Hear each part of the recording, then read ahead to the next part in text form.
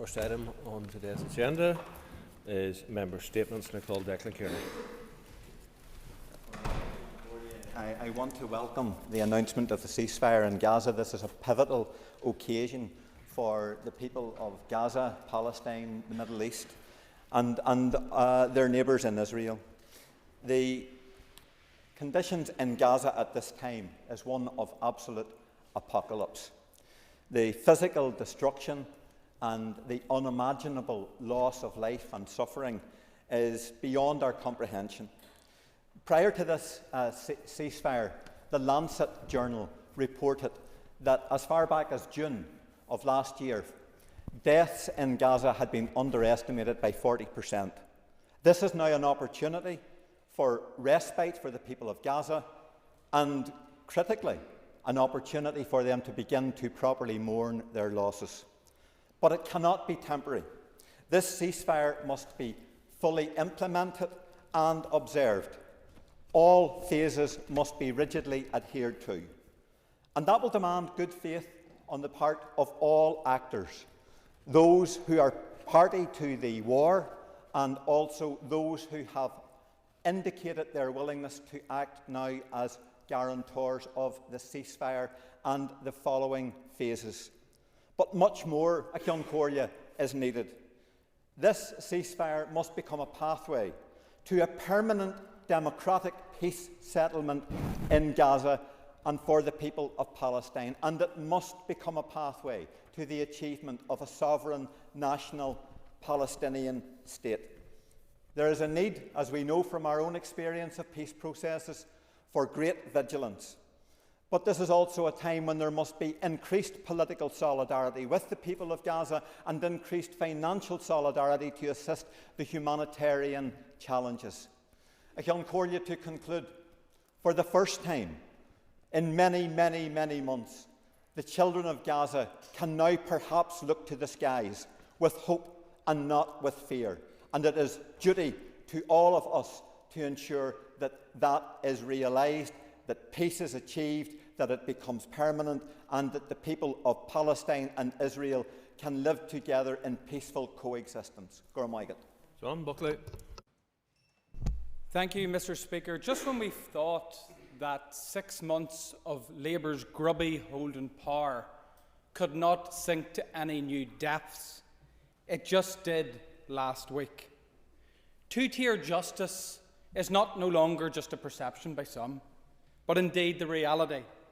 With the removal of a clause in the Legacy Act that blocked payments to terrorists being removed by the Labour government, we see the potential for terrorists that were interned being rewarded with big numbers of compensation claims because of what was an administration error. That includes Gerry Adams. Now, Mr. Adams claims that he was never a member of the IRA. In this democratically elected forum, I don't believe there's anybody that would hold to that view. Mr. Adams was the IRA Chief of Staff. The Provisional IRA killed some 1,700 people across this United Kingdom. But yet, he, under this Labour government, could potentially in line for a 6-figure payout. I mean, can it get any more grotesque? This was a man that gave the authorisation to the disappeared.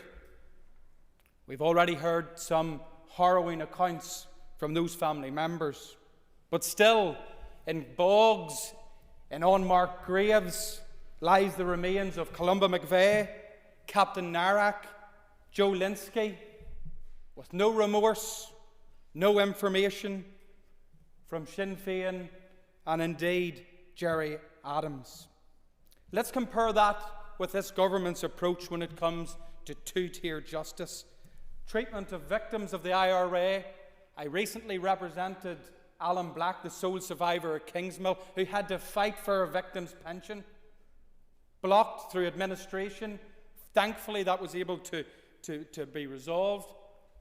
We had a First Minister that delayed the implementation of a very victim's pension. And we have a Labour Attorney General that just last year represented Mr. Adams in court. I mean, could it get any more barefaced? The Labour Party must close this loophole.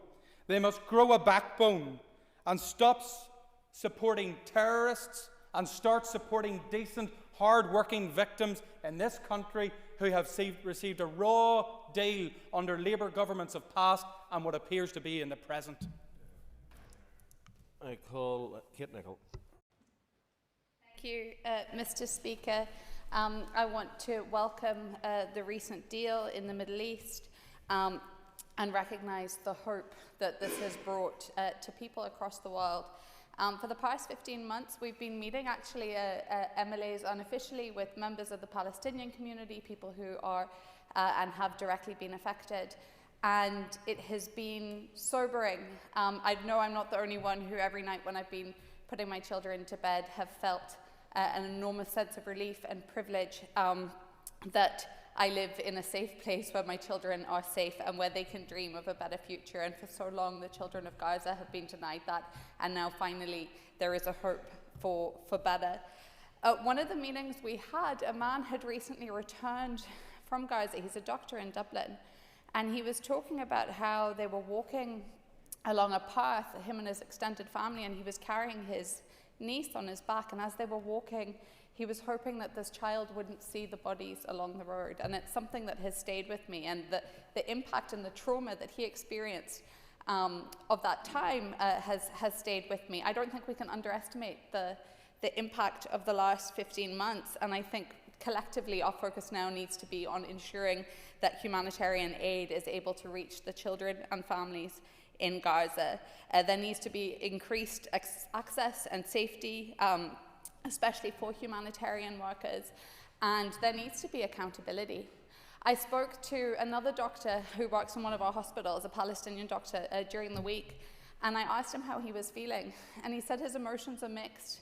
There's such relief, but just 6 weeks before, so many members of his family had been killed. And if that had happened sooner, would they still be alive? And he's still fearful for them. And he said, if there's anything we could do as politicians, raise awareness, push for the need for aid. And we'll be hosting another meeting with members of the community and the DEC about appeal and how we can support additional support in Gaza.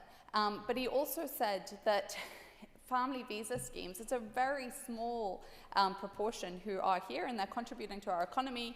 His wife is a teaching assistant, he is a doctor. If we can get the families reunited, that would really be something. So there's work for us still to do. International guarantors have to play their part. And for now, I think our hearts are all with those who have been impacted, those who are mourning loved ones, and for the hostages who will very soon be reunited with their families, finally. It has been an awful 15 months, and there is so much for us to learn from this. And then we need to look at the root problems of it. It didn't start on the 7th of October, and the international community have to push for a two-state solution and lasting peace. Thank you. I just want to speak briefly this afternoon to commend the organisers of and encourage attendance at an event that we're having in Ballinascreen in the Community Hub tomorrow evening at 7 o'clock about raising awareness of drug addiction and abuse and reducing the harm of same. I suppose our community has came together in recent times to acknowledge the fact that drug addiction does not discriminate. It can affect anyone regardless of race, class, creed, background, religion, and drugs are no longer something that you only find in big cities. This is now a rural problem as well, and we're seeing more and more young people come into contact with illegal drugs and indeed prescription drugs that can ruin lives and do so in many instances. This isn't about shaming anyone, it's about breaking the stigma and having this conversation and raising awareness of the forums that can help people who are suffering from drug abuse and the effects of it. So I want to encourage people to come along and have this conversation and see as a community can we stamp this problem out. Gormila Magov. Thank you, Mr. Speaker. And members, today I'm going to ask you to join with me and help to flip Blue Monday on its head and work with Samaritans to rebrand it Brew Monday. A day not for misery, but for mugs, chats, and connecting over a good old-fashioned cup of tea, however you drink it. Now, I know that many will say, or ask the question, and rightly ask the question, can a cup of tea really fix all the problems in my life? Well, most likely not, probably not, but it's a great start. After all, nobody ever solved life's big questions with an empty mug in their hand. Brew Monday is about taking time to talk, and more importantly, it's taking time to listen. The Samaritans, those incredible lifesavers that sit with headsets, remind us that sometimes the greatest gift that we can give isn't advice, but a few moments of our time and the comfort of our presence. Because let's face it, we've all been there, staring at a tea bag, wondering if we're safe to reuse it. And that's just an analogy of sometimes what our problems look like. This isn't about being perfect or having all the answers. It's about showing up for each other. The Samaritans know this better than anyone, and they offer a listening ear 24/7, 365 days a year. No judgment and no rush. So let's make Brew Monday a reminder that life might not come with a manual, but it does come with tea, and sometimes it's good to share it. Thank you, Mr. Speaker. To want to reflect on the news over the weekend of a ceasefire in Gaza, in the Middle East, and first of all, welcome the fact that the immediate horror of bombs being dropped in Gaza has ended. It is important to say, first of all, that the attacks that initiated this latest round of conflict in the Middle East were wholly wrong and reprehensible. The response to it has been not just wholly disproportionate, but grotesque and wrong in the most profound and deep way. There are tens of thousands of dead, innocent Gazans, Palestinians, who have lost their lives. The people of Israel and the wider Middle East have not been made any more secure by the actions of the Israeli government in responding to the heinous attacks of October 7th.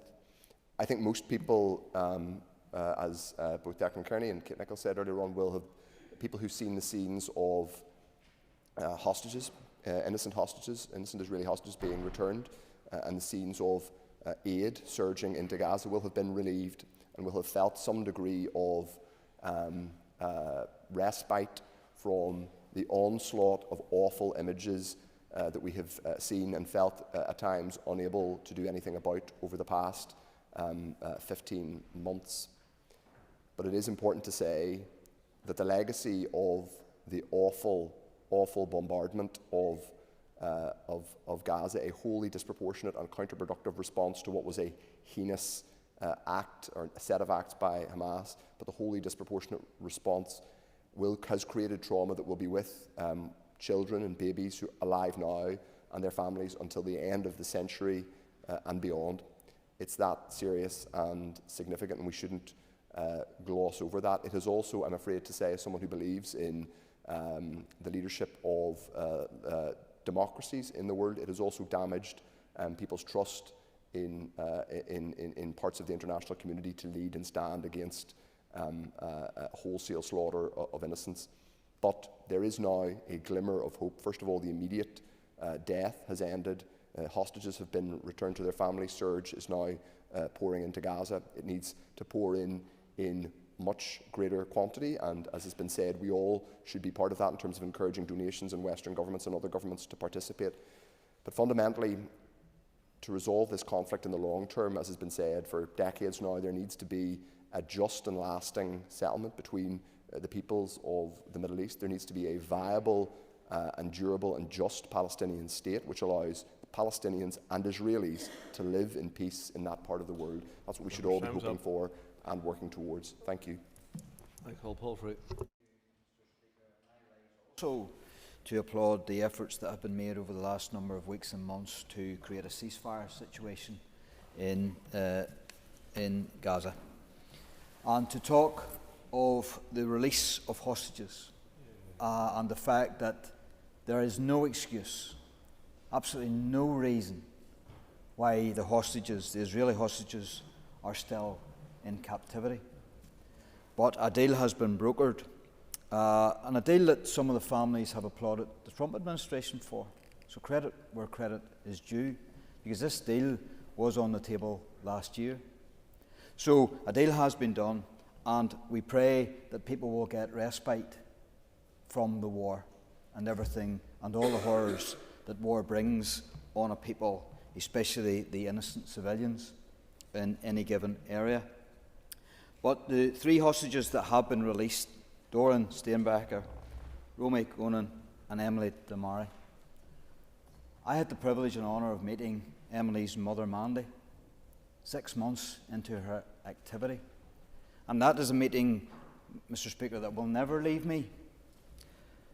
What I witnessed that day was a complete numbness, not wanting to think the worst, not daring to hope for the best.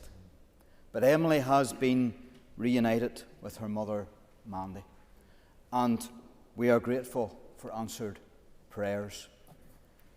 And the recovery for Emily only start. She has had 471 days in captivity, held by Hamas terrorists. And I pray for that recovery. I pray for all of the hostages who will have to recover. We know that she has lost fingers on her left hand. That is only the damage that we see.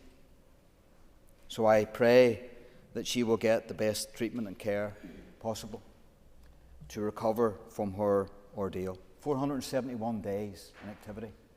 Can we remember our 471 days and how we enjoyed the freedoms that we do, that we take for granted? Think of the ordeal that the hostages continue to go through.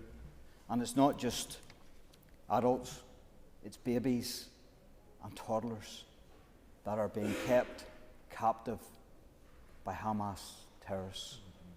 There is no excuse, Mr. Speaker, and these young people, these human beings, should be released immediately.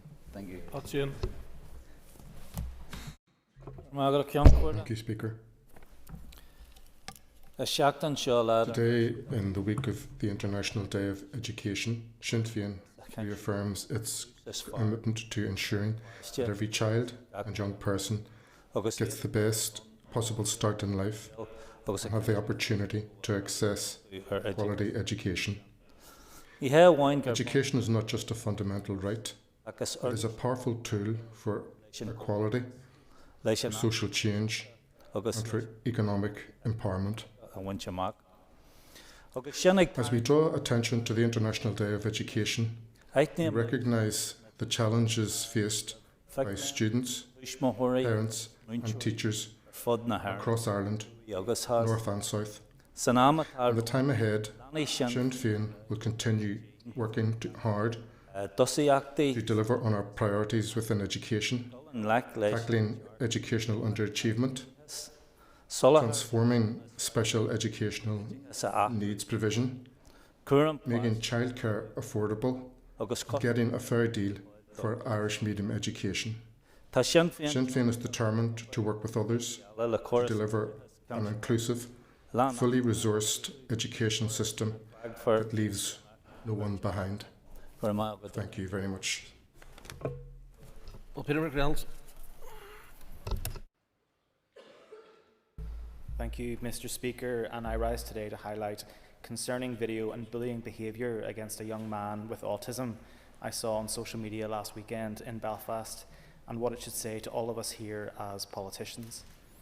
A while ago I had seen that New Yorker Joshua Block, otherwise known as World of T-shirts, was planning a trip to Dublin and possibly coming to Belfast, and I noticed immediately a tone in those who responded, delighted at this news. Now, Mr. Speaker, I'm not sure if you dabble in the world of TikTok, but Josh is a 23-year-old living with autism and is a vulnerable adult struggling with alcohol issues. His videos are primarily of him consuming alcohol and behaving erratically. People send him money for this and in turn sustain his lifestyle and fuel his alcoholism. Last weekend when he came to Belfast, I and thousands of others on the platform saw large groups of young people following around Belfast city centre, recording their interactions with him on their phones, and this involved being jeered at, shouted at, cajoled, ridiculed, goaded and deliberately provoked by young people who should have known better. I get that he's somewhat of a public figure who puts himself out there, But that does not mean that the standards have to drop so low that the behaviour of some took place last weekend in Belfast. Respect and understanding of neurodivergence has been hard fought for over the years by groups across Northern Ireland and is now rightly receiving the continuous attention it deserves. But I fear that what we saw last week is what happens when we up here and ministers do not act or intervene. It can then lead to some thinking that it's okay to bully someone with autism and to brazenly record it while they do so. Mr. Speaker, today in the Assembly, it's timely that we will be debating the lack of specialist autism mental health services in Northern Ireland, and I would encourage all members to look into the footage from last weekend and let it be a warning to us all what lack of input from us here in this Assembly can mean for those living with autism. Thank you. David Brooks. Speaker, I speak this morning to mark 80 years of Grosvenor Grammar School. As a past pupil, I know this school has been more than a place of learning for many, shaping lives, nurturing talent and inspiring generations of our local young people through those 8 decades. Since its foundation in 1945, initially on the Grosvenor Road, before moving to Cameronian Drive in the Premier East part of the city in 1958, with its new school opening in the same area in 2010. Grosvenor has remained steadfast in its commitment to excellence.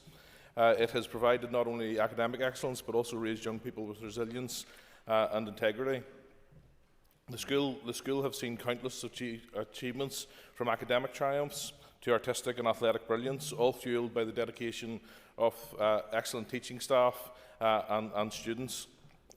And while grammar schools are often stereotyped as elitist, I can say as a working class former pupil, the lion's share of my classmates were from places like the Newtonards Road or the Braniel, Ballybean or the Craigie.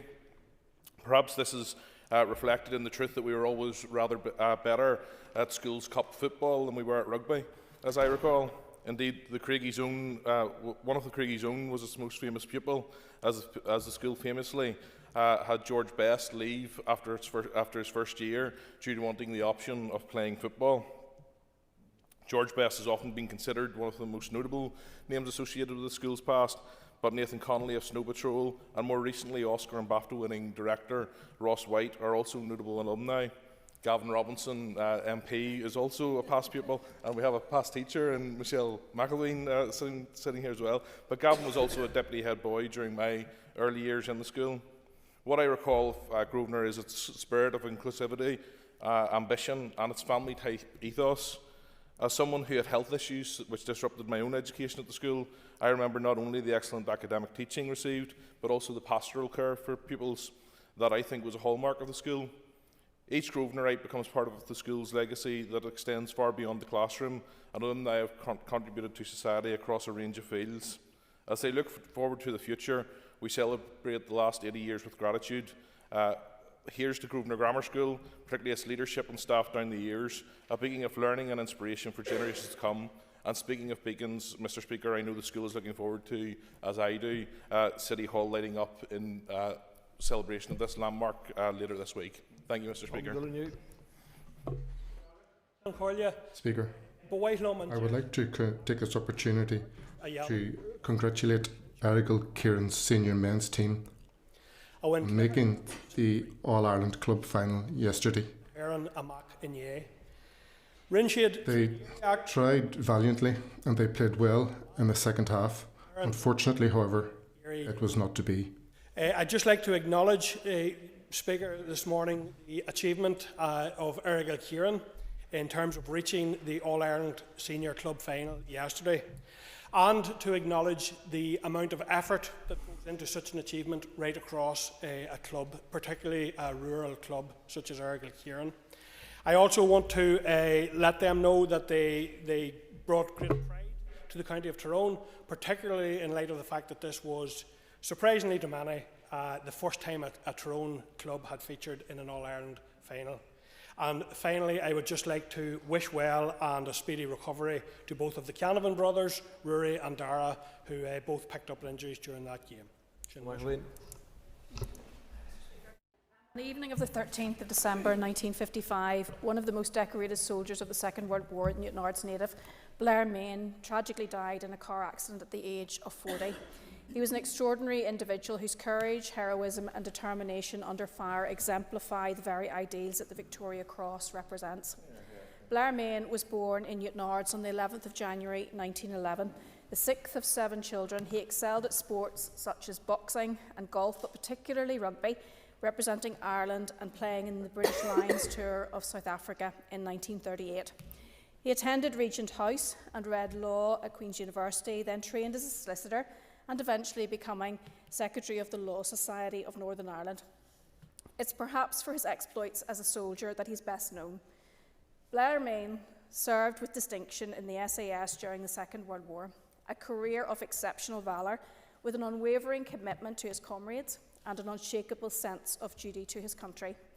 He was known for his daring leadership, his incredible bravery in the face of overwhelming odds, and his remarkable ability to inspire others. During the Battle of North Africa, on many occasions he led small units on audacious raids behind enemy lines, targeting key positions and disrupting enemy supply chains. He showed exceptional leadership during these operations with tactical brilliance and an unmatched fearlessness. Then there was the raid on the Italian-held port of Tobruk in 1941. Despite being outnumbered and facing heavy resistance, he led his men with incredible determination. His actions were crucial in securing vital intelligence and weakening the enemy's hold on the region. His leadership and selflessness under fire have been described as the hallmark of the finest military leadership. However, despite multiple nominations, Blair Main was never awarded the Victoria Cross, a medal that he so richly deserved. Even King George VI remarked that it had so strangely eluded him. He did not seek recognition. His focus was always on the mission and the welfare of his comrades. His bravery and valour, though celebrated by those who served alongside him, was never about personal glory. It was about serving with excellence and dedication to his fellow soldiers and his country. The Victoria Cross represents the highest military honour for acts of extraordinary bravery. I have no doubt that Blair Main exemplifies those qualities. His contributions to the war effort and his extraordinary bravery, selflessness and his devotion to duty deserve this highest and most prestigious recognition. It's time this wrong was righted and that Blair Main is awarded the Victoria Cross he so richly deserved during his lifetime. Thank you. Very much, Mr. Speaker. The 2016 Northern Ireland Executive Assessment of Problem Gambling demonstrated that we suffer from a significantly higher problem gambling prevalence figure than the rest of the UK, 2.3% compared to just 0.5% for England. Put it another way, our gambling harm rates were 5 times higher than those of England. We have to assume that the situation has since deteriorated here as it has in England. At that time, as now, the UK Minister had a regulation making power in the 2005 Gambling Act to change and charge a gambling levy, requiring the industry to make a contribution to address the socially destructive effects of gambling. He used the threat of its deployment to extract a voluntary contribution from the industry. We eventually caught up, making a similar provision through Section 15 of our 2022 Gambling Act. Although, unlike the GB levy, our levy appears to only apply to terrestrial gambling. If I am right about this limitation, it constitutes a major difficulty because the problem prevalence figures associated with online gambling are significantly higher than those pertaining to terrestrial gambling, and the gross gambling yield figures demonstrate that more than half gross gambling yield comes from online gambling. Last year, the government determined that it was time to use its regulation-making powers, and on the 12th of December, the Gambling Levy Regulations 2025 were laid before Parliament. They apply to both terrestrial and remote gambling, placing a significantly higher levy on the latter. Operating from the coming financial year onwards, it is estimated they will raise 90 to 100 million annually, an increase of 40 million over the voluntary contributions. I do not believe that the regulation-making powers in our 2022 Act have yet been deployed, and even when they are, it seems doubtful they will engage remote gambling. If my assessment is correct, two things are urgently required. First, we must use the regulation-making powers in the 2022 Act from the 1st of April so those experiencing terrestrial gambling harm in Northern Ireland are not disadvantaged compared with GB. And second, we must introduce legislation applying the levy to online gambling for the same purpose. If we cannot do the latter, then we should ask the UK Government to urgently make the relevant legislation changes to the regulation-making power in the 2005 Act, so the levy applies to Northern Ireland in relation to online gambling. That brings to a conclusion member statements. I encourage members who didn't have the opportunity to raise their issues to come back again tomorrow. Just members take their ease for a moment while we change the chair.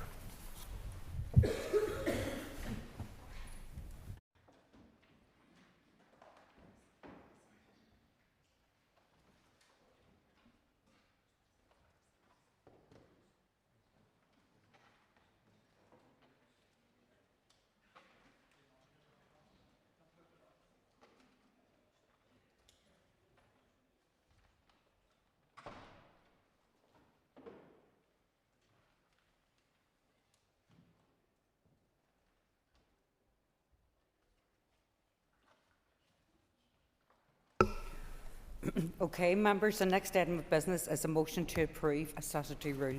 Clerk, would you please read the motion? That the draft period products Department of Health specified public service bodies regulations Northern Ireland 2024 be approved. Thank you. I call on the Minister to move the motion. So moved, Principal Deputy Speaker. Thank you, Minister. The Business Committee has agreed that there should be no time limit on this debate, and therefore I call the Minister to open the debate on the motion. Minister. Well, Deputy Speaker, thank you very much. So I'm seeking the Assembly's approval of the period products Department of Health specified public service bodies regulations Northern Ireland 2024. I'm very pleased to be able to introduce these regulations, part of a journey which began with the Private Members Bill brought by the former SDLP MLA Pat Catney in October of 2021, and subsequently the Period Products Free Provision Act Northern Ireland 2022, which created a legal right of free access to period products in hospital premises here in Northern Ireland for all those who need them. The Act places importance on respect for dignity, and it aims to remove financial barriers to accessing period products when they are required. Period products are not a luxury item and should be available to everybody who needs them. Period poverty is a massive issue in our society. Women can often struggle to afford sanitary products and instead find themselves using unsuitable products as a result. Patients, staff and visitors to health trusts are there to receive care or provide care or visit individuals who are availing of this care. In this instance, they should have the access to the period products which they need, and I'm glad to be able to address this issue through these regulations. As I said, Principal Deputy Speaker, period products are not luxuries but are essentials needed by all those who menstruate. They often cost a significant amount of money, and as a result, individuals are forced to go without, something which should never be the case. These products should be available to all those who need them, and there should be no stigma around the provision of these products. It's damaging to not only the physical but also the mental well-being of anybody who is unable to obtain these products as and when they need them. So we need to do everything we can to make sure that we can remove what is in fact a gender inequality. So I'm proud to be able to introduce these regulations to the Assembly and in a small but I hope significant way act to break down barriers and remove some of that gender inequality in our society. I will now speak to the draft regulations. Members will be aware that all departments must specify the public service bodies that will have duties under the 2022 Act. The Department of Health has specified the following public bodies and liaised extensively with them as to how the regulations will be implemented at their various premises. The five are the Belfast Health and Social Care Trust, the Northern Health and Social Care Trust, the South Eastern Health and Social Care Trust, the Southern Health and Social Care Trust, and the Western Health and Social Care Trust. The Act allows for the Department of Health to provide descriptions of persons and premises to allow its implementation to be operationally effective but stay true to the spirit of the Act. Significant consultation has taken place with these trusts to ensure the regulations can be operationally effective across the vast number of health trust premises, while still staying true to the intention of the legislation, which is to provide free period products for those who need them. These trusts have undertaken their own consultation exercises, that's with product users, and I thank them for their continued cooperation and support. There are other arm's-length bodies which have not been specified in these regulations. For example, the Northern Ireland Ambulance Service. However, they are operating voluntary schemes, even though they're not bound by these regulations. The cost of implementing these regulations in the specified bodies is estimated to be approximately £1.5 million per year. That's across the 5 trusts. However, as the usage, especially in high footfall premises, remains unknown, this is still an estimate. The cost of implementing these regulations should be considered against the backdrop of a hugely stretched health budget, which is pushed further still by the legal requirement to implement these regulations. However, this is not to take away from the significance of these regulations, and I am pleased to present them to this Assembly. I believe it's a significant step forward in the fight against period poverty. I would also like to take this opportunity to thank the Health Committee for its scrutiny of SL1 for this regulation. And at that, I leave it there, Principal Deputy Speaker. Thank you very much, Minister. I call Liz Kimmins. And I welcome this opportunity to confirm the Health Committee's support for the motion. The Health Committee considered the policy proposal for this SR and the SR itself at 4 of our meetings since June 2024, and we invited departmental officials to attend 2 of those meetings to discuss the regulations.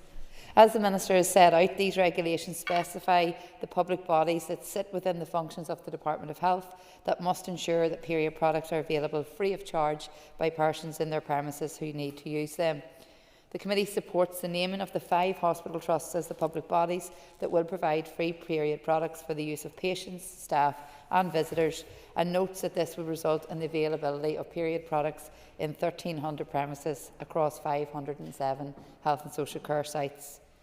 Period products are a necessary and essential item that should be readily accessible and available to those who need them when they need them.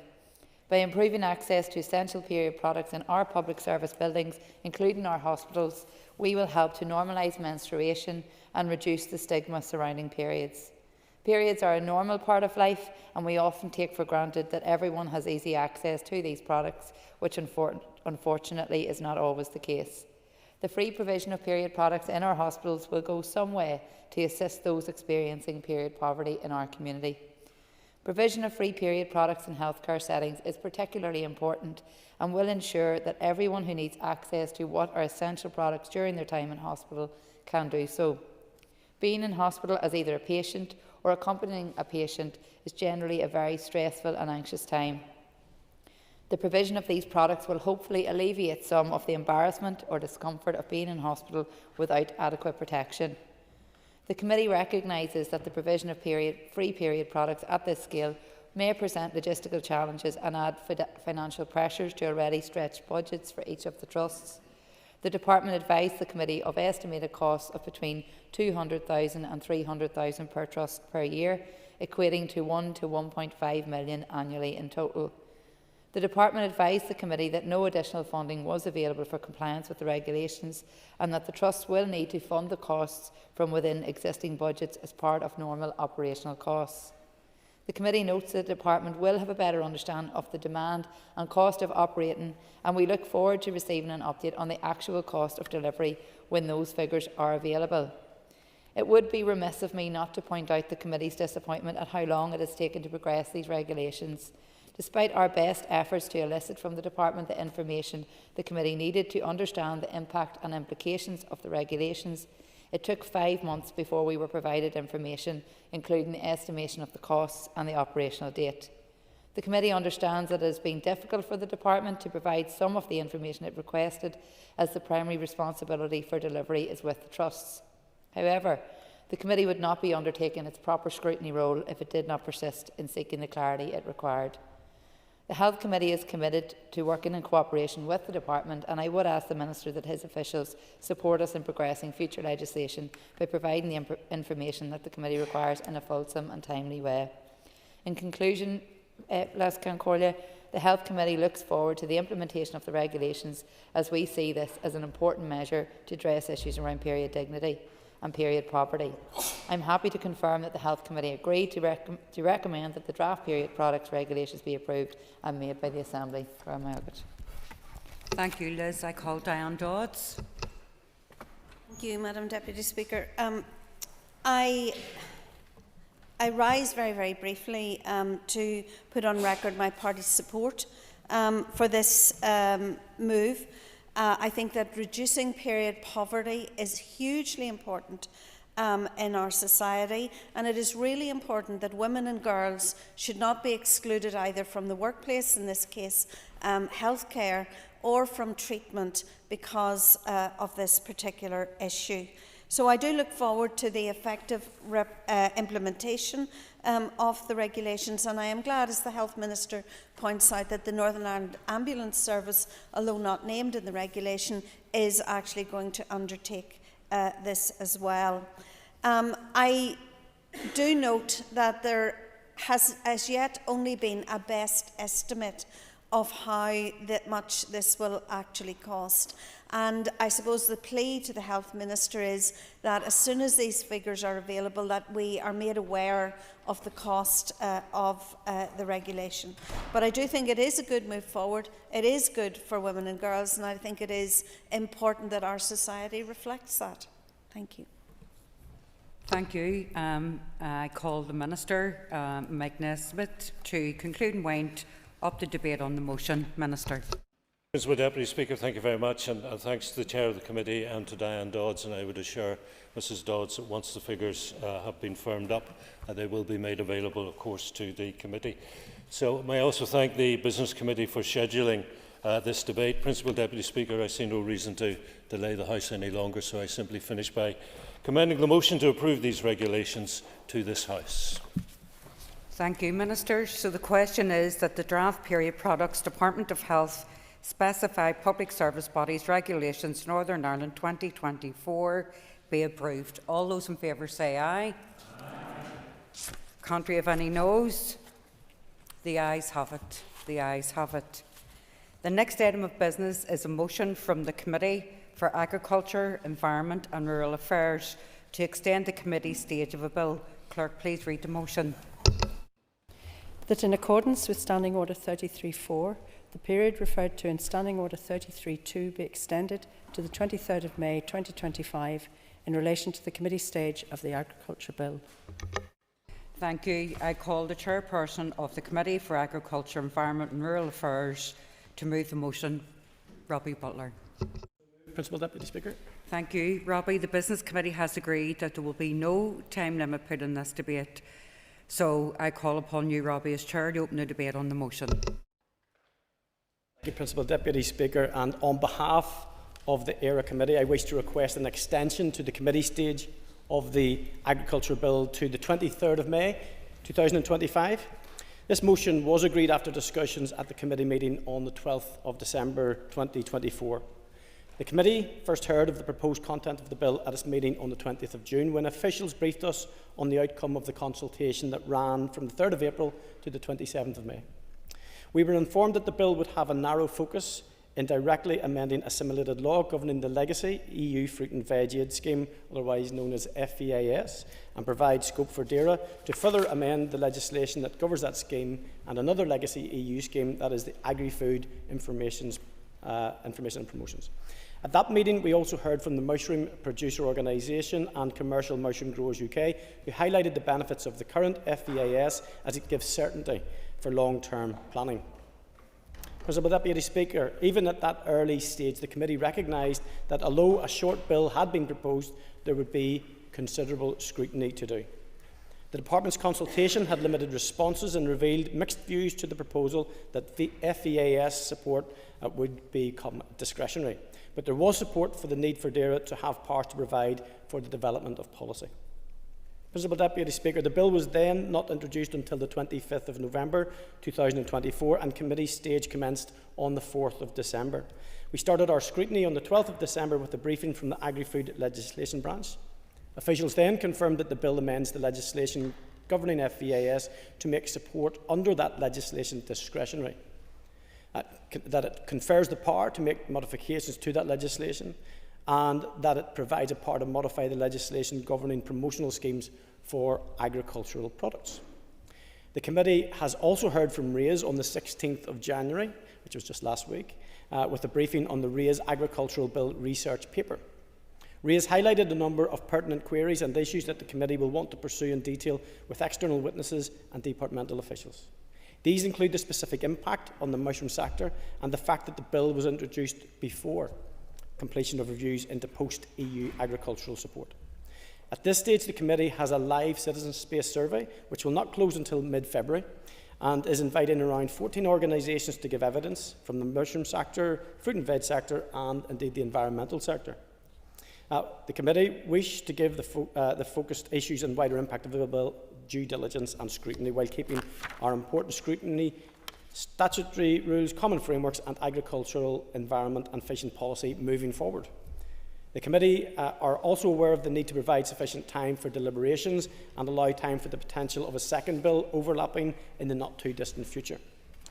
The committee wishes to scrutinise making the FEAS discretionary, as in budget constrained times we have all had experience of discretionary spend being what's described as low-hanging fruit. We also wish to scrutinise the enabling power to amend the legislation to align with future farming policy and post-EU exit policy that are still under the development of our Minister. We know these powers would allow for Northern Ireland specific schemes, but we see much broader sectoral producer organisation coverage in England and Scotland, and there's work to be done to understand why we haven't had that uptake here in Northern Ireland. We know that one of the considerations was to include the proposals in this bill in a broader agricultural bill, so we wish to hear views on whether we are putting the cart before the horse, and if it is valid to do so in advance of a wider bill in the manner that is proposed within this bill. Madam Deputy Speaker, in conclusion, having consulted with the Bill Office and considered the evidence we wish to take and our ongoing work, the committee are seeking to support the support of this House to extend the committee stage of the Agriculture Bill until 23rd of May 2025. However, the committee will endeavour to report in advance of that date, if at all possible. Thank you. Thank you, Robbie. I call Declan McAleer. The Agriculture Bill is a pivotal piece of legislation with significant implications for agriculture and horticultural sectors.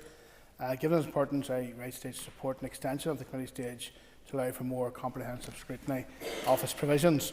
The bill grants DAERA rights to modify, amend, repeal or revoke regulations, particularly those concerning the fruit and vegetable aid scheme and food promotion activities.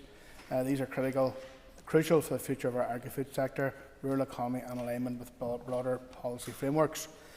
A research paper recently presented to the DAERA Committee, which was alluded to by the Chair, highlights concerns about advancing the bill before completing reviews of post-EU agriculture support and food promotion schemes, both of which remain ongoing as part of the food strategy framework. The paper also raises questions about the potential for this bill to constrain future policy decisions and notes a lack of clarity around DAERA's long-term plans for the horticulture support. Clause 1 makes funding for FVAS discretionary. This is far-reaching implications. The research paper warns this could effectively lead to the closure of the scheme, creating uncertainty for the horticulture sector, especially the mushroom industry. And although the Minister has given us assurance this will not be closed, the bill gives no guarantees for the continuation or replacement, so it's effectively not future-proofing it. The absence of an impact assessment on how these changes might affect the mushroom industry is another gap. Additionally, the budget pressures faced by DAERA, which is made worse by the Tory austerity, raises questions about whether discretionary funding will realistically support critical schemes like the FVAS, and the research paper highlights that these constraints could lead to reduced or withdrawn support as other statutory obligations are prioritised. The accompanying Rural Needs Impact Assessment asserts the bill will have no direct impact on rural communities. However, the research paper challenges this conclusion, warning that the changes to the FVAS or food promotion schemes could have economic consequences for rural businesses. The lack of further regulatory scrutiny for discretionary funding decisions highlights these concerns. heightens these concerns. Extending the committee stage is essential. It would allow members to consider these issues more thoroughly, engage with stakeholders and ensure the bill aligns with the long-term aims of our agricultural strategy. More time would enable us to address gaps in the bill and deliver legislation that is robust, transparent and fair. The Assembly has a duty to support our agriculture sector, a cornerstone of our economy. By granting more time for scrutiny, we can strengthen this bill to meet today's challenges and prepare for the future. Thank you. Thank you, Jacqueline. I call Andrew Moore. Very much, Madam Principal Deputy Speaker. I'll speak briefly, and I don't rise to oppose this motion, but also I want to say that I fully understand the pressures on the committee and its many competing priorities. However, I would like to impress upon the need to have the committee's consideration completed at the earliest opportunity. I think it's important I put this on record. An extension to the 23rd of May will put at risk the bill completing all its stages before summer recess. As I've articulated previously, if the bill does not receive royal assent before the summer, then this will have an impact on my ability to decide on DAERA's funding priorities for the next 3 years. Furthermore, the earlier the bill is enacted, the more scope there would be to amend the scheme rules by subordinate legislation, including possibly to begin to address some of the issues been raised by stakeholders should the scheme be rolled forward to next year. It is my understanding that discussion surrounding the request for an extension at the committee meeting on the 12th of December recognised this pressure, and an ambition was stated to have committee stage completed before summer recess, or for Easter recess. I would not wish to undermine nor suggest limiting the committee's important scrutiny of the bill, and I fully acknowledge and accept that. And I am aware that there are other pressing issues coming before the committee in terms of its forward work programme. As I said at the bill's second reading, I and my officials look forward to working closely with the committee as it undertakes its important role. However, I would ask the committee seeks, to the fullest extent possible, which I know it will, to expedite the scrutiny of this bill. Thank you. Thank you, Minister. And back to Robbie Butler to conclude and wind on the motion. Thank you, Principal Deputy Speaker. The wind will be, just like me, short. Thank you to the speakers, Vice Chair, and for the Minister's response. And just to pick up on the point, absolutely the committee can give a commitment that if we can come to a position on the bill in as short a time as possible, we will do that, but it would be remiss of us not to offer the highest levels of scrutiny that we can do, because I suppose whilst there was absolute interest in the bill when we had the RAISE presentation last week in committee in particular, there were items within there which probably piqued our interest even more and are worthy of further development. But I think the relationship certainly between the Minister and the committee so far has been good and constructive, and I hope that we can maintain that and continue that in this bill. Thank you, Principal Deputy Speaker. Thank you. So the question is that the motion standing on the order paper be agreed. All those in favour say aye. Aye. Contrary of any noes? The ayes have it. The ayes have it. Members, will you take your ease, please?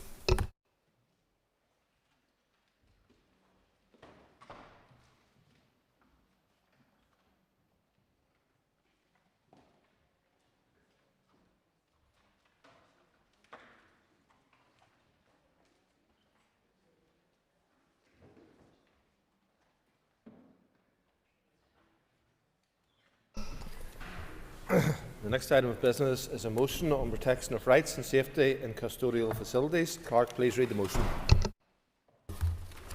That this Assembly commits to providing continuous support for the LGBTQ+ and other minority communities throughout Northern Ireland, while ensuring there is no diminution of societal rights, particularly the rights of women. Agrees that our justice system must ensure that those placed in custody should not feel any more vulnerable than what would be expected from having their liberty taken away, and calls on the Minister of Justice to bring forward supporting legislation to give guidance to the Judiciary, Police Service of Northern Ireland and the Public Prosecution Service, proposing that only biological males should be held in a male prison or holding facility, and that only biological females should be held in a female prison or holding facility. Thank you. I call Doug Beattie to move the motion. Move, Mr. Speaker. Thank you. The Business Committee has agreed to allow up to 1 hour 30 minutes for this debate. Proposed motion will have 10 minutes to propose and 10 minutes to wind. As an amendment has been selected and is published in the marshal list, the Business Committee has agreed that 15 minutes will be added to the total time for debate. Please open the debate on the motion.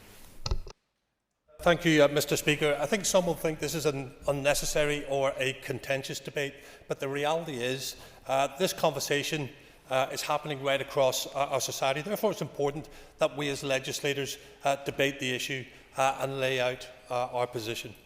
I hope the debate can be both robust and respectful, mindful that we are talking about lived experiences right across Northern Ireland. This motion falls into three main areas, which I will cover during my contributions. Firstly, it's important that we commit to provide support for minority communities right across Northern Ireland. The travelling community, the disabled, the elderly, vulnerable, and the LGBTQ+ communities, particularly around health, education, dealing with bullying, and the issues of mental health. To vote to leave out any one of these groups is not in keeping with an inclusive union I aspire to, and therefore I will not be supporting the amendment. Secondly, the motion talks about societal rights. The right to swing your fist ends where my nose begins. What does that mean? It means that at times rights can be conflicting, and there is no automatic hierarchy in delivering what is best for the majority of people here in Northern Ireland or anywhere else. At times there are genuine conflicts in rights which are laid out in the Equality Act 2010. Over the last number of years, many women have felt that their rights have been undermined. These issues can be best seen in regards to space, sport, and language. Do women deserve their own space, such as changing rooms, toilets, women-only groups, crisis centres, medical facilities such as hospital wards, and holding facilities such as prisons?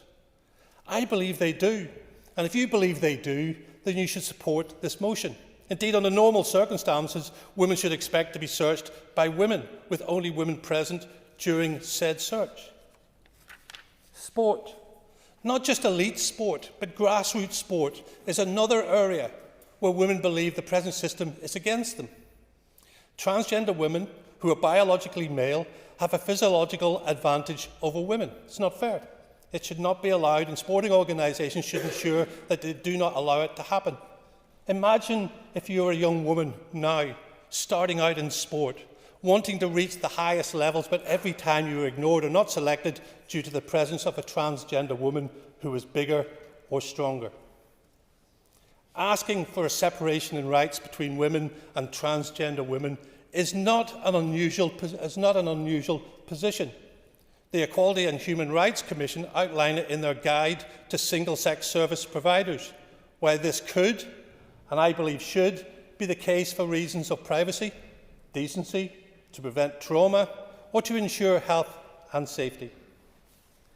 And lastly, the changing of language associated with women. I feel it needs to stop.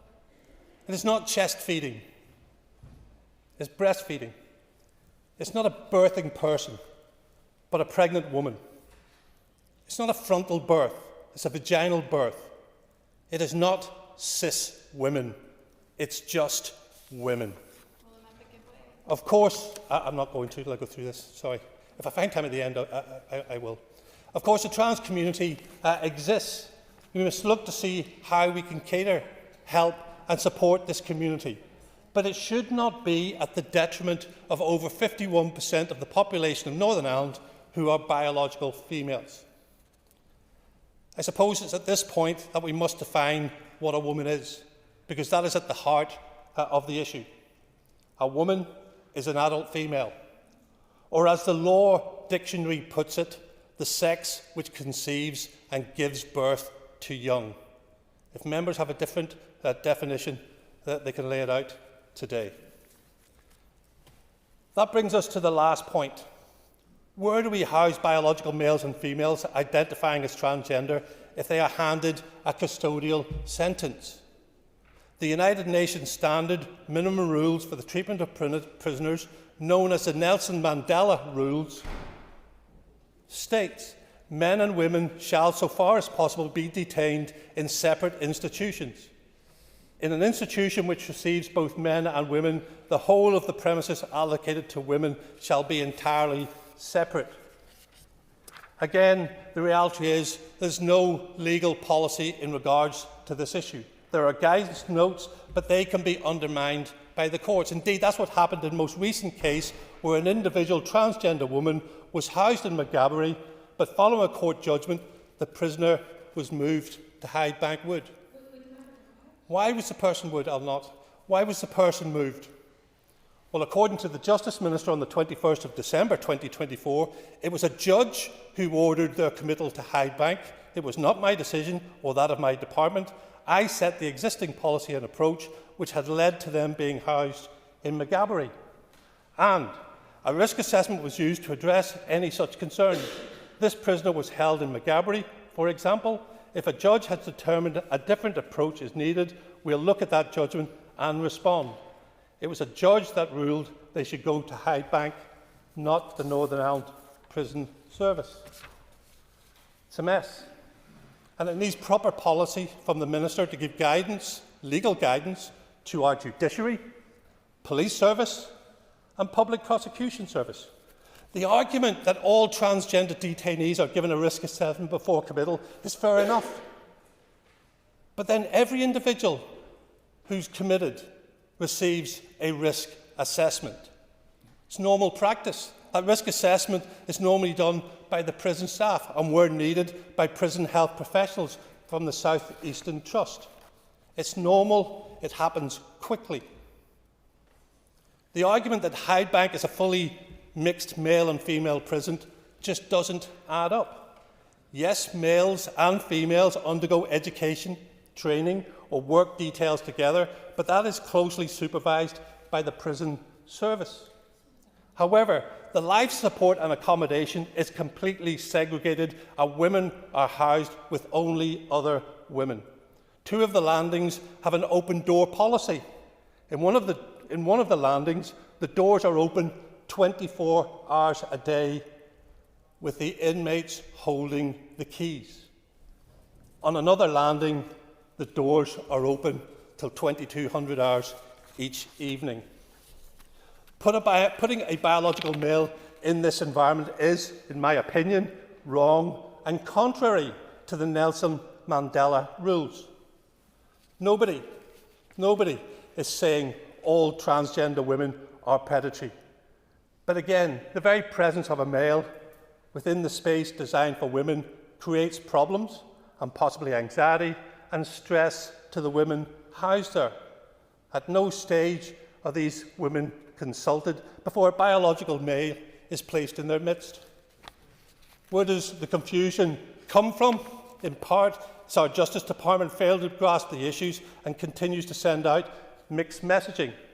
A strategy for women and girls in or at risk of contact with the criminal justice system states, for the purpose of this strategy, the term woman relates to female adults and girls and those who identify as female or non-binary.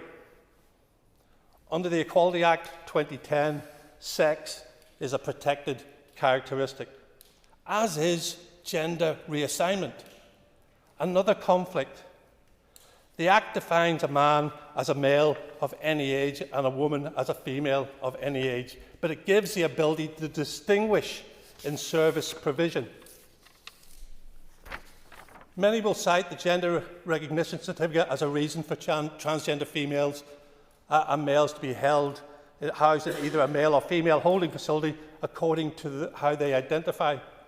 But nowhere in the GRC does it expect gender-affirming surgery. Put it simply, a transgender woman could be housed in a women's prison although they still have male genitalia, and that could be in the most open part of the prison and cells.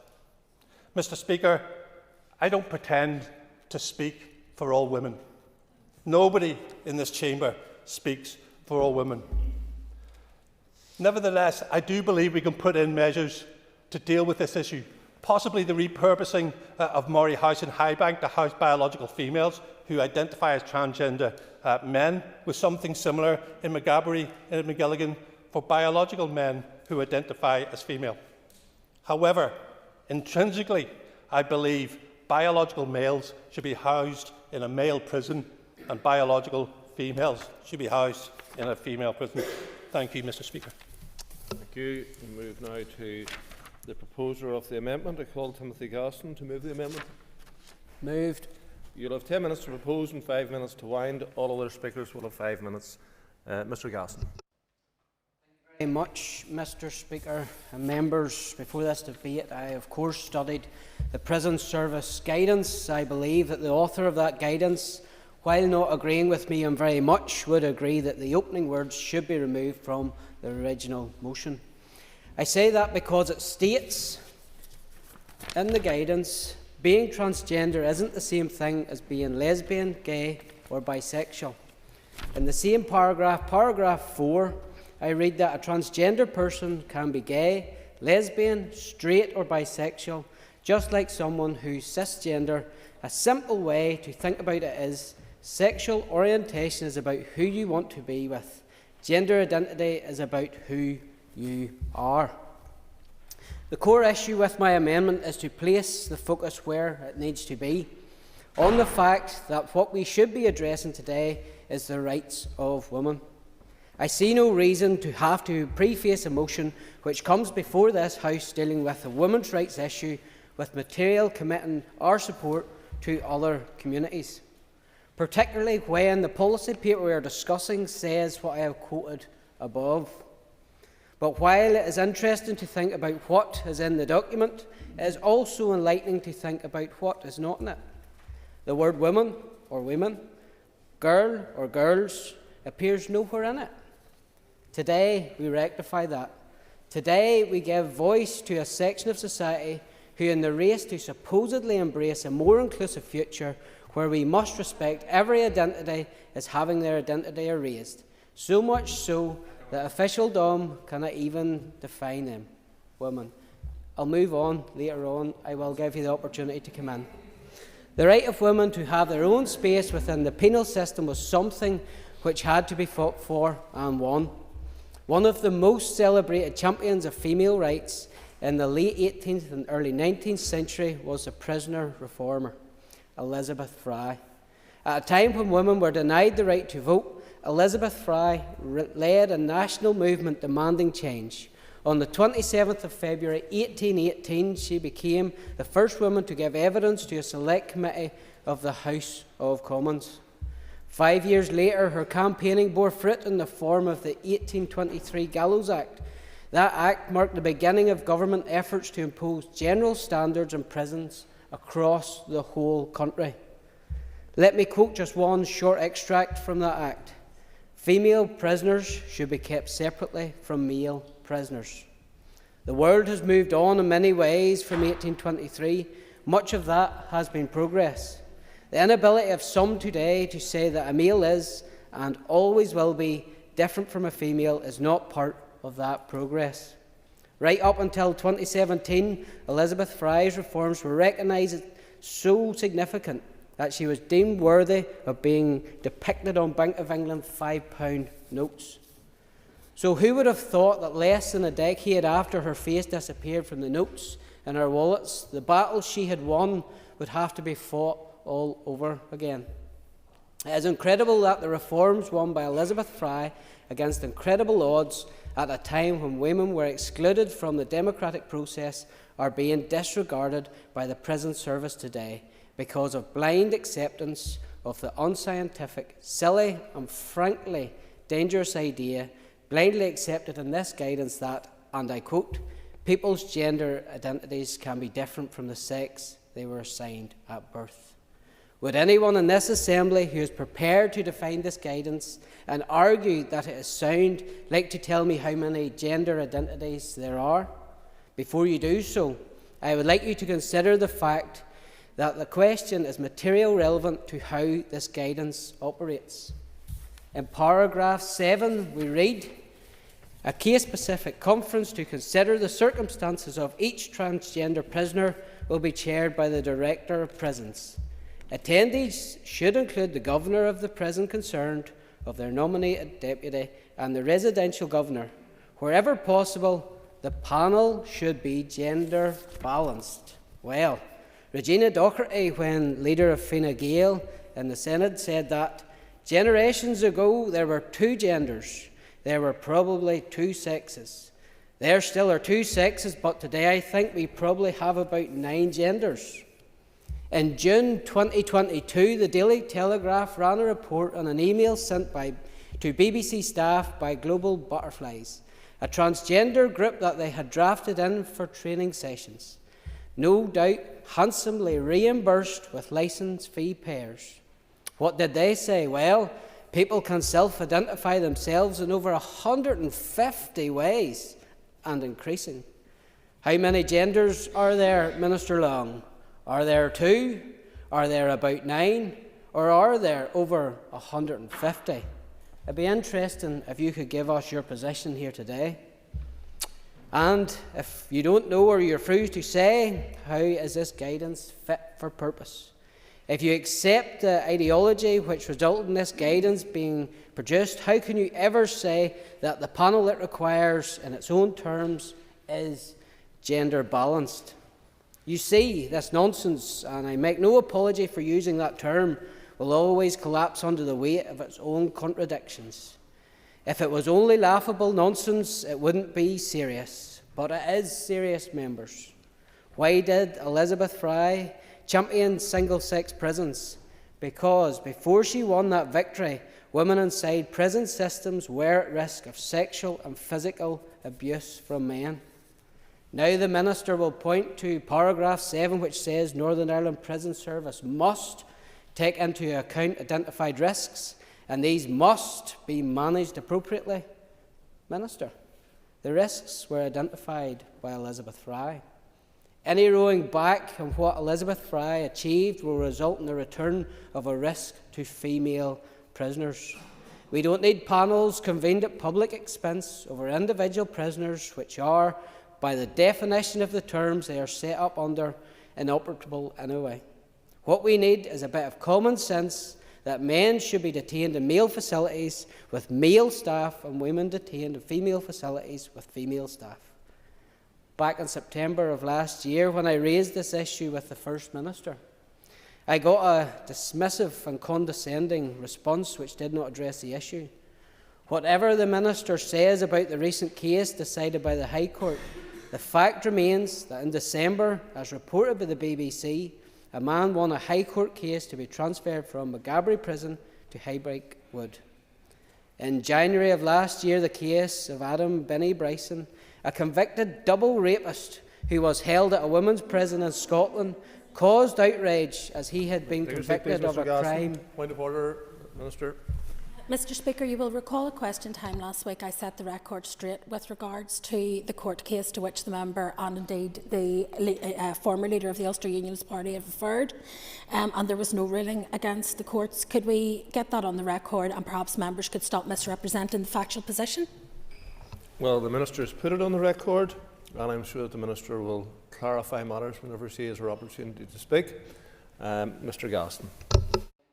Speaker, and as I was saying, in January of last year, the case of Adam Benny Bryson, a convicted double rapist who was held at a women's prison in Scotland, caused outrage as he had been convicted of a crime which no woman could commit.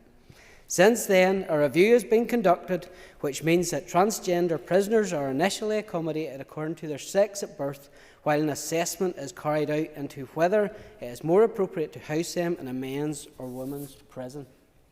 The case also promoted action in England and Wales, with regulations introduced in February 2023 banning transgender women with their male genitalia intact or those who are sex offenders from being sent to women's prisons. The Assembly has an opportunity today to take a stand for common sense. The Assembly has an opportunity to honour the memory of a trailblazer in the campaign for equality for women. The Assembly, most importantly, has an opportunity to protect vulnerable women from the risk of abuse. I ask members to support my amendment laid before the House today. Speaker, this Ulster Unionist motion seeks to oversimplify a very complex and sensitive issue.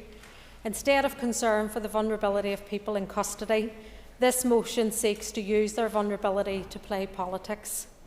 Then we have the amendment from the TUV, an amendment which seeks to remove a broad expression of support for the LGBTQI+ community and other minority communities. Yet another reminder of that party's disdain for the LGBTQI+ people in our society. We believe the safety of everyone within prisons should be the priority consideration when managing prison populations, including trans prisoners. That includes the safety of the prison population as a whole, the safety of those who work within prisons, and the safety of the offenders whose admission to prison is being considered. Indeed, we submitted an amendment to this motion which aimed to set out that the safety of everyone must be the main priority, and unfortunately our amendment wasn't accepted. We support a risk-based approach which prioritises the safety of everyone within prisons. That, of course, should include consideration of an offender's record. A situation where an individual has been convicted for the non-payment of a fine is very different to a case where an individual is convicted for violent offences. We are clear that those with a history of sexual violence against women should not be placed in a women's prison. We want a risk-based approach which prioritises the safety of everyone in prisons and considers the admission of transgender prisoners on a case-by-case basis. Thank you. Joanne Bunting. I'm grateful to colleagues for bringing forward this debate on one of the most serious issues women may face. From the outset, I wish to state that, of course, all prisoners, and indeed anybody and everybody in the justice system and without, should be treated with courtesy, dignity and respect. But in many aspects of life, women's rights and safe spaces are gradually being eroded. It's a very serious issue of great concern to the public, and we must set down a marker and have clear guidance and policies.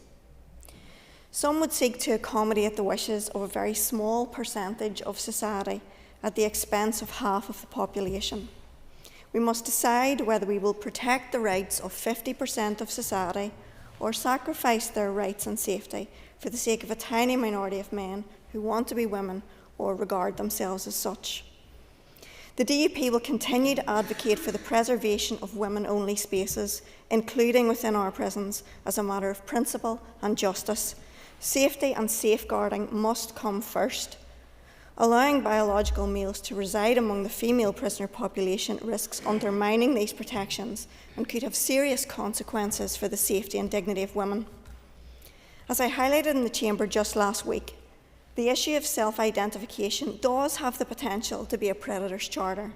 To avoid a rerun of others inferring something I did not imply last week, let me be explicit. I am not saying I am not equating transgenders and predators. I am saying that sexual predators will exploit self-ID. Those who present a serious risk and threat to women will absolutely seek to exploit self-identification and any loophole around it they can find for their own sinister ends. It's only a matter of time. They will claim to identify as women specifically for the purpose of being put in confinement with women, either to prey on them or to have what they envisage as an easier time in a women's jail. It has already happened in other parts of the UK, so why would we think that we in Northern Ireland will be exempt? We must take steps to ensure that women are not prey. Of the 245 transgender prisoners who reported their legal birth gender as male on the 31st of March 2024 in England and Wales, 151 were convicted of a sexual offence. So we've already seen and should have learned from cases in England and Scotland where those convicted of rape and other sexually violent crimes self-identified as women and were indeed placed in female prisons to the severe detriment of biological female inmates, some of whom ended up being sexually assaulted as a consequence.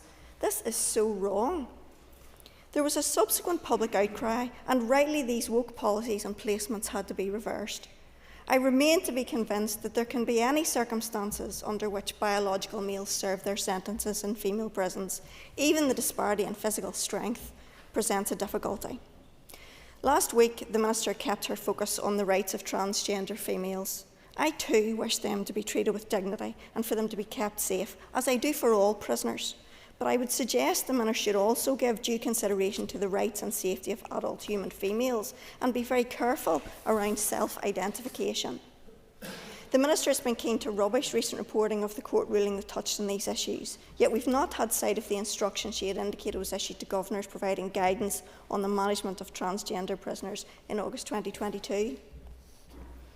I will make no apology for standing up for biological women or for stating that when men decide they want to identify as women, it is always the hard-won rights of women that are depleted and their safety diminished and compromised.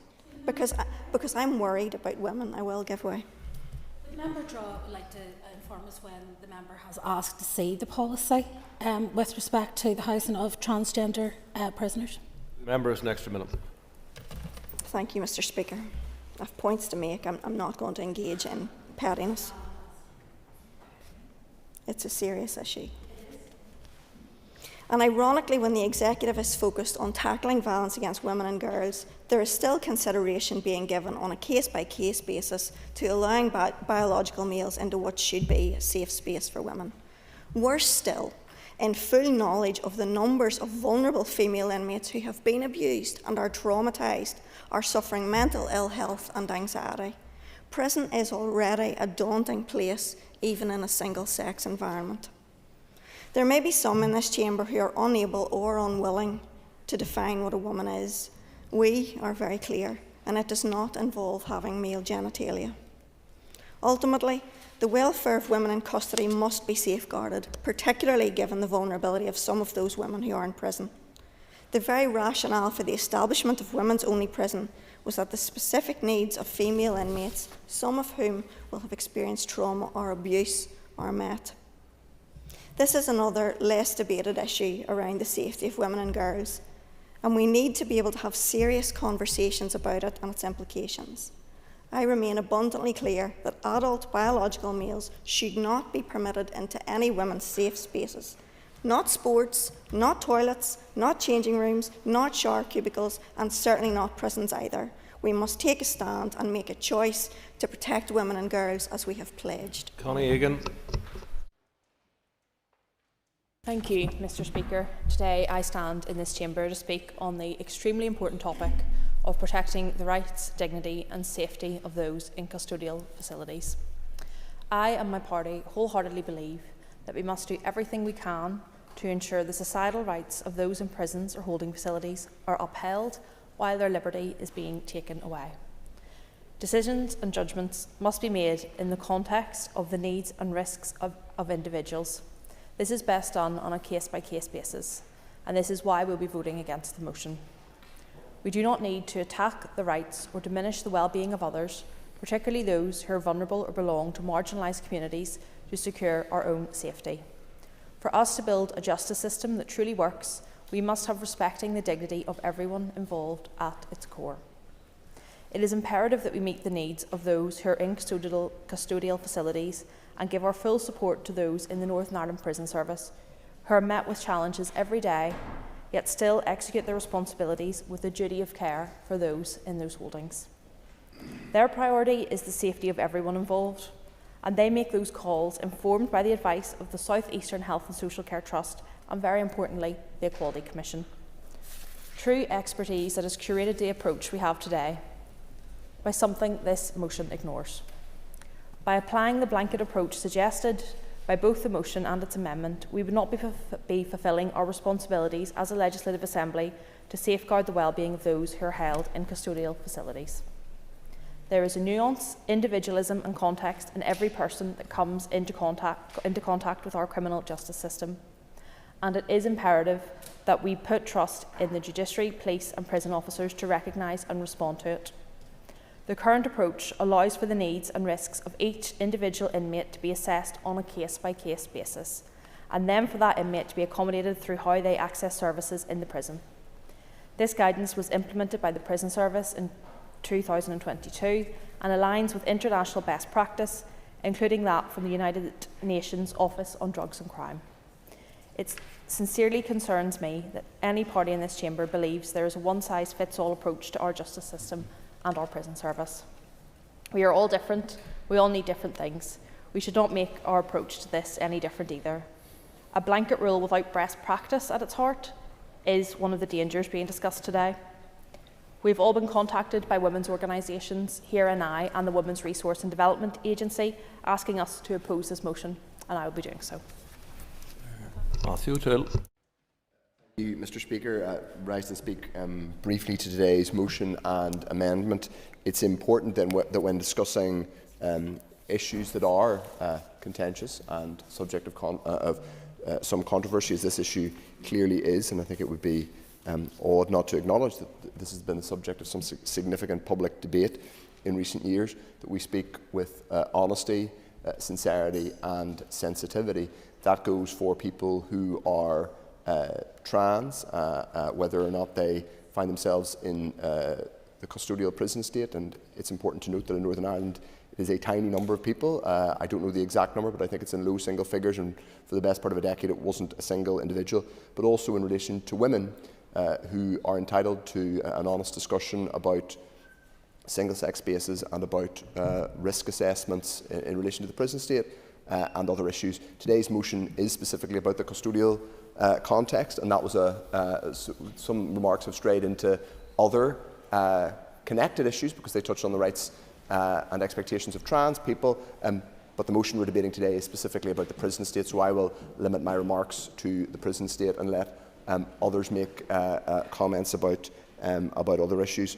It's first, I think, most important to say that the primary motivation in these issues should be the safety of all those on the prison estate when you are deprived of liberty because a court has found you guilty of an offence and a judge has sentenced you to custody. You are deprived of liberty for a set period of time. When you enter into the prison estate, there is a process by which you are risk assessed.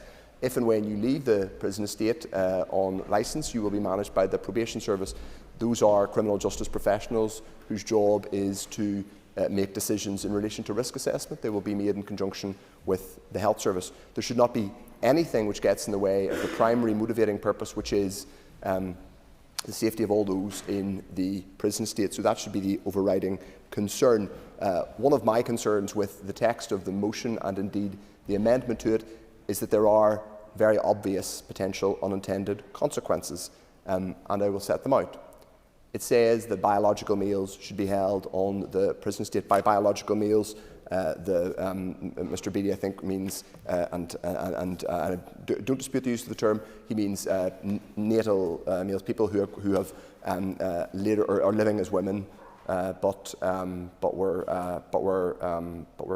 male at birth. Now, a plain reading of this text would be that those people, even if they had been, for example, receiving testosterone for decades and presented as men and had been living as men and could be large, bulky individuals, they could even have been convicted of a violent crime. By the text of this motion, they would have to go into the female prison estate. Likewise, a trans woman or trans man, I should say, would have to go into the female prison estate. There are clear unintended consequences which wouldn't just present risks for the safety of other prisoners or indeed the trans prisoners, but they would present additional resource and management burdens for the prison service. So I think this motion and the amendment to it do have very severe potential unintended consequences were they to represent a blanket policy. I have no difficulty having these debates, but I do think if we're going to put down motions to the Assembly, we should think carefully through the consequences of them. I have no difficulty talking about the importance of particularly female safety in the prison state. I'm also very clear in talking about trans issues in a respectful and inclusive way. A very high proportion of trans people have been vulnerable in their lives and live pretty difficult lives. And so, for example, simply shoving them into parts of the prison state, particularly when they pose no discernible risk to anybody, would be a risk. But as I said, I have no difficulty talking about safety in the prison state, but I do think judging these things on a case-by-case basis with the absolute priority, whatever questions of gender, the absolute priority being safety is something that needs to be looked at on a case-by-case basis. I don't think the motion or the amendment today are as nuanced as this debate requires. So I would say that if we are going to have these debates, we need to have them in full knowledge of potential unintended consequences. So, as I said, a plain reading of these motions is they don't really deal with the issues that are here. If there's going to be guidance from the department, then that guidance clearly needs to take into account all of those factors. I'm afraid neither the motion nor the amendment do that. Thank you, Mr. Speaker. Mr. Speaker, this is a debate today that demands both compassion and common sense, ensuring the rights and safety of all individuals in prison while protecting the dignity and security of women. Personally speaking, I don't like labels. I don't assign labels to anybody. So therefore, when I speak of all, not any one particular section of the community or another. We all have rights, and those of us are here to defend those rights. This motion highlights the need to support all minority communities, but it also underscores an important principle. Custodial facilities must safeguard the welfare of all inmates. Women's prisons exist to meet the unique needs of female inmates, many of whom have suffered trauma or abuse. Allowing biological males, particularly those with violent or sexual convictions against women, into these spaces undermines those protections. The Department of Justice claims to manage transgender prisoners on a case-by-case basis, yet we lack clarity on how decisions are made or whether sufficient protections exist. Other jurisdictions have stricter policies. In England and Wales, transgender individuals with male genitalia or violent offences are generally not housed in women's prisons. In Scotland, risk assessments prevent individuals with histories of violence against women from entering women's facilities. Does Northern Ireland provide similar safeguards? I don't know. Are provisions in place for transgender individuals who cannot be safely accommodated in either male or female estates?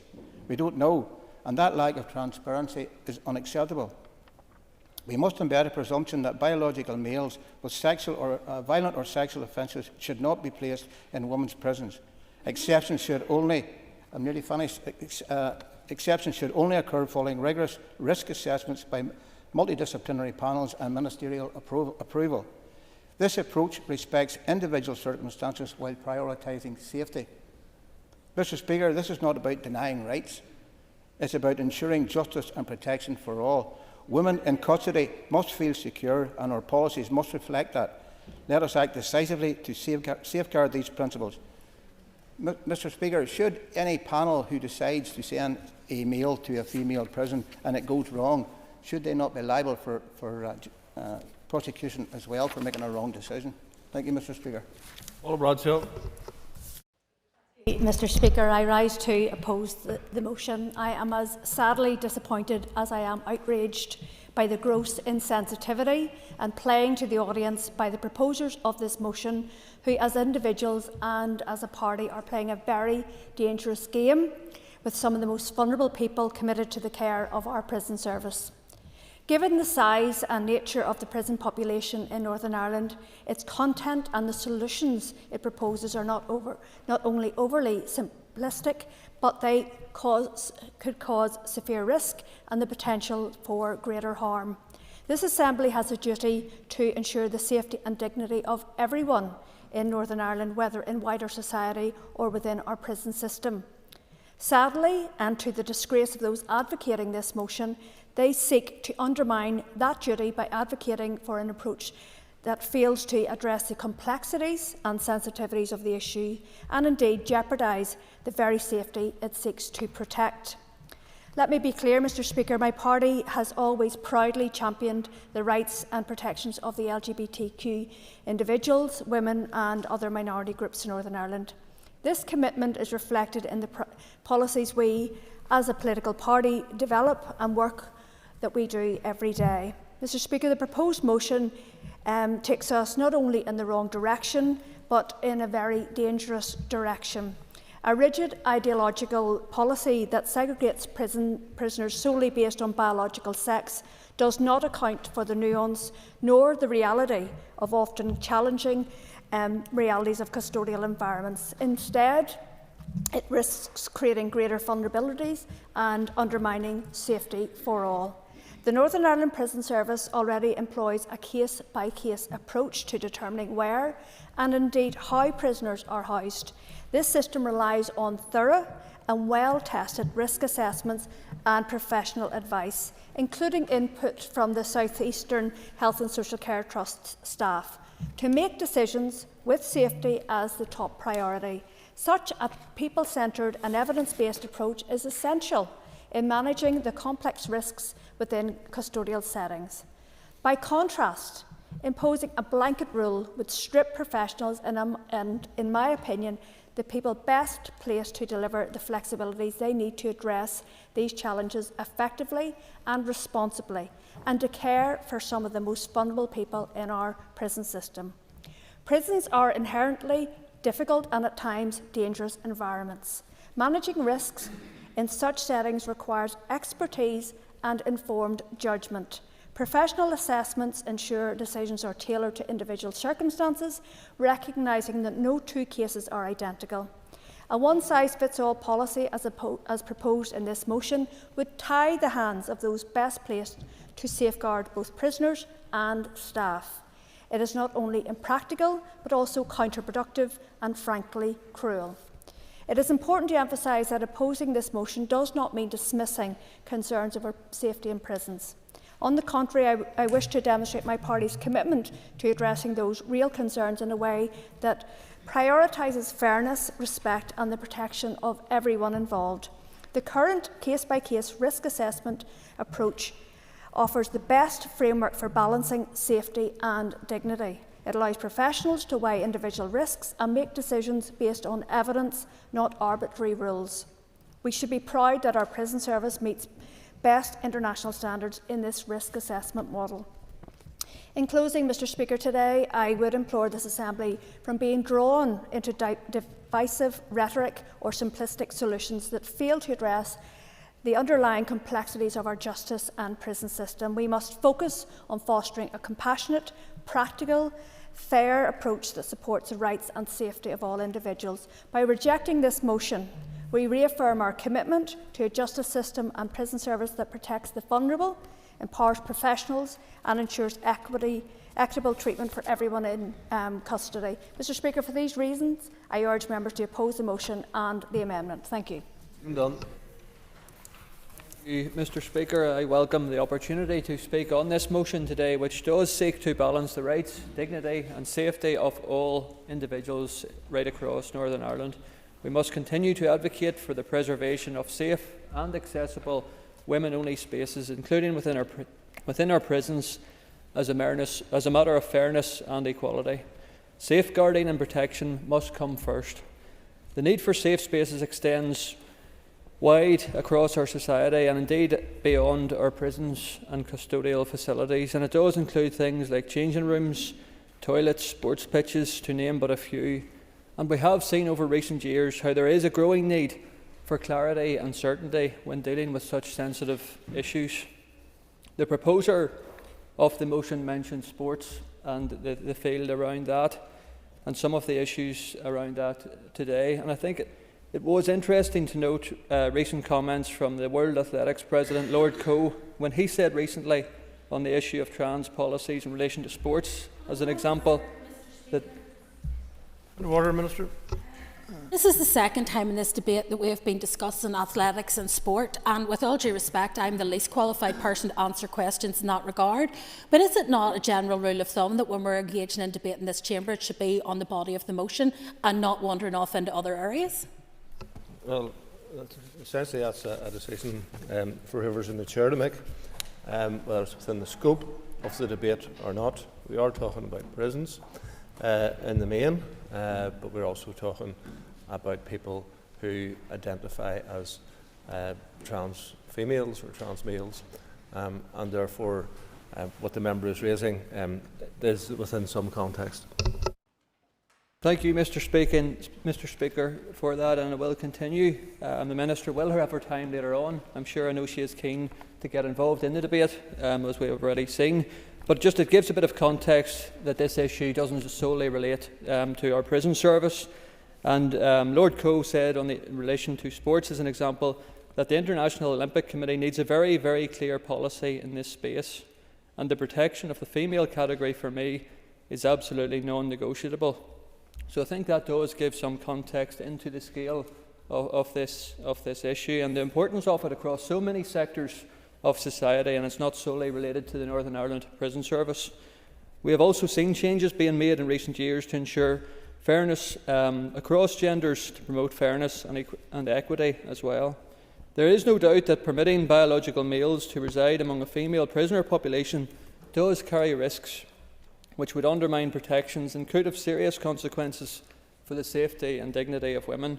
Indeed, in an article in the Telegraph just last year, it highlighted how more than 70% of transgender prisoners are in for sex offences or violent crimes in UK mainland jails. And again, I think that highlights the significance of the issue. And as others have said, the welfare of everyone in custody must be paramount. And I think we do pay tribute to our dedicated staff within our prison service who do deal with issues, very complex issues, on a day-to-day basis. The very basis, as has been mentioned, for the creation of women-only facilities and indeed prisons was that their specific needs could be best catered for. Many of whom, unfortunately, will have experienced trauma or abuse during their lives. And I do think we need to look at the evidence from right across the globe, including within the UK and beyond. And it was interesting to note former Taoiseach Leo Varadkar said back in March 23 that they may have to consider changing the law so that women are protected, in quote, direct quote, women are protected. Following, and this does link in with some harrowing and horrific examples as we've seen in other parts of the UK, including in Scotland recently. Last week in this chamber, we rightly spent several hours in collective agreement about the need to protect women and girls, and I believe that we had reached a consensus that the rights and safety of women must always remain paramount, and I do believe this amended motion reflects a commitment to safeguarding women's spaces and rights in a manner that is consistent with fairness and equality. Turning to the justice system, Mr. Speaker, this motion does raise an issue of profound importance. When individuals are placed in custody, they are already in a vulnerable position. Many women and girls who come into contact with the justice system are vulnerable and have a range of complex and sensitive needs, often through physical, sexual or domestic trauma or abuse during their lifetime. And I do believe it's imperative that the system responsible for their care makes every effort not to add to that vulnerability, particularly for those who may already feel unsafe. And I do believe allowing biological males amongst these prisoners does carry risks which could undermine these protections for the dignity and safety of all prisoners in our custodial facilities. And indeed, the recent High Court case highlighted the difficulties relating to the current policy gap in regards to transgender people in custody. And as I said earlier, I think we do need clarity and certainty, and I do think this space does provide an opportunity for our Justice Minister to provide that clarity and clear direction to ensure the protection of rights and safety within our custodial facilities. Thank you, Mr. Speaker. I rise to oppose the motion and the amendment. The motion talks about providing continuous support for the LGBTQ+ community, whilst at the same time urging the Justice Minister to force trans women into male prisons and force trans men into women's prisons. The denial of trans and non-binary identity in prisons is inhumane. How can this possibly be described as continuous support for transgender and non-binary people? And I would challenge the proposers of the motion on the rationale for it. The proposer of the amendment, Mr. Speaker, tries to solve this contradiction by completely removing any commitment to support the LGBTQ+ community, and it's pretty telling in and of itself. The so-called debate about trans prison is just another culture war, fueled by lies and fear-mongering about a marginalised, oppressed community. And if it wasn't so serious, Mr. Speaker, it'd be almost hilarious hearing people talking about women's rights, parties who oppose them every single step of the way. Trans people are not a threat to other women or to anyone else. The fact is that none, and I repeat, none of the 24 women killed in the North in the past 4 years, which is a huge number, were murdered by trans people. They were killed by cisgender men. If you don't know what that means, go look it up. In fact, trans people are at a disproportionate risk of violence themselves. Transgender Europe reports that at least 350 trans and non-binary people across the world were murdered in the past year. Most of them were trans women, not a mention of them from the proposers of the amendment and the motion. Quite frankly, this debate, Mr Speaker, is a complete waste of time. When there's so much work to do on ending violence against women and girls, this time would be much better spent trying to prevent misogynistic violence from the earliest possible stages. Sure, yeah. I thank the member for giving way and for being the first male speaker to allow a female to do so.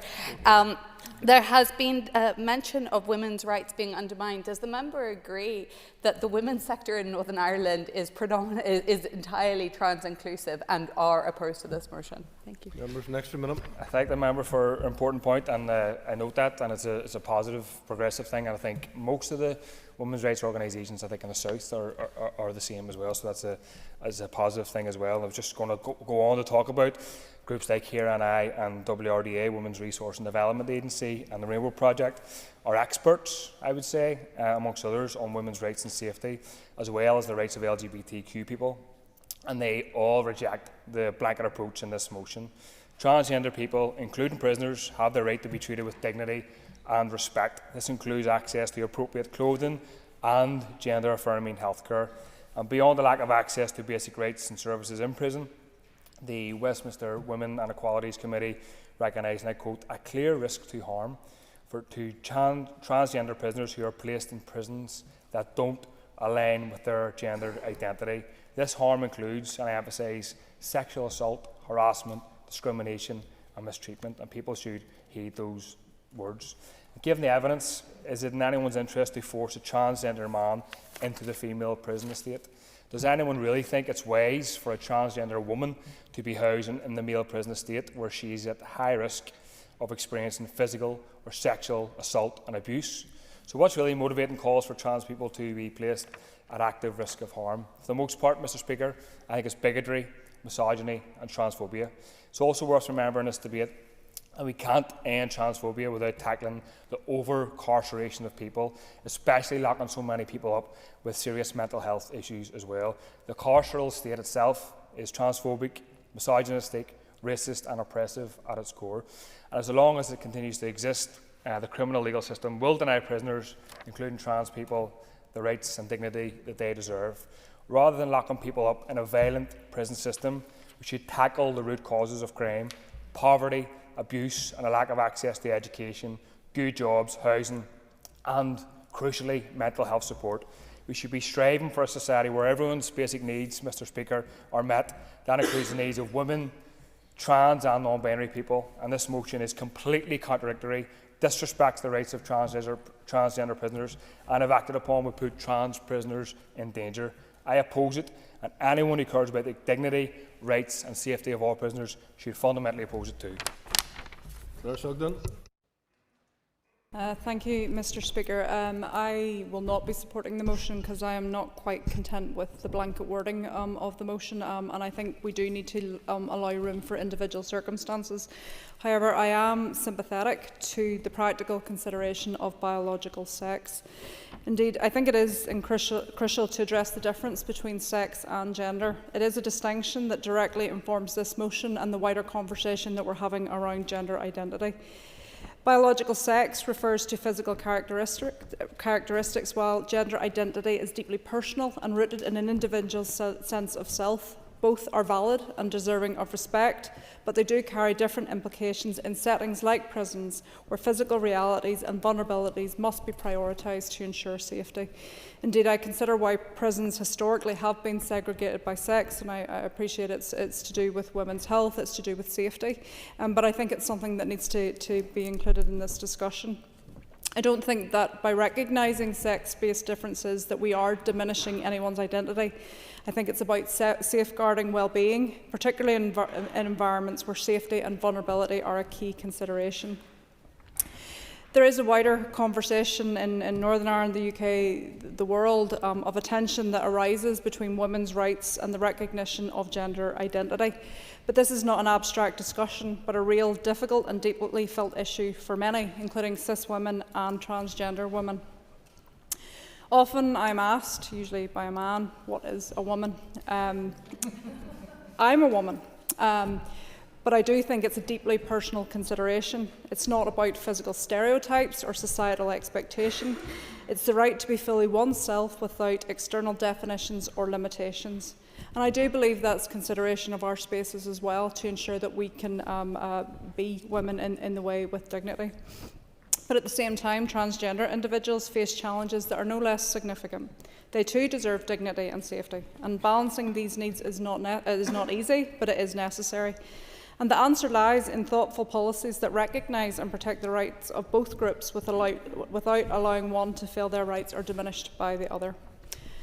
Custodial settings, they do amplify these tensions. Women in prison, many of whom themselves are survivors of trauma, including violence and sexual assault, need spaces where they feel secure and supported to provide the maximum opportunity for rehabilitation as any other. Transgender individuals, they will also face significant risks of harassment and violence in custody.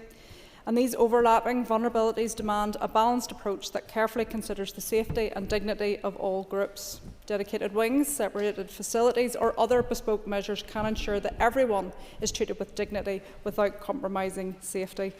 Such solutions demonstrate that recognising physical realities does not negate the validity of gender identity. Indeed, it ensures that no group feels excluded, unsafe or overlooked. Mr. Speaker, we need to look to other jurisdictions to understand the importance of getting this right. There have been cases in England and Scotland that have shown the risks to prioritising safety, where incidents where poorly implemented policies have led to harm in women's prisons. Northern Ireland can and should lead with an approach that balances. I thank the member for giving way, and I'm aware that particularly in recent years there has been a focus on those incidents that affected women negatively. Would the member also acknowledge, however, that there were a number of deaths in custody of trans prisoners due to policies, at least in part due to policies that were extant in England and Wales? Members, an extra minute. I appreciate the Minister's intervention. Yes, absolutely, and I think that's why we need to take an approach that ensures the safety for all within our prison system. But again, I don't think we can take out the very specific issues that biological gender can give rise to. So, I think we have to take this forward sensitively, and I think we have to do it again, ensuring safety for all. Thank you, Mr. Speaker. As the next speaker is the Minister for Justice, who is up to 15 minutes, and we've just over 5. I suggest that we will take our ease until question time at 2 o'clock. The debate will continue after question time, when the next member to speak will be the Minister of Justice. Thank you.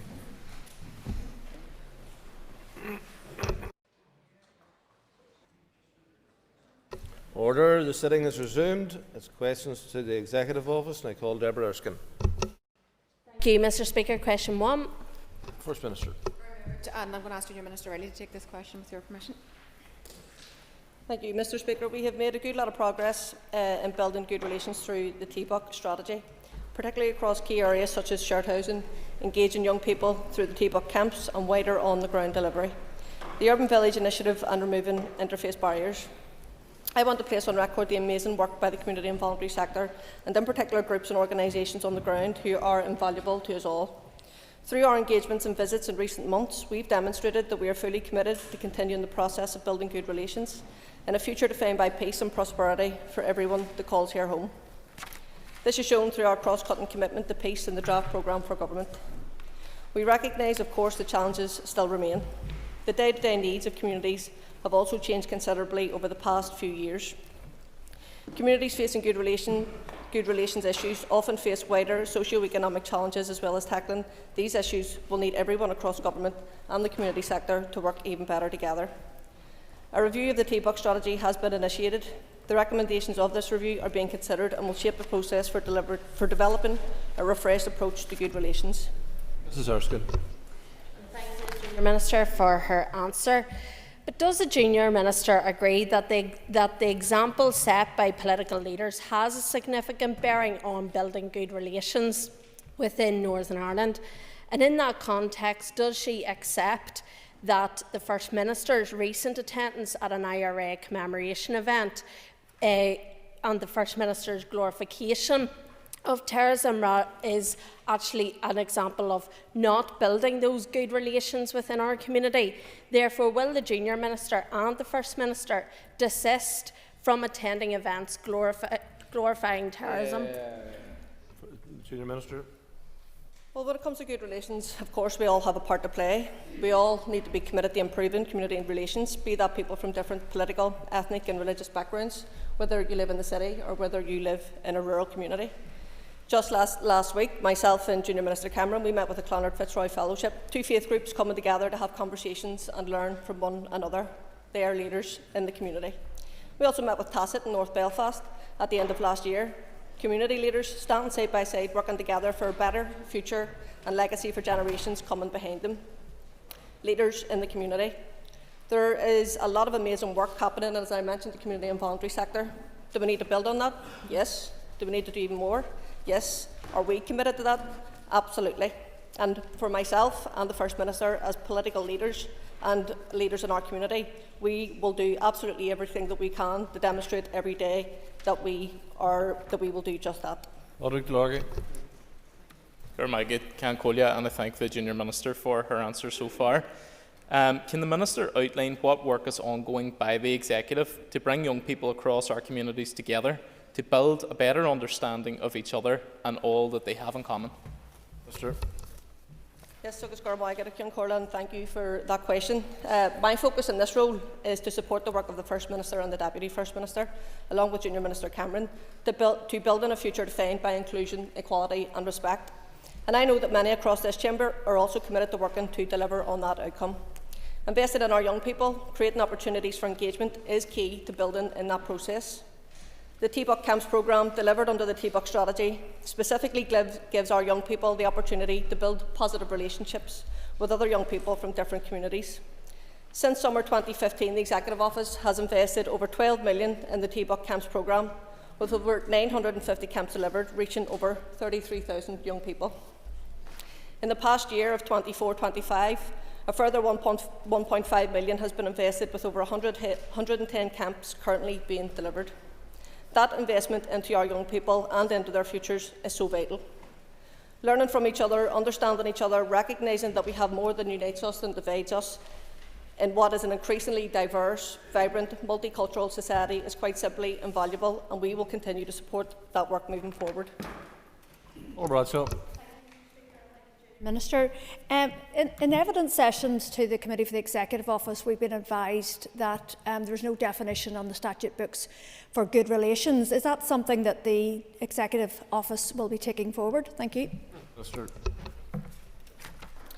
Well, I think when you look in terms of good relations and the strategies that we have ongoing within the Executive Office, when you look at strategies such as TBUC, it has had a clear impact on the lives of people here through the development and investment in the headline actions and the wider commitments, by removing interface barriers, by bringing people together through sport, education and through the camps.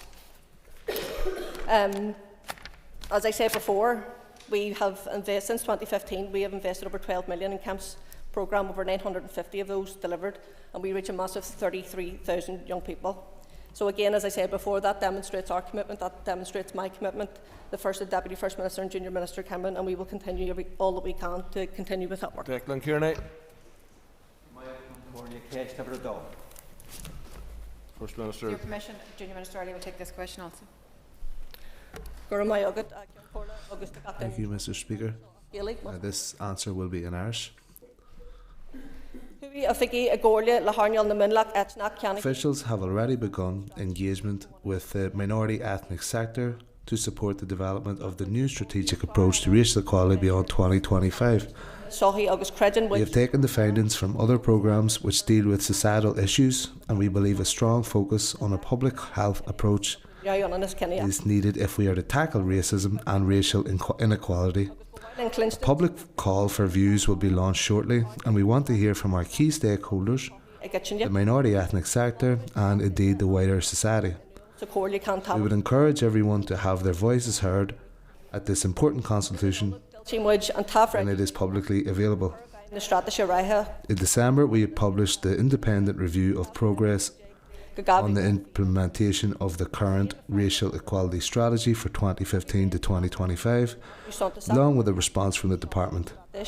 The review highlighted the substantial change in the landscape here since the strategy was launched, as well as the need to be more flexible to respond to external events.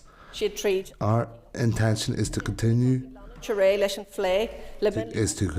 to engage with minority ethnic communities, to listen and to ensure we capture their voices and involve them in this strategy.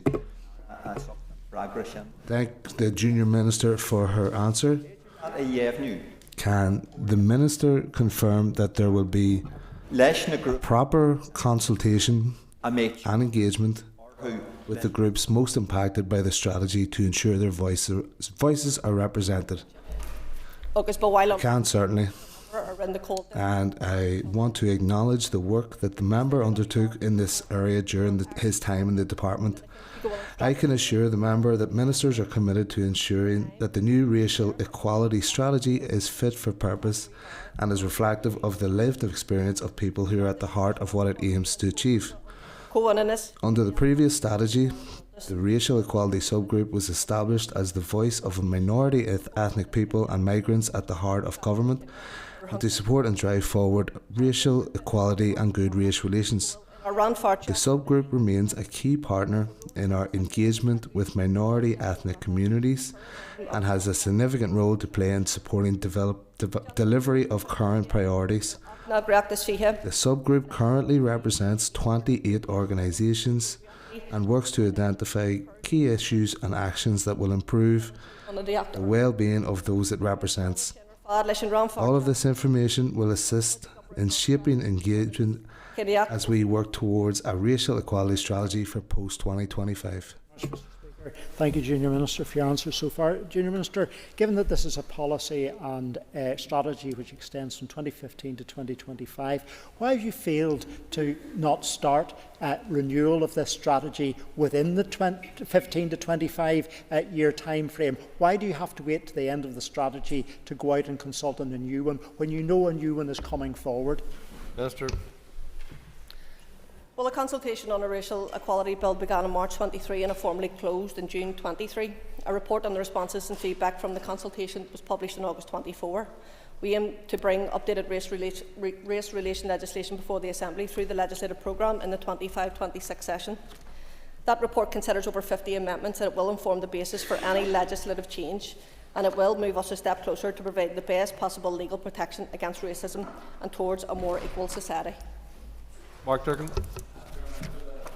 Thank you, Mr. Speaker, and I thank the Junior Minister for her answers. Can the Minister give us any legislation after March? Well, I don't have that information, but I'm more than happy to provide the member with that in writing. Thank you. 3, please, Mr. Speaker. Minister. As civil aviation even is a reserved matter, DFE officials have explored with the Department for Transport the possibility of extending pre-clearance services to Belfast International Airport. The Department for Transport has committed to entering into exploratory talks with the United States administration on the options for introducing pre-clearance checks on customs and immigration for passengers travelling on direct flights between here and the US. The Deputy First Minister and I are fully supportive of the reintroduction of a transatlantic route to Belfast and implementation of pre-clearance. A direct flight between here and the US would have transformative economic benefits for our economy. It would boost tourism, it will open up new opportunities across the board, including for our universities. So we're fully committed to supporting the Minister of the Economy in any way that we can in taking this forward. Mr. Butler. Thank you, Mr. Speaker. I thank the Minister for the further confirmation of the Executive Office's ambition in this regard. But obviously with the inauguration today of President Trump at 12 o'clock today, it offers a new dispensation with the American government. We had some great performance from Joe Kennedy as the former Northern Ireland trade envoy. Would the First Minister give a commitment that the Executive Office will work proactively with President Trump to ensure that a special Northern Ireland envoy is in position as soon as possible, not the last 6 months of his mandate as previously, and to seek the delivery of the transatlantic routes and indeed pre-clearance at Belfast International? First Minister. Yeah, as the member has noted, the inauguration is happening as we speak, I believe, and we will obviously continue to work proactively to try to secure pre-clearance. I think it will be an enormous economic booster for us here. So, as we have with previous administrations, regardless of who is at the helm, we will work with those that are responsible for delivering this important economic booster. It's something that the Economy Minister has taken forward quite strongly in engaging with the Department of Transport, but also commissioning research as well around this, so we can actually make the case for why it's so important. So yes, we will take all opportunities to ensure that we can secure this. I think it's in our best interest to secure this. I think in terms of a US envoy, obviously those appointments are yet to be made, but we've had the experience of working with previous envoys that has been beneficial, and let's hope that we can have those similar types of benefits going forward. Jonathan Buckley. Thank you, Mr. Speaker. And as has been alluded to, today is a big day for our US friends, who today will see the inauguration of President Trump for his historic second term. It's a presidency that indeed I welcome, and I would ask the First Minister, during the first Trump administration, the then First Minister Arlene Foster and Deputy First Minister Martin McGuinness issued an open invitation for President Trump to visit. Could I ask the First Minister, will that open invitation be extended again by the First and Deputy First Minister to ensure that the people of Northern Ireland and the United Kingdom can get the benefits of this second Trump administration? Minister.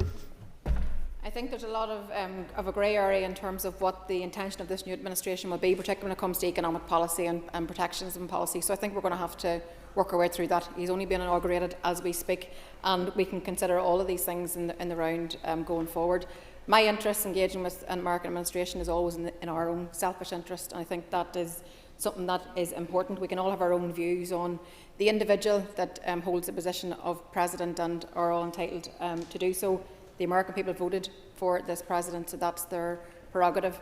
My concern is in relation to what's good for our economy, what's good for our job creation, what's good in terms of our ongoing engagement with, which is much, much wider than obviously the White House itself. It's in terms of Irish America, it's in terms of engagement across the board, it's about drumming up tourism potential, it's about so much more. So we can consider all these things going forward.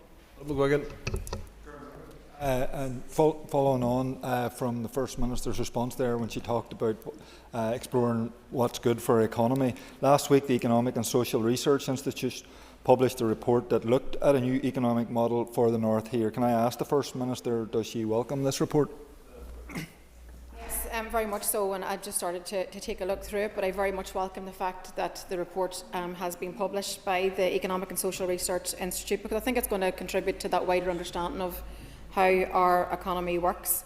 Our executive colleague, Conor Murphy, is working to ensure that our economy serves everybody well, that everybody gets to enjoy in prosperity, and he has set out how that can be done in terms of an economic strategy and plan around using the window framework to grow local exports, attract better quality FDI, taking full advantage of the all-island economy, collaborating very much with our business representatives, trade unions and academia, and also setting out his very clear mission around highly productive, zero-carbon, regionally balanced economy with good jobs. So I think that as we constantly review and prepare and plan for the future, I think reports such as this are very much welcome into what we have in the public domain to actually understand what makes our economy tick and actually how we can look towards growing it into the future for everybody. Matthew O'Toole. Thank you, Mr. Speaker. First Minister, I'm genuinely intrigued to hear that seeking pre-clearance is official executive policy, in part because it originated from a clandestine bilateral process between the DUP and the UK government, not the other executive parties. But secondly, we know the Trump administration is anti-immigration. They're not going to be seeking more open borders. Secondly, it is also true to say that we already have pre-clearance on this island. The US administration is likely to say travel 100 miles down the road to Dublin. Mr. O'Toole, in order to achieve this, it would also include... This is questions and answers. And you in particular, of all the members, seem to want to make speeches. So would you ask a question, please? I appreciate that, Mr. Speaker. I am the Leader of the Opposition. It's my job to hold ministers accountable. Is this actually going to Mr. be O'Toole, executive you're policy? the Leader of the Opposition. I'm the Speaker. You do not challenge the Speaker, as does any other member. You're asked to make a question, and if you can't make a question, I'll move on, so please make a question. Is seeking pre-clearance in that context and all it entails seriously executive policy? Because I don't think any serious observer thinks it's going to happen. Well, I've just said that it is. I've just said that the Deputy First Minister and myself are committed to working with the Economy Minister to try to pursue this even further. I think that we should take this advantage if we can get it. I mean, it comes down ultimately because the cost of such a infrastructure will come down to the airport itself, so we're going to be engaging with them also. But I think it's very clear what the Economy Minister has set out, that connectivity is so important to our economic growth. So therefore, trying to improve connectivity across our island is always going to be a good thing. So yes, I can't be any more clear than that the Deputy First Minister and myself have said that we are committed to working with the Economy Minister to pursue this further. Dr. Reagan. Minister for remarks so far. First Minister, have you had the opportunity to consult with our friends in Scotland and indeed in Manchester? Because of course Edinburgh, Glasgow and in fact Manchester are looking for pre-clearance as well, and that would be well within the remit of the great airport at Belfast International Airport, which is of course in my constituency. Thank you. First Minister. No, we have not engaged with Scotland or Wales in relation to this issue. I think that Dublin is the only place in Europe actually that has pre-clearance at this stage. We will continue to make the case for connectivity. It's written up in the programme for government, the draft programme for government. The connectivity is so important to growing our economy, so we should be pursuing anything that helps us to actually improve that situation. Mr. McNulty's question was withdrawn after the period. I call Connie Egan. Please. With your permission, I'm going to answer questions 5 and 12 together, Mr. Speaker. The Ending Violence Against Women and Girls first delivery plan was published in last September, and it sets out key actions to support collaboration across government and wider society. It focuses on prevention and early intervention over the next 15 months. As part of a wider £3.2 million investment, we launched the Local Change Fund on the 9th of January.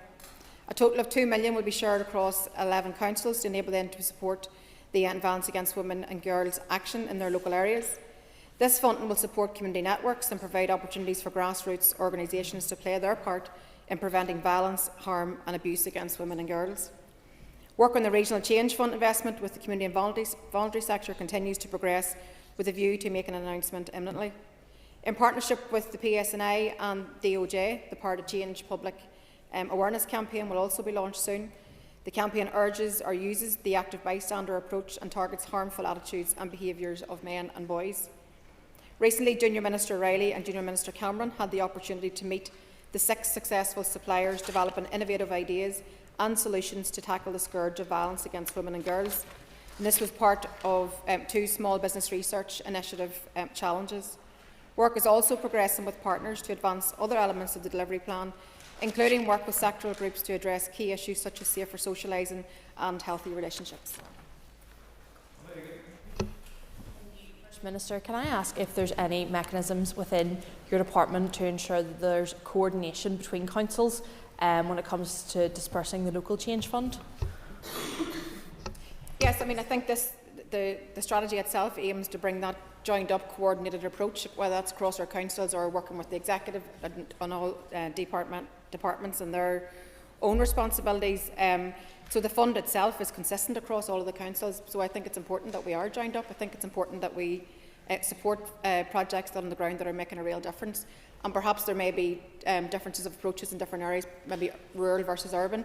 There are different factors at play, but I think there's a fair degree of consistency in terms of how it's going to be rolled out across councils. One council has already launched, and a number of others will launch before, all the rest will launch before March.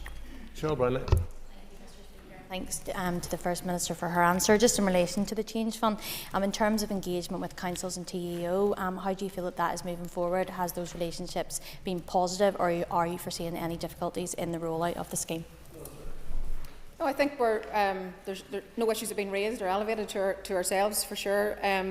Our officials have engaged across all of the 11 councils regarding the proposals for Strand 1, the Local Change Fund itself, and they said applications have opened in Antrim and Newtonabbey Council on the 6th of January, and then across all the other councils between now and March, with delivery commencing from April 2025. So I think that's really good news. I think the councils are very much willing to play their part, and they're considering proposals to use in-year funding to build momentum for the local change fund, how they're going to raise awareness around the topic of ending violence against women and girls. They're also looking at how they're going to build the capacity of the community and voluntary sector, and who better than our councils that are very close to the grassroots delivery and those projects that are on the ground doing this work every day. So I think that seems to be going well, seems to be a success. But then in parallel to all of that work, we've also got engagement with the community and voluntary sector in relation to Strand 2, which is the regional change fund, and plans are progressing, and I hope that we are going to be able to launch that over the next coming days.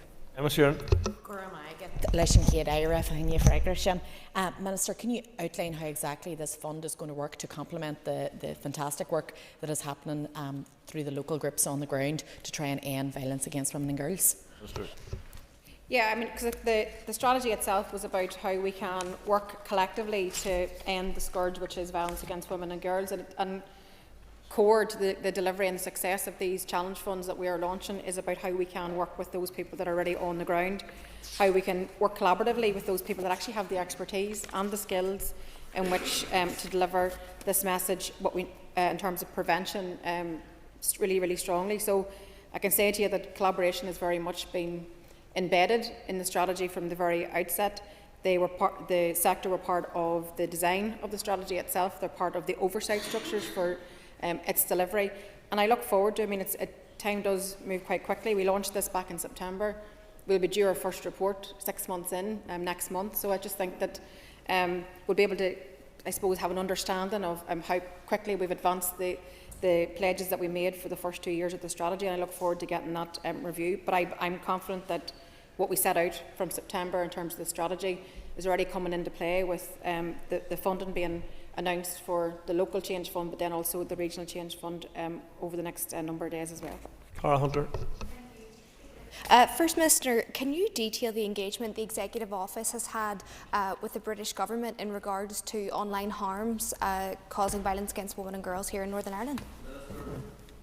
I don't believe that we've had any direct discussions as in our department, but I know that across other departments, for example in the Department of Justice, I'm quite sure there has been some engagement. I know at official level as well we are collaborating, because I think it's important that we pick up what works well elsewhere and take it and learn from it and do it here. So if there's been any direct engagement, I'm very happy to respond to you in writing if I can give you any more than what I've just said just now. Thanks.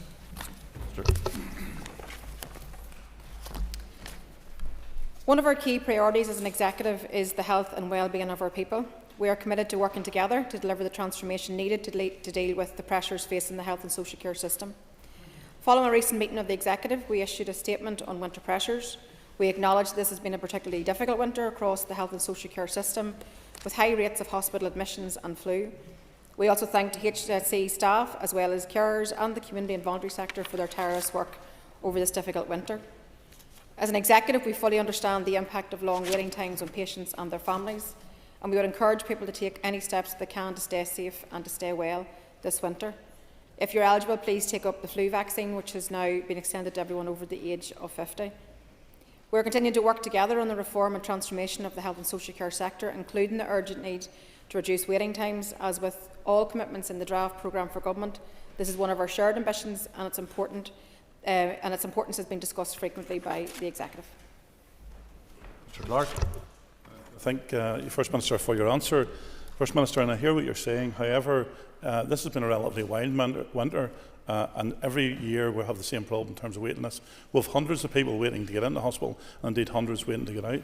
Does the First Minister have any suggestions for the Health Minister, or is the Health Minister bringing forward any specific proposals to relieve these pressures? Minister. We did have a collective executive discussion on this last week. I mean, we all can say that the situation facing patients right now is not acceptable. The situation facing our health and social care workers is not acceptable. And the winter comes every year, so we should be prepared and we should be ready. But I don't want to be... I want to be helpful to the Health Minister, and I think that the collective will of the Executive is to work together to transform our health and social care system. But we need to have a plan to work towards. So we've engaged with the Health Minister. We will continue to engage with the Health Minister, because I believe what the public at home want to know is When is the health system going to get better? When are they going to be able to get access to their GP? When are they going to be able to get hospital care if they need it? So I think there's more to be done, but I do believe that the public will be better served by a collective effort in terms of the health system. I mean, we're funding the health system with over half of our budget, yet and all the health outcomes aren't improving. So that has to change. There needs to be a plan to fix that. But I will be constructive and I'll work with the Health Minister in which to try to get us to the right point. But I know that as an executive we discussed this last week, how we can work with the Health Minister, but we need to see a plan in which that we can all sign up to. Transformation is absolutely where it's at. We need to transform our health and social care system. And there are things that work really well in our system and there are things that don't. But what we need to see is a plan, I think, that we all collectively can sign up to in terms of fixing our health system. I call Linda Dillon. Thank you, Mr. Speaker, and thank you, Minister, for your answer so far. Minister, just on the point that you've just made around a plan, I think it is necessary for us to see a plan around the winter pressures, but also around the intent to fix the health service as a whole and a time frame around that plan. So do you think really that is what we need to see now? And I think in terms of ourselves as an Assembly, we've been very clear. We want to support the Health Minister around this. We want to work with him, but we need to see that plan in order to know what it is that we're supporting. Yeah, and look, I think we all know there's no short fixes, but we also know that the ingrained problems that we have across health and social care have been there for a long time. We need to have a transformation plan on paper that people can understand. We need to talk to the public about how we're going to improve their outcomes, their health outcomes. And I think that requires us to have a collective effort, but we need to have a written down plan that we can actually go out and talk to people about. So I know that the immediate focus has to be on stabilising the health system, but core to that really is a plan with measurable targets, and that's very clear. I think there are really fine examples across our health and social care system that work really well. Acute care at home, an absolutely excellent initiative that brings care right to people's homes and avoids them being hospitalised. We need to ramp that up. I think there are a whole lot of things that we can do better in terms of supporting our domiciliary care workers who work in community and keep people home and keep people well. I think we all know the ideas, but I think what we need to see is a written down plan that we all can sign up to. John Blair. Thank you, Mr. Speaker. I'd like to ask if the First Minister and Deputy First Minister could give a commitment to not collapsing the institutions again, given the untold damage that suspension has caused to health transformation and to outcomes as well, as we're seeing right across Northern Ireland in emergency departments currently. Minister.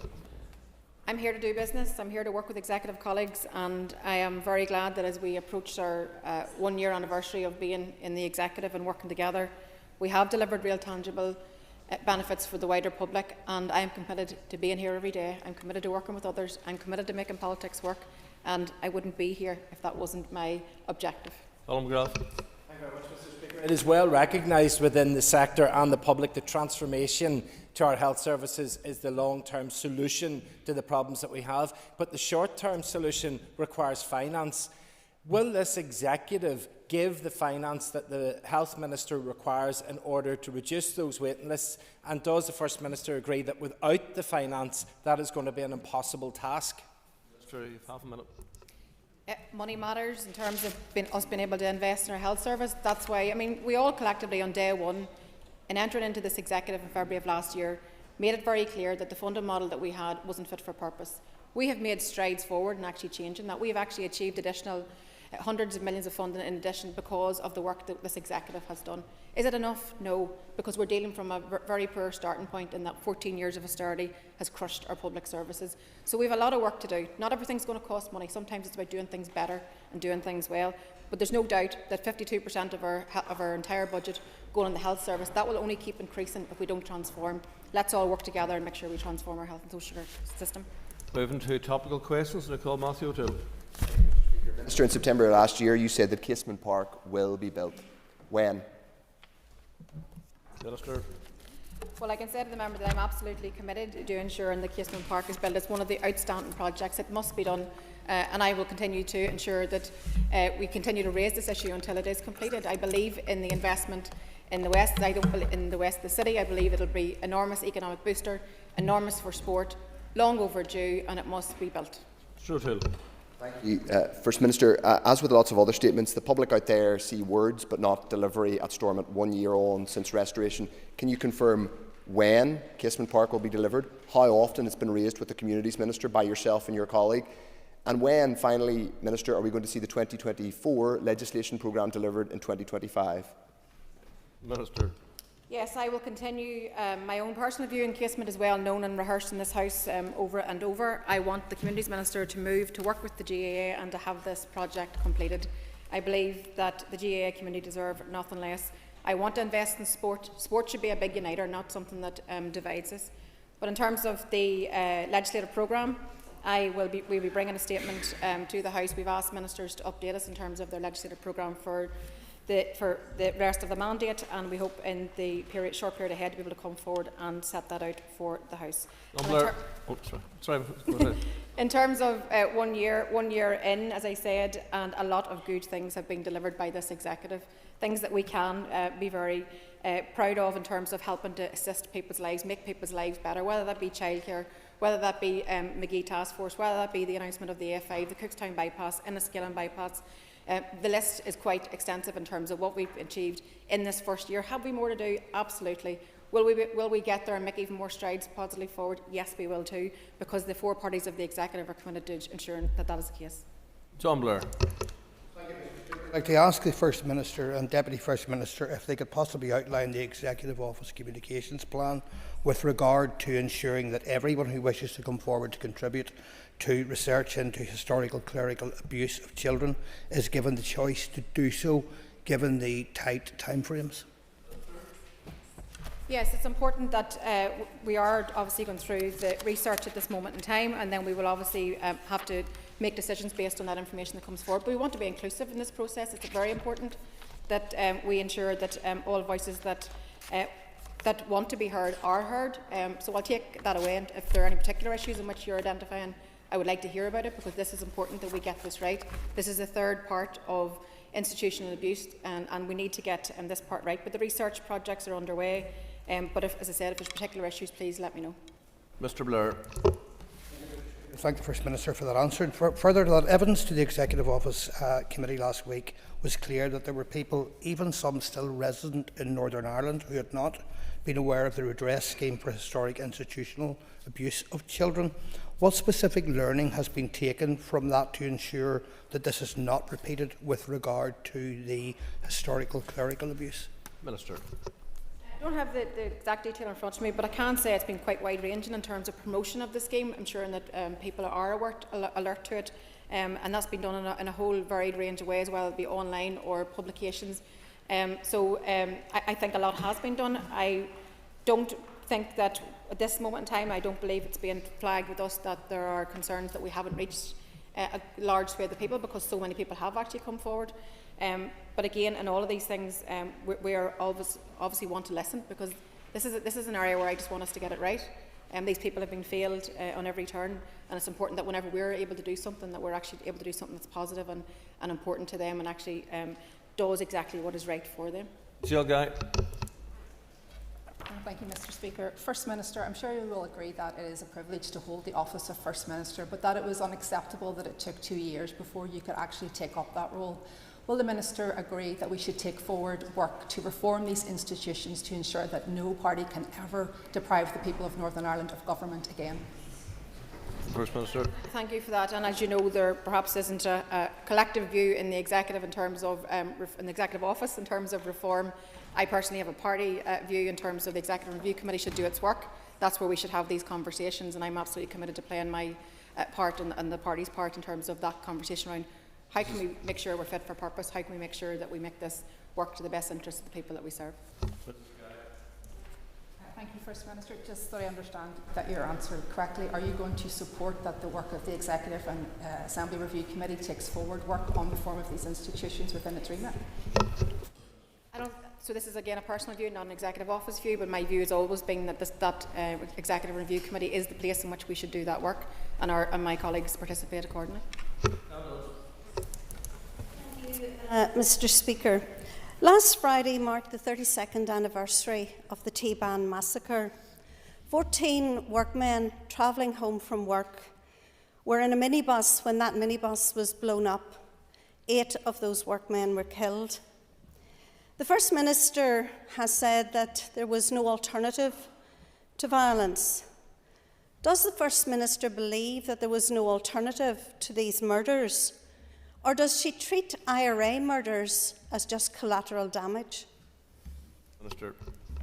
There's no escaping the fact that we have a very turbulent and difficult past, and I think that it's also very important that we remember the fact that much trauma, much suffering has been inflicted on so many people across our society.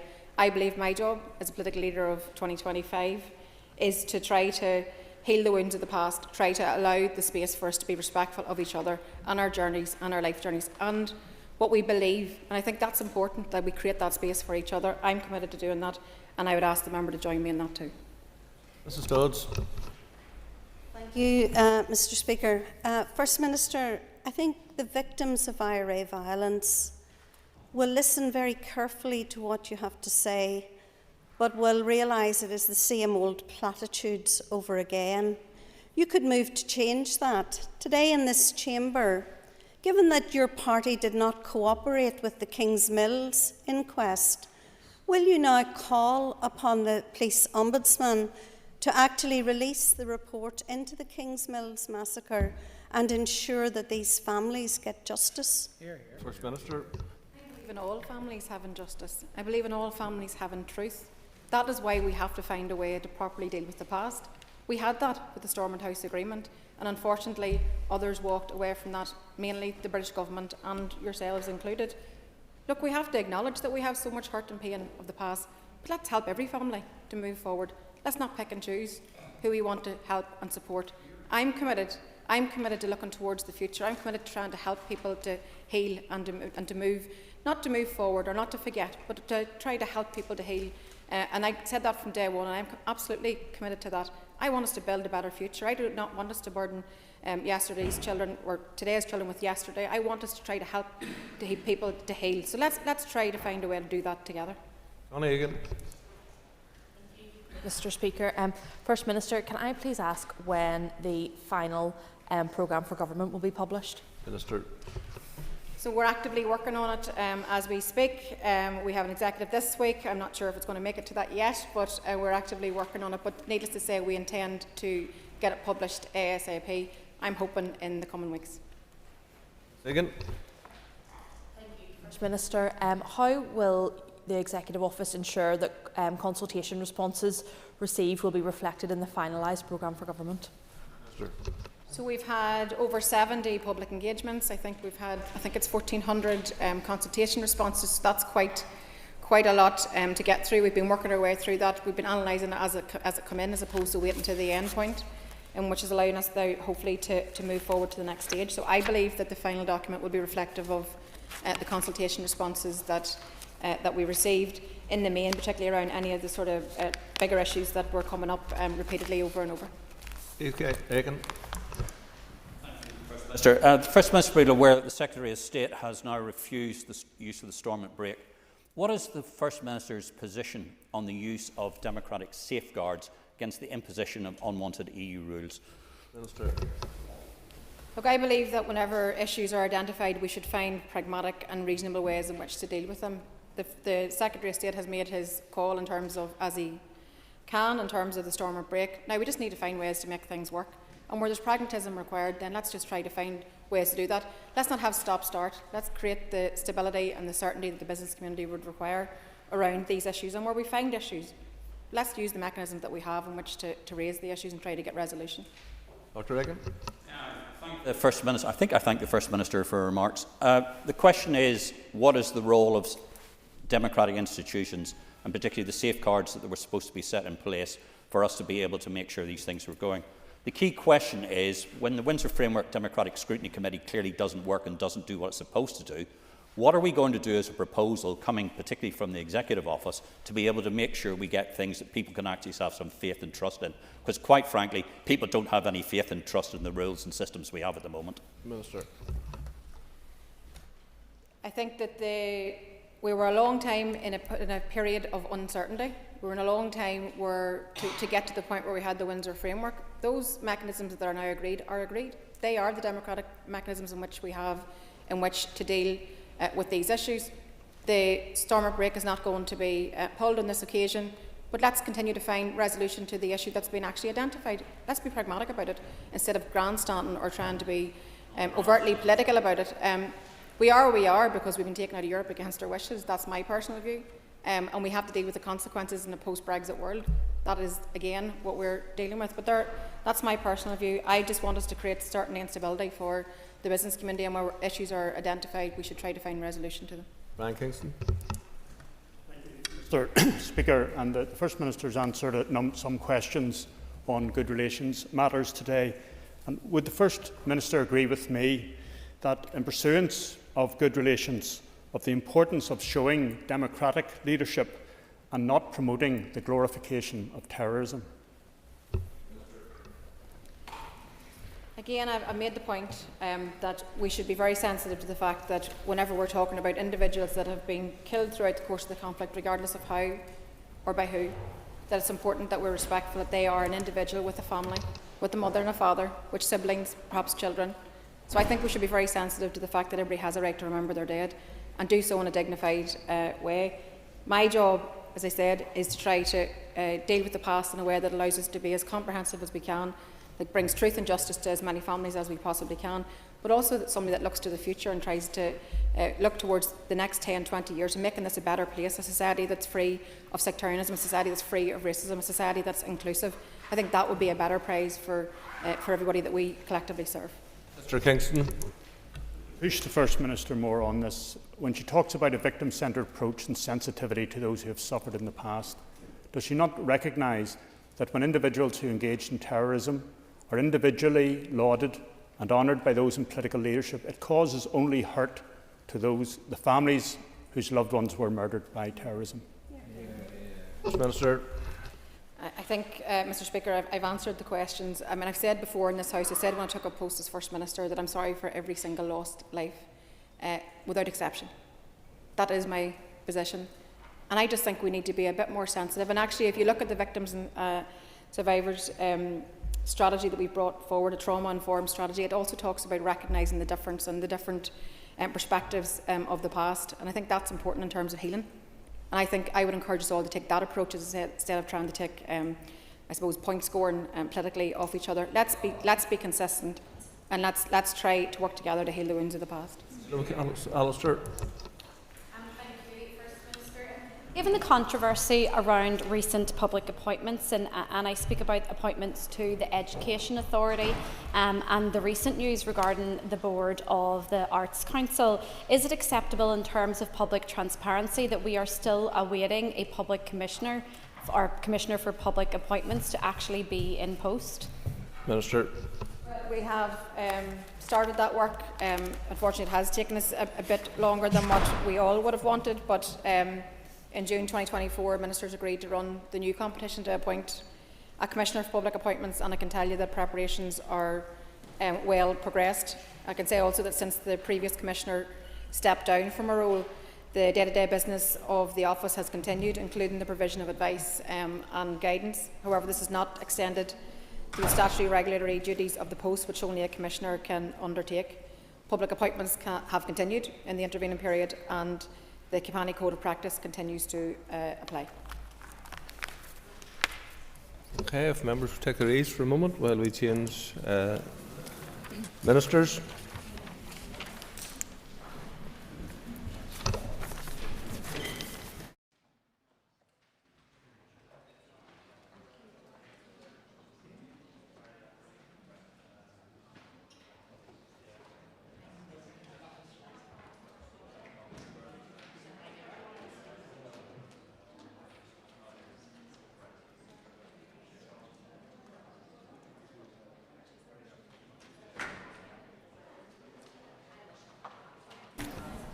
We move to questions to the Minister for the Economy, and I call Steve Aiken. One, please. Minister.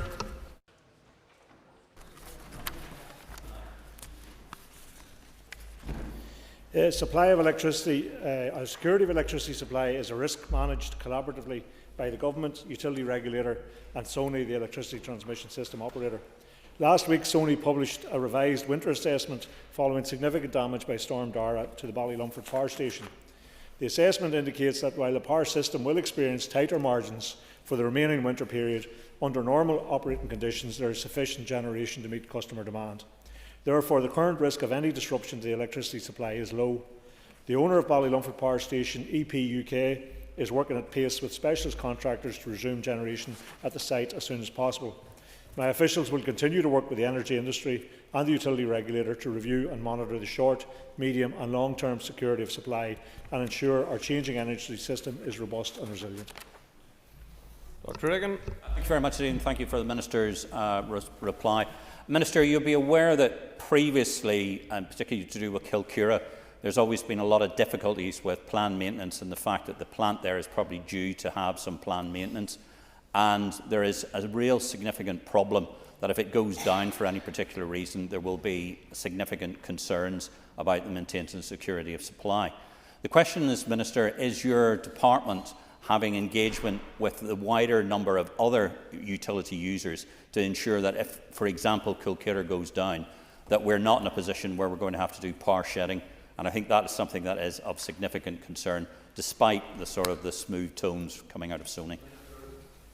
I think it's, we do engage very regularly with the utility regulator and the supply side in terms of electricity and energy generally, to try and make sure, similarly with gas, to make sure that there is confidence that supplies will remain sufficient to meet our needs. Of course, we can't predict what weather circumstances might arise, but thus far, since Storm Dara, we haven't had that kind of extreme kind of weather, and the understanding is that we are sufficiently covered for the remainder of the winter. We'll keep on top of that. Officials will continue to engage with all of those in the sector to make sure that there's an understanding of what the challenges are, and that we make sure that we, in the short to medium term and short term over the winter period, but into the longer term in the future, that we build in more and more security of supply as we go forward. Minister for his answers so far. Could I ask the Minister what is the timeline for a new electricity connections policy for Emil Market? Minister. The Department will be publishing a consultation imminently on increasing the level of socialisation of reinforcement costs for customers connecting to the distribution electricity network. It will review a number of options for sharing the reinforcement costs of the distribution network amongst all network users. My department will review the responses of the consultation after its close in mid-April with the utility regulator and expects to be publishing a decision thereafter. There are ongoing developments in other areas of connection policy in the North, including NIE Network's consultation on its cluster methodology. David Honeyford. Recently we had the Great Great British Energy Bill in front of us in committee. We're looking through the outworking of that. Can the Minister tell us what advantage that will bring us? Will there be an uplift in investment here, and what difference that will make to energy security here moving forward? Sure.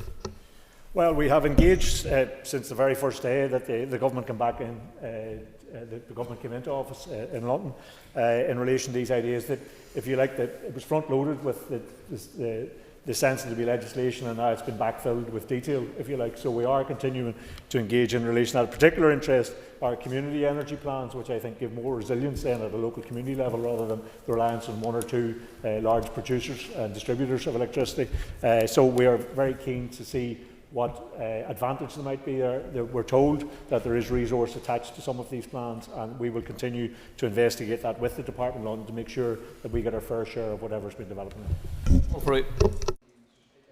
Is it the case, Minister, that due to climate change targets and renewable energy targets, that his department is putting pressure on the ICEM and Sony to use indigenous renewable energy instead of using cheaper interconnected energy?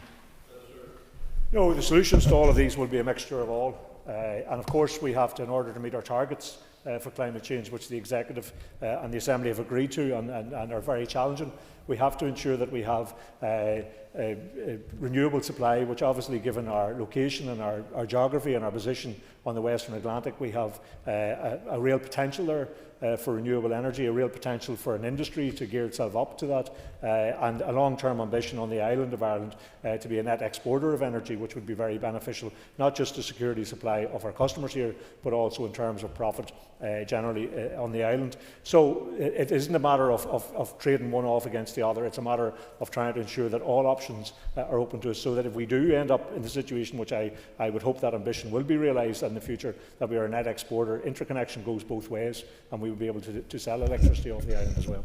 Jan Forsyth.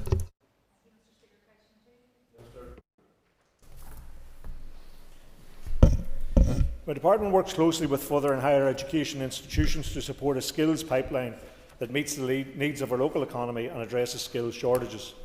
This includes a range of interventions, for example, collaborating with employers through our sectoral partnerships in order to align curricula for apprenticeships with industry needs. Promoting pathways to good careers through the career service is also part of this approach and is attracting learners to further and higher education. College development plans are another important mechanism by which the department measures performance in addressing a sub-regional skills need. My department has also worked with 3 universities on the first annual outcome agreements, which require the institutions to be responsive to the needs of the economy. All down for side. Thank you, Mr Speaker, and I thank the Minister for his answer. In September 2024, the Northern Ireland Audit Office published a report on developing the skills for Northern Ireland's future, which highlighted significant undersupply of skills in STEM subjects here in Northern Ireland, particularly within engineering and technology. Has the Minister taken any proactive steps since that report was published to increase the uptake of courses in these particular areas and reduce potential where we have oversupply here in Northern Ireland? Sure. Yes, the collaboration with the university, we introduced higher education outcome agreements for 2024-25 academic year.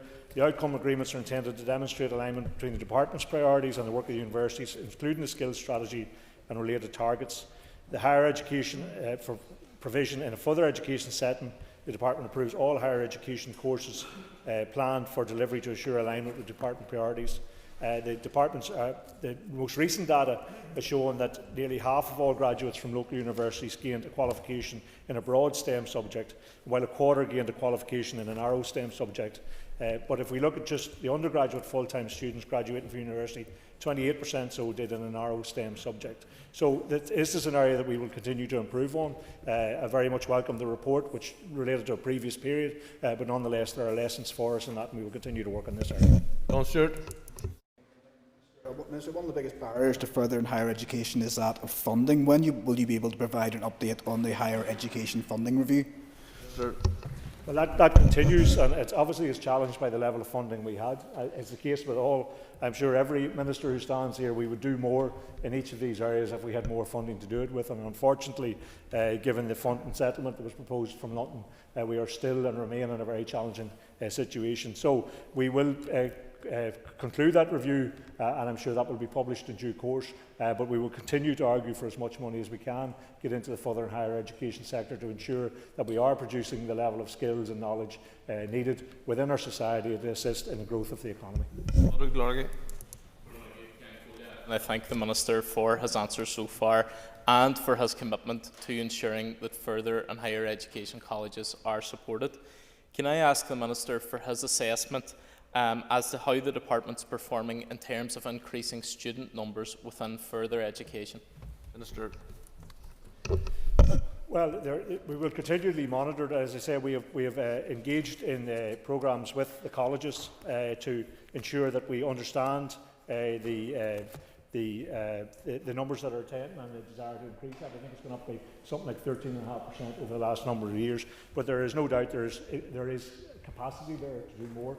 And I've spent quite some time over the course of the last year engaging with the individual colleges and with the college principals as a group to try and ensure that we align the provision so that there's a seamless provision across all of our colleges, that we do significant outreach and work with those who are assisting and bringing people back in to training and education and potentially work that there is an alignment and a synchronising between colleges and those organisations that are engaged in that work in the community, and that we try and ensure we get best value. There has been a very significant investment in the estate of our colleges over the last 10-15 years, and we have a very good college estate. What we want to do is maximise the usage of it to make sure we get the best possible outcomes.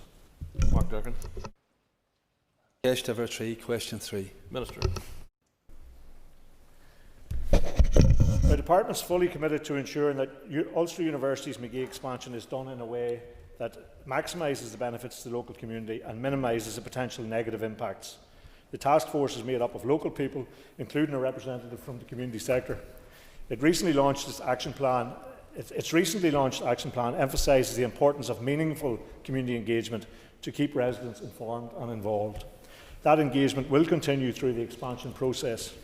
In addition, Ulster University has already initiated several community engagement forums. The Department will monitor and support these efforts to ensure the expanded campus integrates well with the surrounding area, delivering positive outcomes for residents and the region. Mr Durkin. Thanks, Mr Speaker. Thank the Minister for that answer. I think everyone recognises the huge positive impact of university expansion on the area, but we have to make sure that it's managed right and that local communities aren't choked by traffic and their fabric threatened by demand for accommodation. I welcome that the chair of the task force has set up a public meeting for next month, but can the Minister expand on the efforts of the university and task force to identify opportunities for new purpose-built student accommodation?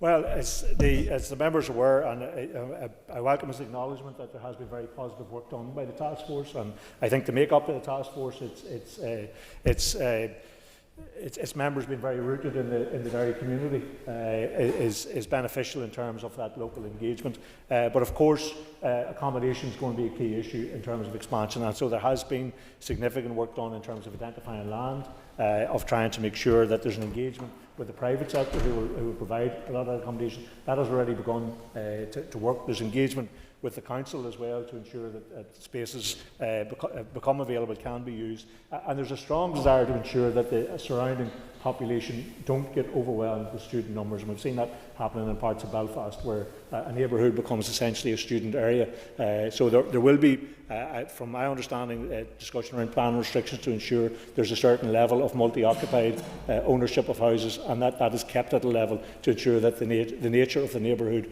is not substantially changed. So, of course, student accommodation is critical, and that was the understanding in terms of putting the task force together, to recognise that this isn't just about creating more places in the university. This is about the infrastructure in the city that is needed to accommodate that, and of course issues like transport and accommodation will be very, very central to that.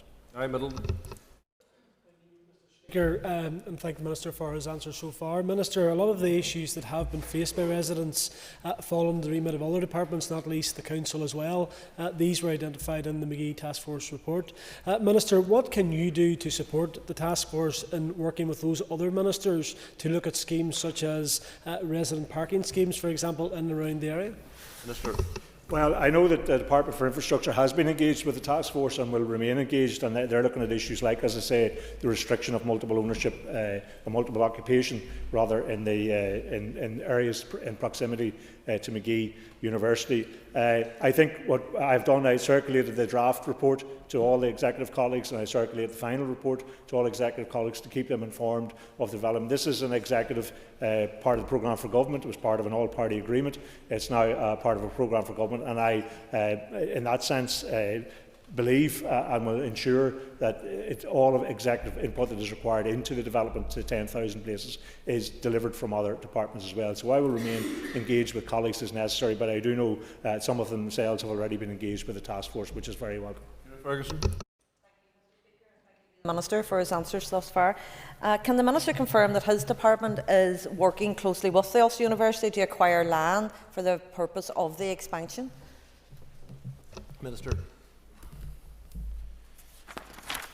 UU are in negotiation with the owners of sites located within walking distance of the existing campus to purchase suitable lands and buildings to support the future growth of student numbers, and that work continues as we speak, and I hope that there would be announcements in relation to some of that in the very near future. Martin.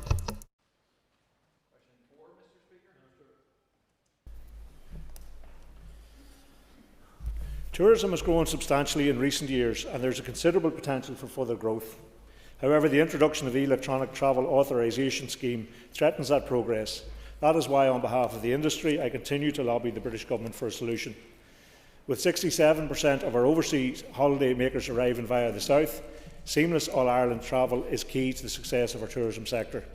The ETA introduces a financial and bureaucratic barrier for tourists to travel into the north. This will undoubtedly put off some people from visiting here, which will in turn impact on expenditure by international visitors in the local economy. Mr. Martin. I want to thank the Minister for his answer. Minister, I'm aware that you recently met with Seema Malhotra, who's an MP and the Home Office Minister for Migration and Citizenship. Can you outline if you believe that meeting was positive? And then further, could I ask the Minister what he believes is the best solution to the ETA issue? Thank you. Well, I think you have to judge the positivity of meeting not by the pleasantness of the conversation, which was very pleasant, and the exchange of information. And further, we provided further written information to the Minister and the Home Office, but the outcome itself was not positive. So the outcome was that they went ahead, not only went ahead, they then announced an increase in the fee from £10 to £16 for the electronic travel authorisation document. So we had proposed, the preferred solution was not to go ahead with the scheme at all, in recognition of our particular and unique circumstances here. The secondary proposal was to allow a 5 to 7 day waiver for people who were travelling from the south into the north but not intended to go on to Britain, and that would have covered, they estimate, in high 90% of our international visitors who come for roughly that period of time. So those solutions were put to the Home Office. They have already worked to find some practical solutions to other issues. For instance, Irish people who are residents south of the border but not necessarily Irish citizens can travel without an ETA. French school groups can travel to Britain without an ETA for some reason, but yet we didn't get movement in relation to our situation. So we will continue to press the case because there is a strong fear and recognition that this is potentially damaging to our economy. The international visitors are very high spending and they provide a very significant income from our tourism providers. So we will continue to press that case in the time ahead. Philip McGuigan. Regional balance. Can I ask, Minister, how the Tourism Action Plan will help develop hotels outside of Belfast?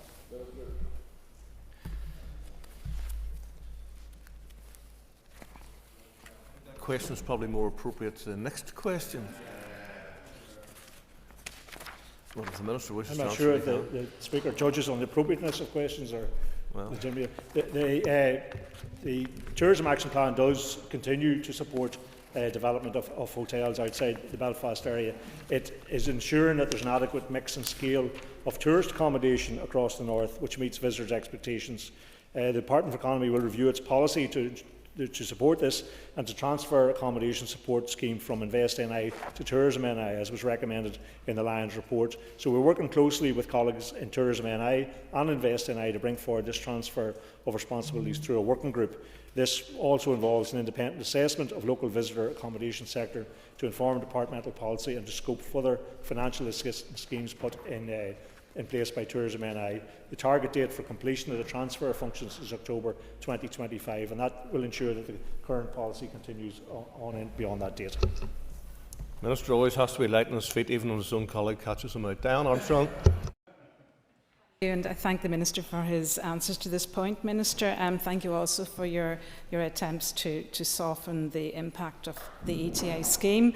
My question is to ask you to outline who will be implementing controls in the ETA scheme to ensure compliance should it come into effect. Well, the scheme is implemented by the British Home Office. They have been a bit vague in terms of how they intend to enforce that, so they have talked about, obviously, which would be welcome, no checks in relation to crossing border, but they've talked about intelligence-led enforcement of the scheme. I'm not quite sure what that means, and despite our many engagements with them, we're still not quite sure what that means. So implementation of it is responsibility for the Home Office. We don't have a role in relation to that, but we do have a role in representing the interests of the tourism industry, and those interests are very firmly against the imposition of this scheme. Hunter. Thank the Minister for his answers so far. Minister, just on the ETA there, I know you're conscious of the possible risk that this could create for the Open that's coming to Portrush this year, and we want to see our businesses prosper there. What level of risk do you see the ETA scheme to the success of the Championship in the upcoming year? Well, I hope the research that's done isn't borne out. So I hope that events like the Open on the North Coast are more successful than the previous event there, and all the plans are in place to try and do that. And we will support that, because despite this setback in terms of the approach of the Home Office, we've been trying to encourage growth in tourism and spend more money in promoting tourism. The assessment done by Tourism Ireland, I think, was 1 in 5 North American visitors would reconsider coming. I think it was a higher level in terms of European visitors would consider whether they would come or not because of the ETA. So I hope that doesn't manifest itself when people do decide to come, but that is some of the research that's done. We will, of course, continue to try and promote tourism wherever we can and try and ensure the best possible outcome for our people who are in the tourist industry. Question 5 is withdrawn. I'll call Emma Sheeran. Minister. I'm pleased to confirm that I launched my Tourism Vision and Action Plan on Wednesday the 15th of January. The final document is available on the Department's website. The Vision and Action Plan sets out how we plan to grow our tourism sector over the next 10 years, and I have set a strategic goal that tourism expenditure from overnight visitors will exceed $2 billion by 2035. I am indebted to the Tourism Partnership Board, which helped to identify 17 activities which are critical to achieving this ambition in a way that promotes regional balance, raises productivity, creates good jobs and lowers carbon emissions. Ms. Sheeran. Minister, I thank you for recently meeting the members of the Lough-in-Chulin Tourism Cluster along with myself from Mid-Ulster. Would you agree with me that they have massive potential for strengthening tourism in Mid-Ulster, and would you agree to visit their tourism place? Well, I had a very constructive meeting with the several members of the tourism cluster, and the Department and Tourism NI recognise the value of all tourism clusters in the North, which raise the profile of these destinations and enhance the capability of tourism providers. Tourism NI has worked closely with a number of individual businesses and experience with the Lough-in-Chulin tourism cluster as well as other tourism clusters. Looking forward, it will be important to continue engagement between the tourism cluster, Tourism NI and Mid-Ulster Council. The Tourism Vision and Action Plan commits to the development of a set of destination stewardship plans for destinations across the North, and clusters can be key partners in the shape and the delivery of those plans. And of course I'd be very happy to go and visit some of the facilities there. I have passed by them often enough on the road up to Derry, but I'd be very happy to stop when the opportunity arises. Thank you, Minister. Can I ask, Mr. Speaker, ask you, Minister, whether you agree with the First Minister's claim that the Executive is wholly behind devoting energy and resource to getting pre-clearance for Belfast International Airport, which would be great in theory, but looks vanishingly unlikely in the circumstances. Wouldn't your department's energy be better focused elsewhere? No, I think I agree with the First Minister in that we are putting significant effort and resources into these plans. We want to ensure, particularly in relation to tourism, which the question relates to, is that it has an opportunity in terms of the priorities that I have set in the department, which are now included in the programme for government, for regional balance, for access to jobs, for productivity growth, and also with some of the green initiatives taking place in tourism for net zero. So it is an important industry. It's a very important part of our economy. It has been undervalued, I think, in my opinion, for too long, and the task force plan that I've put together, I think, provides a degree of focus and an engagement, importantly, with the tourism industry itself in terms of the development of those plans and the implementation of them going forward. Concord. The latest economic evidence shows that the local labour market continues to remain very challenging, with an annual undersupply of 4,300 workers. Unemployment remaining historically low at 1.6%, economic activity remaining high at 26.5%, and many sectors reporting recruitment challenges.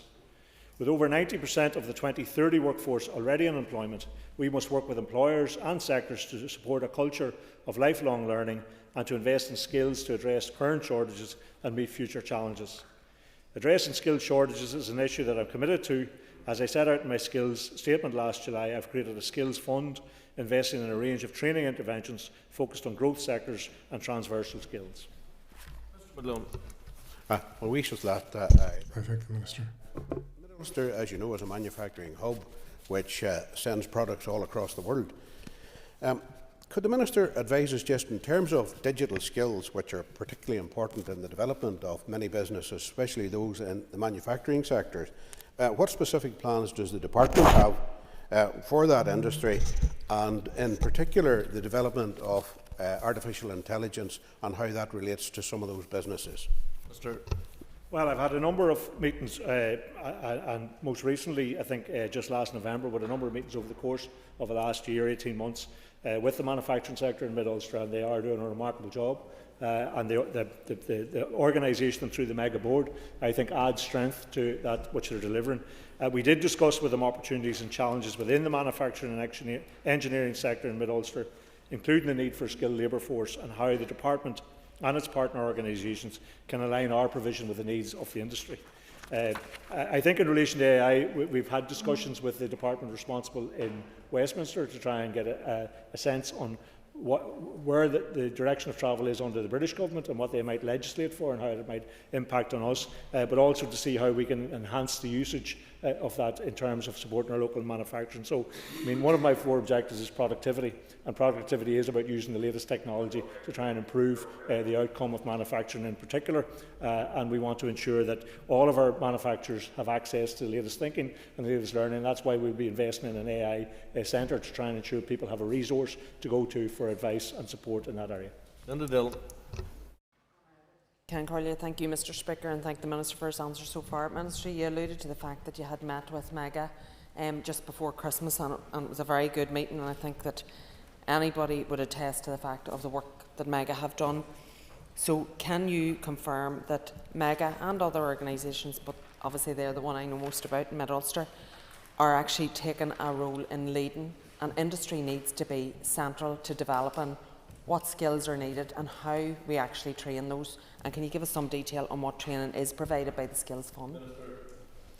Well, we engage with industry, with clusters, with individual companies to ensure through things like skills academies that we have bespoke training which is needed for a particular area in order to create a skills pipeline for the people who are operating in that area. In relation to the Skills Fund, it aligns with my own economic plans. It's already supporting a range of initiatives targeting up to 8,000 individuals to upskill this financial year. These include a new Skill Up programme, developing our workforce in the childcare sector, as well as training for green skills. I'm also focused on ensuring we offer support to those with additional barriers to access learning and employment. A number of new initiatives are also being supported to provide training and additional support to individuals who are economically inactive. This includes programmes targeting those who are disabled or neurodiverse or have barriers to entering employment or learning. Additional funding is provided for a series of women returners initiatives to help individuals use learning to gain confidence and skills to re-enter the workforce. Local further education colleges and universities are taking the lead on delivering all Skills Fund programmes. Danny Baker. Sure. I held my Good Jobs Employment Rights public consultation between the 1st of July and the 30th of September 2024. My officials and I have engaged constructively with stakeholders throughout. My consultation focused on 4 key aspects of a good job: terms of employment, pay and benefits, voice and representation, and work-life balance. 192 responses were received, which highlighted a range of views and observations. The detailed analysis of these responses is almost complete. This analysis and other policy considerations will inform my decisions about the content of the Employment Rights Bill, which I will bring to the Executive for agreement in the months ahead. Mr. Baker. Minister, what is your thinking regarding careers leave? Good Jobs Employment Rights consultation proposed to introduce a right up to 1 week of leave pro rata for unpaid eligible carers over a rolling 12-month period to provide care for a family member or other dependent who has a longer term or otherwise significant care need. We will continue obviously to engage in relation to that, and I know there are opportunities for those representing carers to make an input to this, already have done, and to continue to make an input as we develop policy around this, and obviously to turn that into legislation and other proposals which might come forward over the course of the next year. Quick question, Mr. Brett. Minister, business organisations and indeed employers themselves have expressed huge concern at both the manner in which this consultation on this bill was carried out and also the lack of proposals within the department at this stage. Once the Minister has taken policy decisions, can he commit to the House today that he will go out to a further public consultation on the proposals he intends to bring in? Minister. Well, I have to say I engaged with the LRA, the Labour Relations Forum, just last week, which a number of business organisations were represented. I didn't hear that level of concern, but nonetheless, if the members hearing it, we will certainly endeavour to engage with that. The report to the committee last week was a report on, if you like, a summation report on the consultations. The next step is to take that development into policy, which would ultimately be either legislation, advice and guidance, or other measures which might bring forward the measures that are needed in order to secure better employment for people. So we will, of course, keep the committee involved, and the committee, of course, will have opportunities, I'm sure, in terms of its deliberations to engage with business organisations, trade unions and others in relation to the content of this bill. Moving on to topical questions, I call Sinead McLaughlin. Thank you, Mr. Speaker. Minister, a significant number of businesses in my constituency, restaurants and bars, have announced their closure. The same is happening throughout all constituencies here in the north. Small businesses are really suffering as a result of increases in their overheads. What is your department doing to support and stabilise small businesses and prevent them from closing, particularly those in the hospitality and tourism sector? Well, I'd say just last week we launched that task force report into tourism hospitality, in which there is an ambition to grow that industry and grow the income for that industry, and I would hope in doing that we secure employment for people and for businesses that are working in that sector. I have no doubt these are very challenging times. We came out of COVID with all of the challenges that presented, particularly to hospitality and other small businesses, and then moved immediately into an energy crisis, a cost of living crisis, in which the material costs that people were providing tourism offerings and the income for those who were trying to avail of them one was increased and the other was reduced. So that presents a very significant challenge. The addition then of national insurance contribution increase for employers is particularly challenging for small businesses as well, and I know the Finance Minister will continue to engage with the Treasury in relation to that. So we will continue to try and grow the economy through the development of strategies, promotion of our business, promotion of investment in the area to try and increase the overall level of prosperity, which will in turn benefit the tourism and hospitality business. And we will continue, as I said, through additional investment which I have put into Tourism Ireland to promote this place as a destination and make sure that we can get more international visitors, albeit with the challenges that I was just speaking about in relation to the ETA. Ms McLaughlin.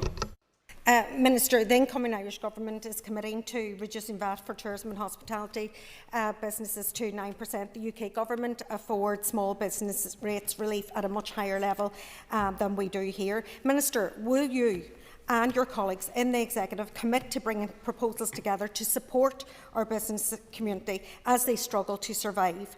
Because many of them are really at the end of their tether, and they feel that there is a really hostile business environment here in Northern Ireland. Well, I know that the Finance Minister is shortly to bring rates propositions to the Executive, and I think that she does intend to try and provide as much support to the business community as she can. When I was Minister for Finance, we reduced the business rate by 18%, because we recognised that it was a very high burden on the vast bulk of our businesses are small and medium enterprises, so it was a challenge to them. So of course I will continue to work with Executive colleagues. We all have different responsibilities in relation to that. Department of Communities, for instance, has responsibility for the High Street. TEO had a task force in relation to High Street. So we do need to work together, but growing the economy is an Executive priority, and I would expect all of the Executive colleagues to row in behind measures and plans and propositions which are aimed in support of that. Mr. Speaker, one strand of the energy strategy focuses on doing more with less. It states we will set out clear targets, standards and regulations that drive improvements in energy efficiency, provide support to invest in improvements to buildings and help consumers make changes that reduce their energy usage. Can the Minister set out the steps that his department has taken to date to achieve this? Well, we have done an energy efficiency scheme through Invest NI for businesses. And we, of course, will want to look at what more we can do for domestic customers. The challenge, as ever, for every department is having finances to do these things. But the Executive targets in terms of reduction of carbon emissions will include much more energy efficiency. It will require much more energy efficiency in the time ahead. So we will bring forward propositions, try and support them as best we can from the limited resources in our department, but also make an argument at the Executive for the collective responsibility for more energy efficiency, more use of renewables, and a reduction in our carbon emissions as a consequence of that. Thank you, Mr. Speaker, and I thank the Minister for his answer. Minister, have you given any consideration to supplementing the Northern Ireland Sustainable Energy Programme, and can you maybe perhaps provide your assessment as to its effectiveness? Well, I can't as I stand here today. I would need to get some sense of that, but I'm very happy to write to the member in relation to that in the time ahead. And of course, we will give consideration to any schemes which are effective, working well, and which we can afford to do, because affordability is a key issue for us. But then again, you set that against the potential of missing targets and what that does to society here. So we will continue to lobby for more support from London, and just in answer to a previous question, we're talking about things like the GB Energy Bill, and where there are opportunities for assistance from there, we will continue to try and utilise that. But in terms of an assessment of that programme, I'm very happy to write to him in the time ahead. Yeah, Minister, can you set out an assessment for us of your department's budget for 2025 to 2026? Well, I suppose the short answer is very challenging, and I have no doubt that we, like most departments, got much less than we bid for. That's going to present us real challenges in terms of things like skills, like higher further education, and all of those things which the department is committed to supporting in the time ahead. But we will endeavour, and we have been meeting very regularly, both before and since Christmas, to try and make sure that our budgets stretch as far as they possibly can. We need more collaboration with other departments, and there is a significant degree of collaboration across executive colleagues on a range of matters. So I think, and we also need to ensure that both the First Deputy First and the Finance Minister in particular continue to lobby for a better budgetary outcome for us. But it is going to be a very challenging year, and then we're, as far as we understand, into a 3-year budget cycle. So I think the opportunity to try and get this right over the course of this year for the further 3 years then is one which requires us both to work together to have more efficient and more effective outcomes, to make sure that everything we're spending reaches as far as it possibly can, and that we continue to do the work with the British Government to try and ensure a decent outcome. Mr. Kearney.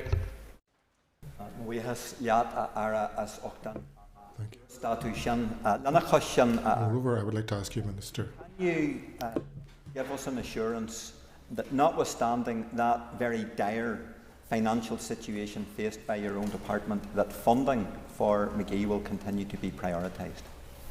Minister. Well, as I had said in relation to a previous question, the McGee project, the expansion to 10,000 students, was part of an NDNA commitment which all parties who were returning into the executive at that stage were committed to, and both governments as well, and they have a contribution to make in that regard too, because it was both governments who drafted that particular agreement. That has now been absorbed into the programme for government.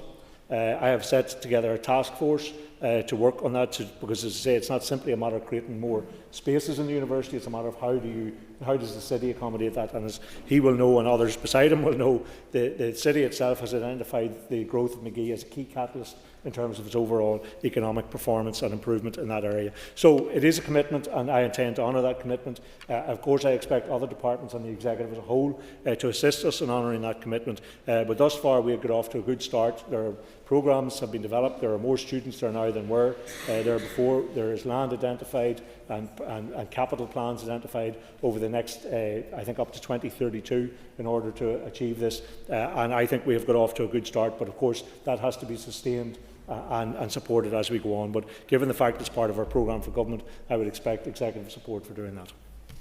Question 4 is withdrawn. I'll call Stuart Dixon. Minister, with significant challenges around our economic activity in Northern Ireland, can you provide an update on how your proposed Good Jobs Bill will support people who are not currently in education, training or employment, and how it will assist those people in gaining access to employment? Well, I think his point's a critical one, because we have a situation where we have very high levels of employment, low unemployment, but yet we have still remain a very high level. I think I said 26.5%. That's on average across the north. The further north and west you go, that number goes up in relation to that. So, and given the restrictions of Brexit, the ability to attract in foreign labour then is restricted. So I think anyway we have an obligation to try and work with people who are trying to find their way back in to the employment market as well, to give them the support they need. So a lot of the organisations who were involved in that previously relied on European funding. EISF, ERDF. They then were relying on shared prosperity funding, which brought them very close to a cliff edge.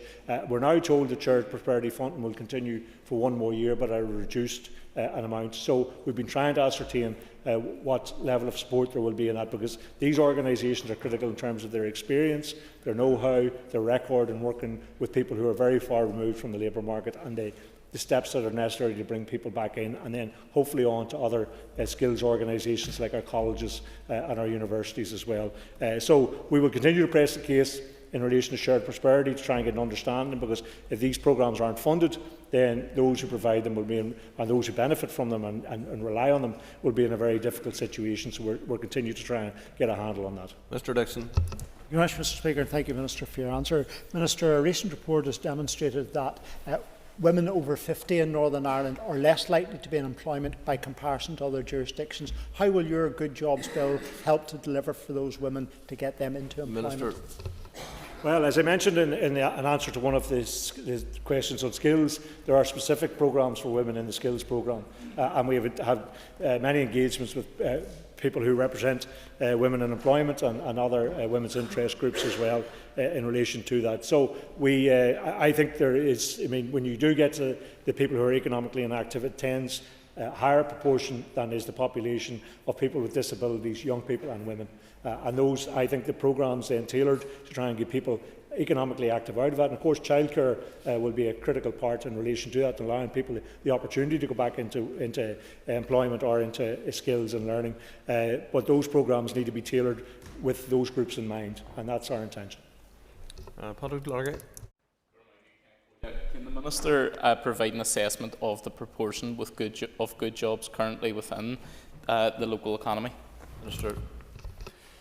Well, I have an assessment of the portion of good jobs, but I think part of our as I say, we set 4 prioritisations across the department, which all of its agencies have undertaken as well, and which are now part of the programme for government, the draft programme for government, which hopefully will be finalised in the very near future, which is in relation to productivity and to promoting good jobs.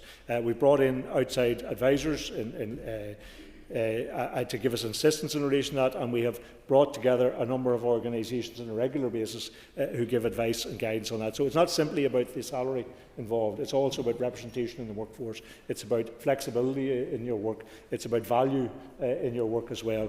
So there are a range of factors which go into that. There is a definition which has been there and they're continuing to work in relation to that, the Carnegie definition in relation to that, to try and achieve the outcomes that envisages in terms of good jobs. That will take time and will take effort, but that is a priority for the department. We will continue to focus on that. Mr Delargy. Thank the Minister for that very comprehensive answer, and I would ask the Minister as well, what impact does he think the British Government's decision to increase national insurance contributions for small businesses will have? Do you think that will make it more difficult to bring people into employment in small businesses in particular? Minister.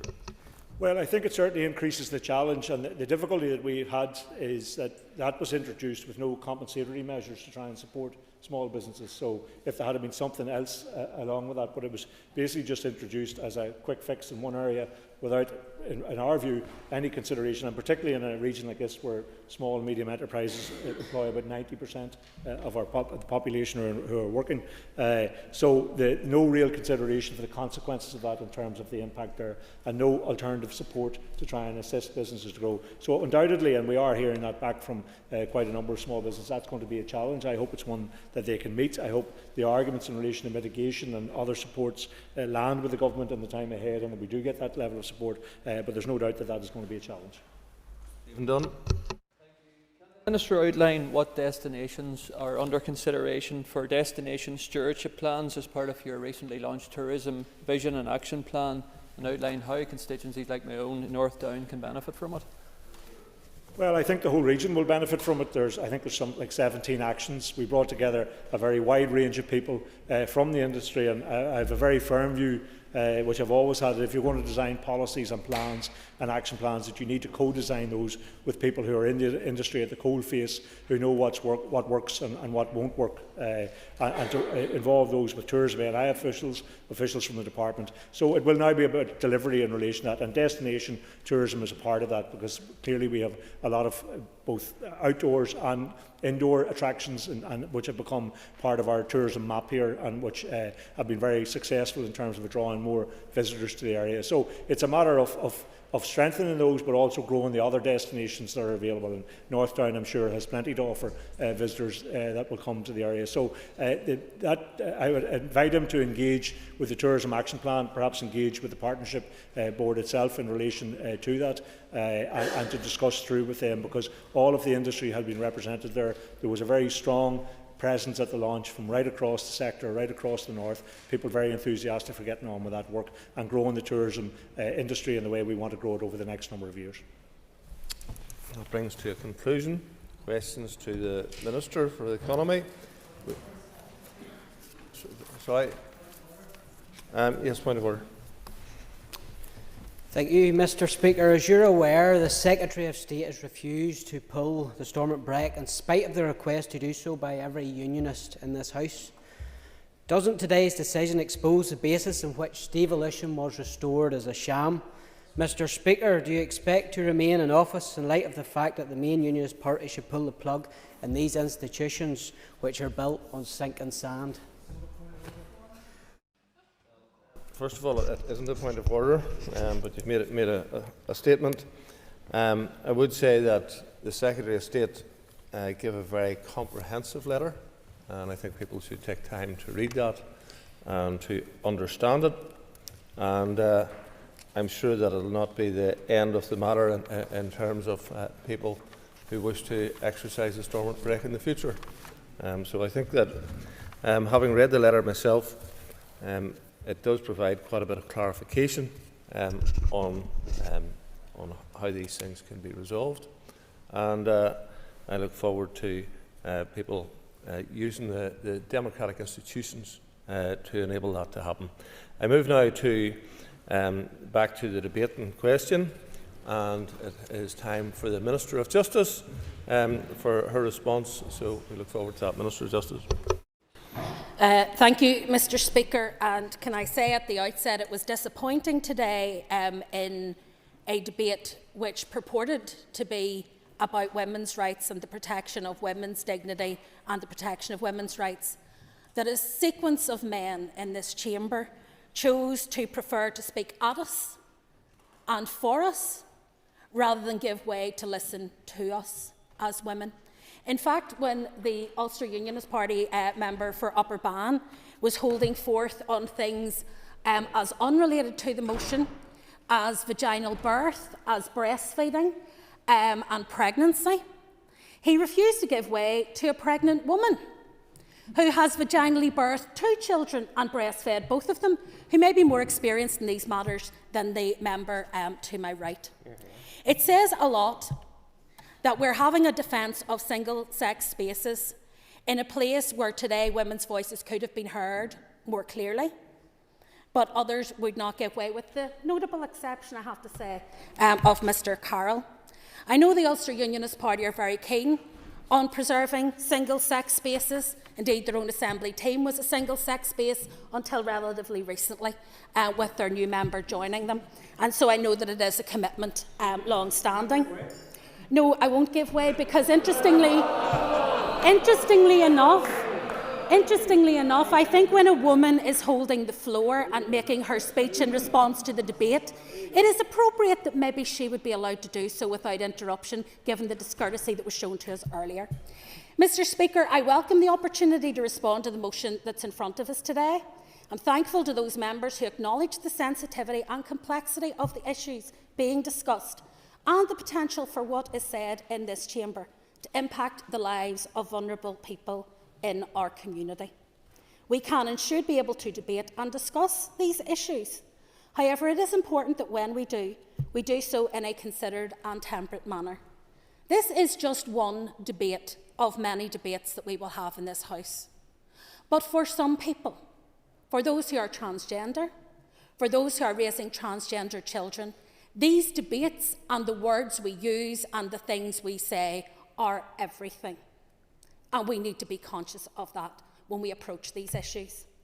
When I look around me today, I'm struck by the fact that no one in this chamber is the same as the person next to them. We all come from different backgrounds. We have all had different journeys through life. We have different fears, different hopes, different aspirations, and yes, even in this chamber, different vulnerabilities. And we see and experience the world through a different lens as a result of that. No two women are alike. No two men are alike. No two people are alike, Mr. Speaker. And so we also have a reasonable expectation that our differences will make us a part of a society and not apart from society. There is always a risk when issues of identity are the subject of public and political discourse that the discussion is marked by contention, fractiousness, and a lack of compassion, nuance, and understanding. In approaching issues in the way that we can inadvertently make individuals and groups within our community feel further marginalised, vulnerable, or fearful. That is something that I am determined to guard against. My department is fully committed to providing continuous support for the LGBTQI+ community and to all other minority communities throughout Northern Ireland when they are in contact with the justice system, whether that be as a victim of crime, as a witness, as a complainant, as a defender, or as a perpetrator. We're committed to doing so while ensuring there is no diminution of any other person's rights in our society. Rights and equality are not finite. Their extension to one person or one group does not diminish their availability to others.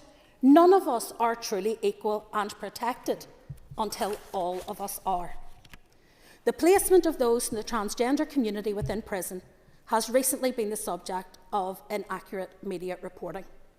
I believe it is regrettable that the public discourse that led to this debate is about one individual from a minority group that all of us in this chamber have a duty to protect and support. Every prisoner has the right to a degree of privacy and dignity regarding their personal business, which in the department we always endeavour to protect as a rule and therefore do not comment on individuals committed to our care. I took the opportunity last week at question time to set the record straight in respect of this particular case, given that it was already in the public domain during my response to oral questions in the House. However, I will do so again, as despite explicitly setting out the facts, none of those professing concern about this issue seem to have taken on board anything that was said in the chamber last week. There was no ruling against the department. There was no finding that the department did not have a policy. In fact, the judge did not respond to the writ of habeas corpus, but said that it was appropriate and right that it should be left to the department to process a prisoner through the system in the normal way, and that is what happened in effect. So to be clear, there has been no judgment against the department's policy, no ruling against the department's policy, and yet that again was erroneously stated by a number of members in the chamber today. If I came to this chamber, Mr. Speaker, and misrepresented facts, knowingly misrepresented facts, I would have to come back and apologise to this House for misleading them as a minister. Yet members in this chamber will get up and misrepresent facts, despite the fact that they were brought to their attention in the chamber last week, and nothing happens. Nothing happens. So people can essentially insinuate and smear without having facts. And I think that that is a very risky approach to take. My department and the wider justice system is keenly focused on ensuring the safety, security, rights and dignity of each and every individual who comes into contact with the justice system, that those are upheld.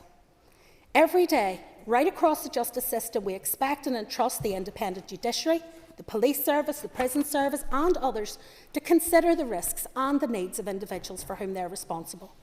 We ask these professionals to make decisions in context, taking into account the complex individual circumstances and wider public safety considerations in order to manage that risk. That is their job. And I, for one, find it incredibly depressing that despite the fact prison service have managed to do this so successfully over recent years, without serious incident or cause for alarm, that we find ourselves second-guessing the policy approach that they have taken. These are professional people who live to protect the people in their care, as well as their colleagues and the public. This doesn't just apply, of course, to matters of gender identity. It applies to ethnicity, socioeconomic status, health, disability, age, sexual orientation, and many others.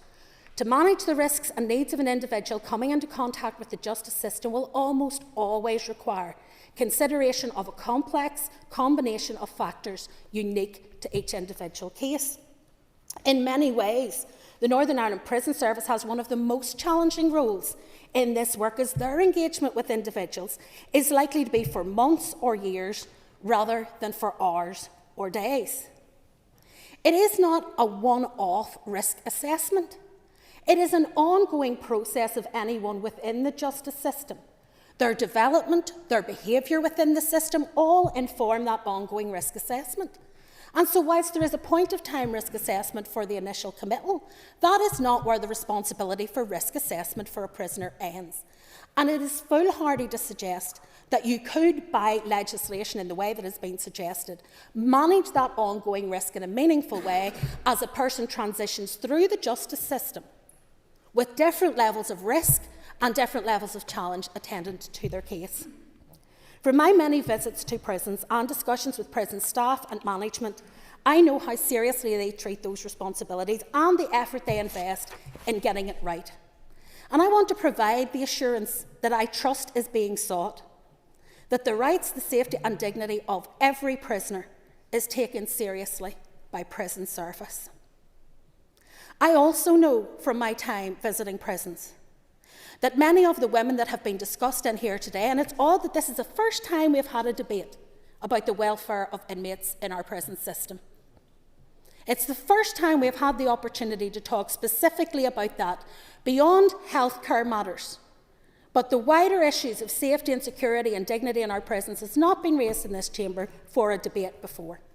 And it's interesting in that context that we're having this debate in this way, but I've spoken to the women in the women's prison, and I've listened to the women in the women's prison, and many of them will account to me that they feel safer there than pretty much anywhere else they've been in their recent lives.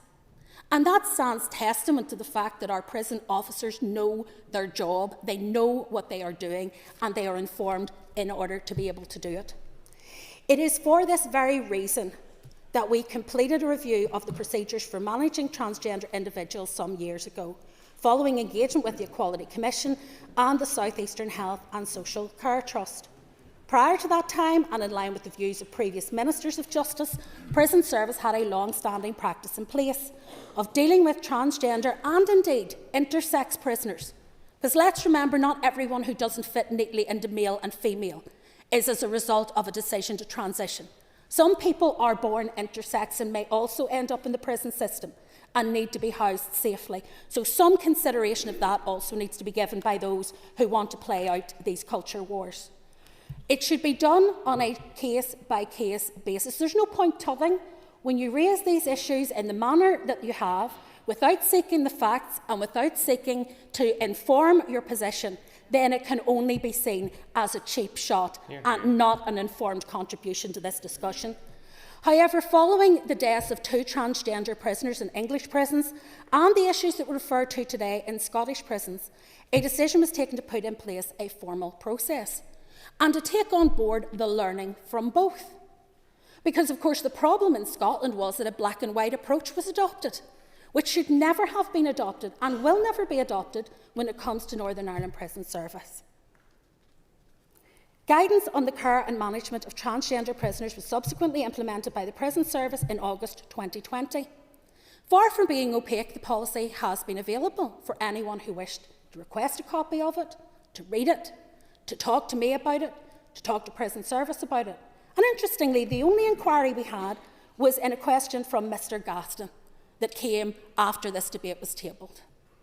Not a single other member in this House asked to see that information or requested a copy. That's how concerned they are about the policy. That is where their intellectual curiosity led. And so far from being opaque, it is available in the library, and I hope people will go and read it. In general terms, indeed, I believe, to be fair to Mr Gaston, he quoted from it earlier today, because he's actually paid attention to what's happening on the issue. That's the only credit I'm likely to throw in his direction in this debate, but it's credit nevertheless. In general terms, when a person who is transgender is committed to an establishment as directed by the court, the prison service will consider their specific needs on a case-by-case basis in line with best practice. In doing so, they take a person-centred and risk-based approach on decisions in respect of accommodation and care, informed by advice from colleagues in the South Eastern and Social Care Trust. Under this guidance, specific arrangements can be made in respect of where the person is accommodated and how they access services in prison. So, to be clear, the argument put forward by Mr Beattie that people were simply released into general population on every occasion is a nonsense. That would, of course, not always be appropriate. It may never be appropriate, but it will depend on a risk-based assessment of the individual. Prisons do this to ensure that prisoners, many of whom are vulnerable, can fully engage in the regime without any detriment to their safety. Of equal importance, they seek to do so without any detriment to the rights, safety or dignity of other prisoners. That includes that assessment, that includes members of the health team. And it's actually very close, if I may say, to what Maurice Bradley described as what he would like to see take place in the prisons. Perhaps when he takes himself to the library and reads the current policy, he'll be reassured that we do have that multidisciplinary approach. However, if he and his colleagues support this motion today, that would mean the opposite of a risk-based approach being taken, the very approach that Maurice Bradley said was the right way to go in this chamber.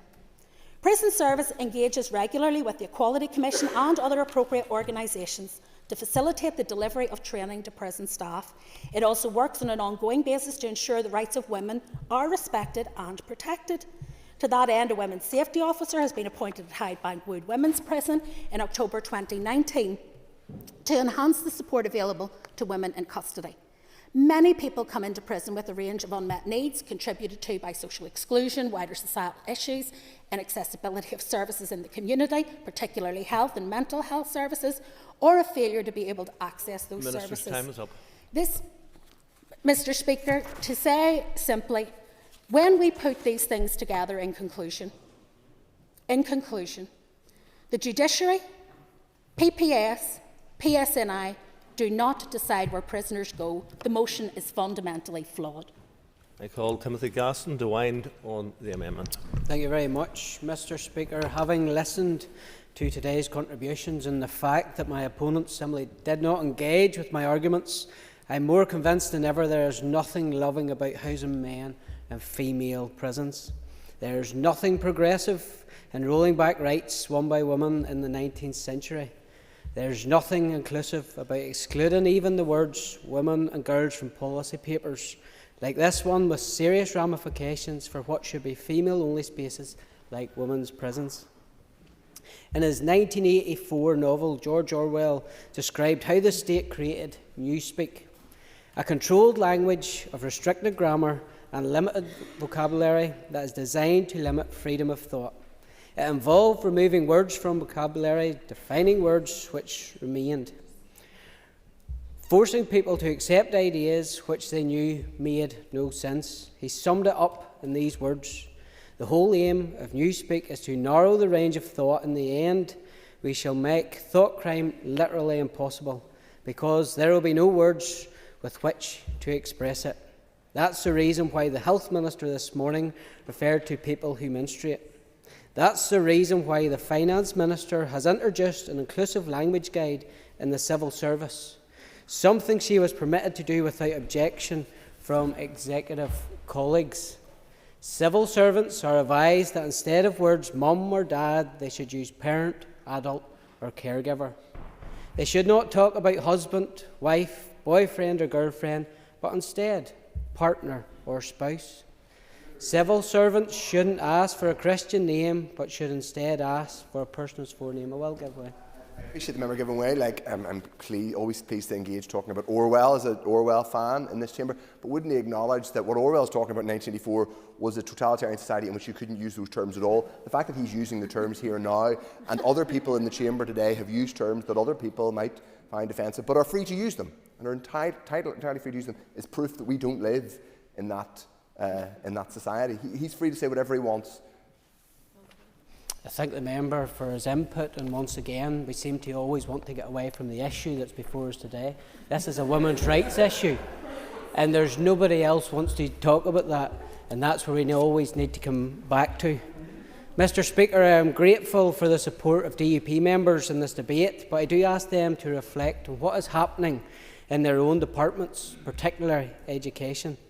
Prior to the last Assembly election, some of them were prominent in the Let Kids Be Kids campaign. But what have we seen? We have had a DUP education minister. He washes his hands of questions about policy which allows pupils to be referred to by names and pronouns which don't match the biological reality. He doesn't know and has no desire to find out how many schools have introduced... The member will come back to the scope of the debate, please. Gender-neutral bathrooms. The minister needs to get serious. The Education Authority is accountable to the Education Minister, not a convenient body he can palm difficult issues off to when he doesn't want to deal with them. Mr. Speaker, we're on I'm coming justice, back. please, so if you just return to Yes. the issue, which is about prisons and people who are housed in prisons, Mr. Speaker. In the 1961 musical West Side Story, a character sings the lines, "My sister wears a moustache, my brother wears a dress.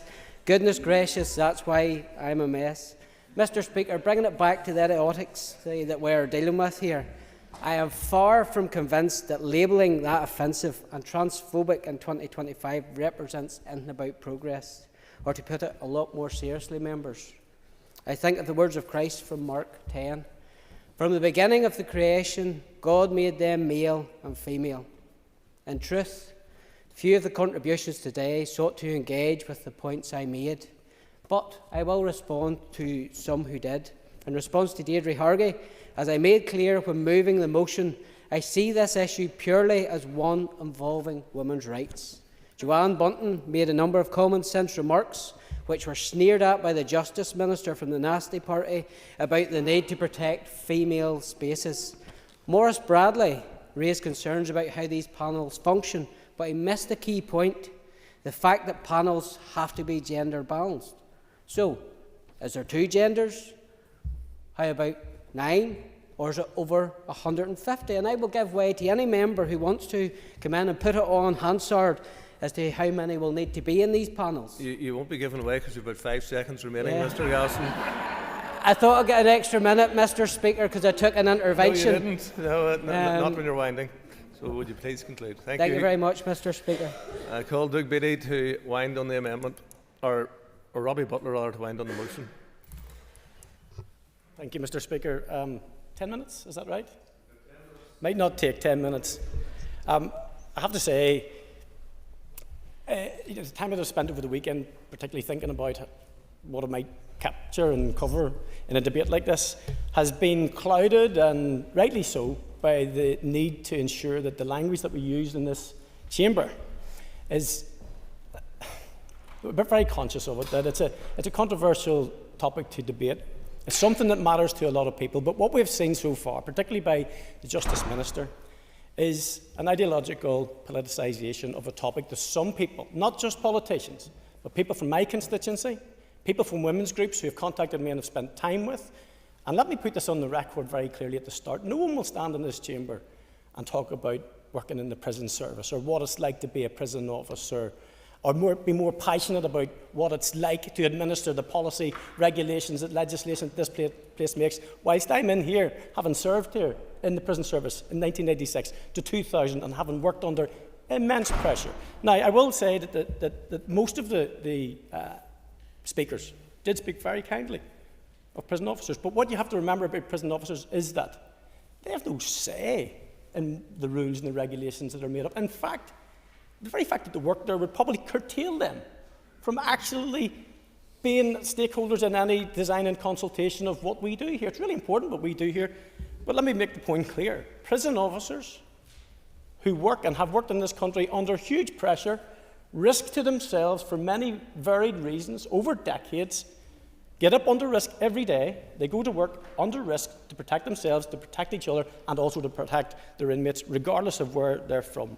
I think that some parts of this debate sadly have strayed into, and it certainly wasn't the Ulster Unionist Party, it certainly wasn't Doug Beattie who strayed into making this a discussion where we could have opened something out and actually talked honestly about the thoughts and feelings of people right across this country.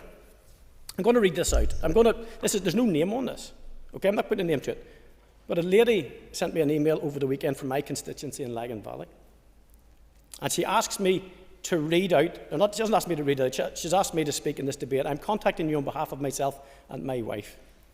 She goes on to make various points about this debate. But she says, Ms Long appears to be advocating for a system whereby trans-identifying male prisoners would be risk assessed on a case-by-case basis, with this evaluation determining whether they might be placed in female estate. We believe such a policy would jeopardise the safety, privacy and dignity of women in prisons, and that furthermore it's a human rights violation. Now, that's a lady from Lagan Valley. That's not a man. That's not Robbie Butler.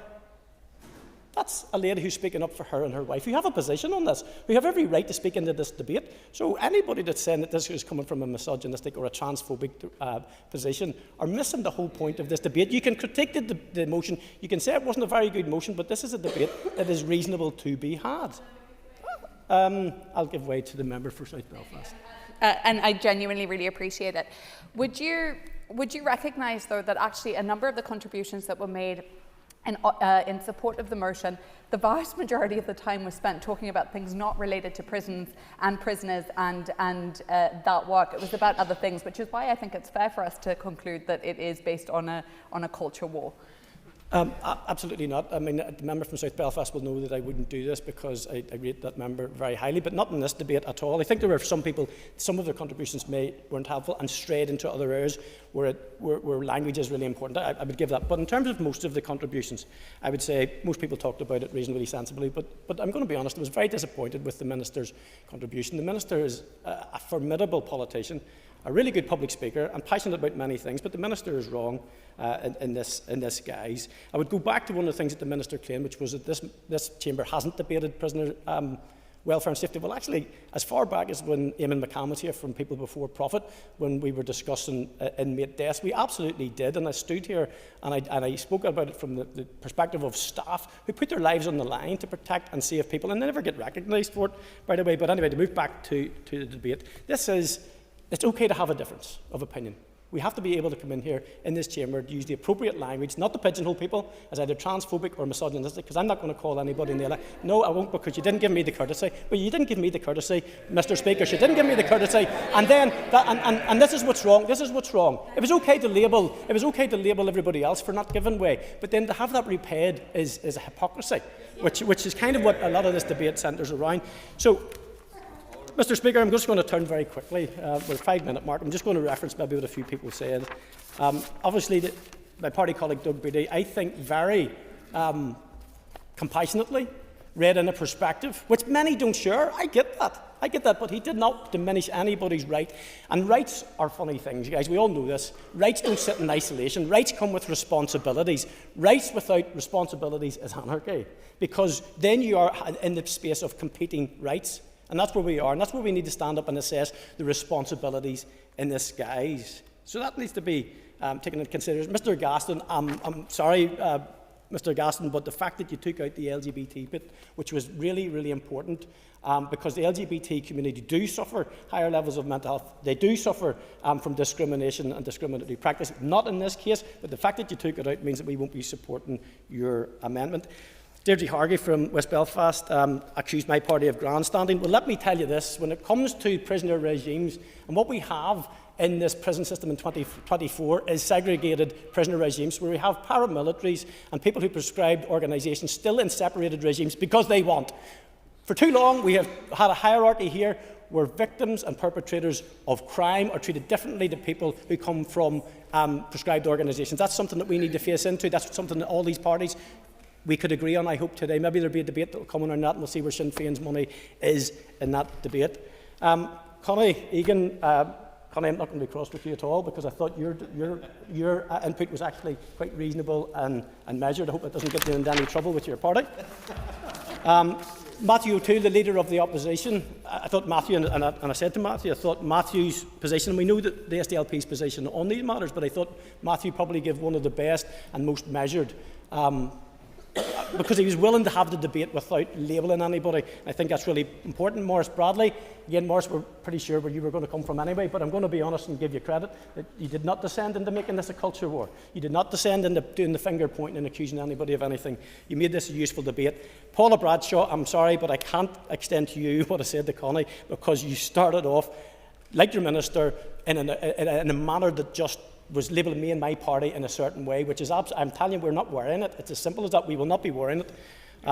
To accuse me from having worked in the women's prison in Maghaberry when it was there and put my life at risk, and understanding the regime differences in there as well.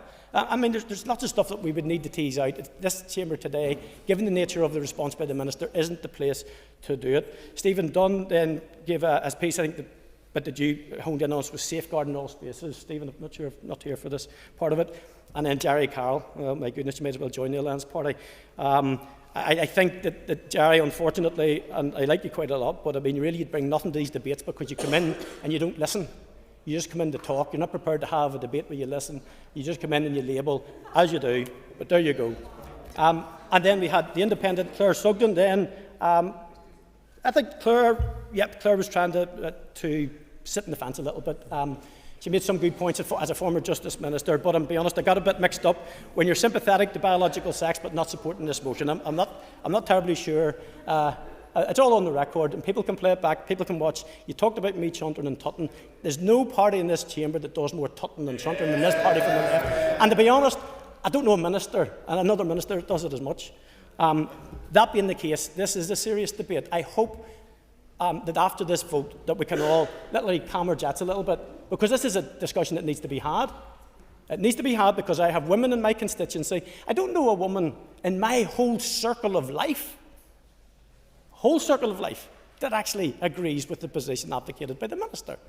And they will go on, but they find it very difficult. I understand, you're rolling your eyes. I understand there are women's organisations who support trans men and women, or trans women and women's, but there are other women's organisations who I've met who don't. But what we need to do, guys, is to stop labelling each other. That's the start of this, because if we can't stop labelling each other, we're not going to move out of this cul-de-sac that we're currently in at the moment. I'll just finish with this, Mr. Speaker. The party to my left can say that the motion isn't right, that it wouldn't work. What's there at the moment will not work. It's not protected. I will give way. Left saying that it's not right, it won't work, but when offered the opportunity to amend the motion to recognise that, they didn't take that opportunity. Well, so on that, I thank the member for giving way. And whilst we can't really respond to a motion that wasn't taken, if it wasn't taken, it wasn't taken for a reason, because it was out with the scope and capacity of the actual motion, which probably actually demonstrates that the member is actually quite right. So, Mr. Speaker, am I going to end? Because that's my 10 minutes up. I think we know what way the votes are going to go, but the discussion will not be disappearing. Thank you. You had distracted me with your eloquence, sir, but I don't have to do it, but the only amendment that was accepted was the one that didn't negate the original motion. So members will have the opportunity to vote against the motion and negate it in that way if that's their desire. So all those in favour of the amendment standing in the name of Timothy Gaston, the maid, say aye. Aye. Contrary, if any, no. No. No. Clear the lobbies. The question put in 3 minutes.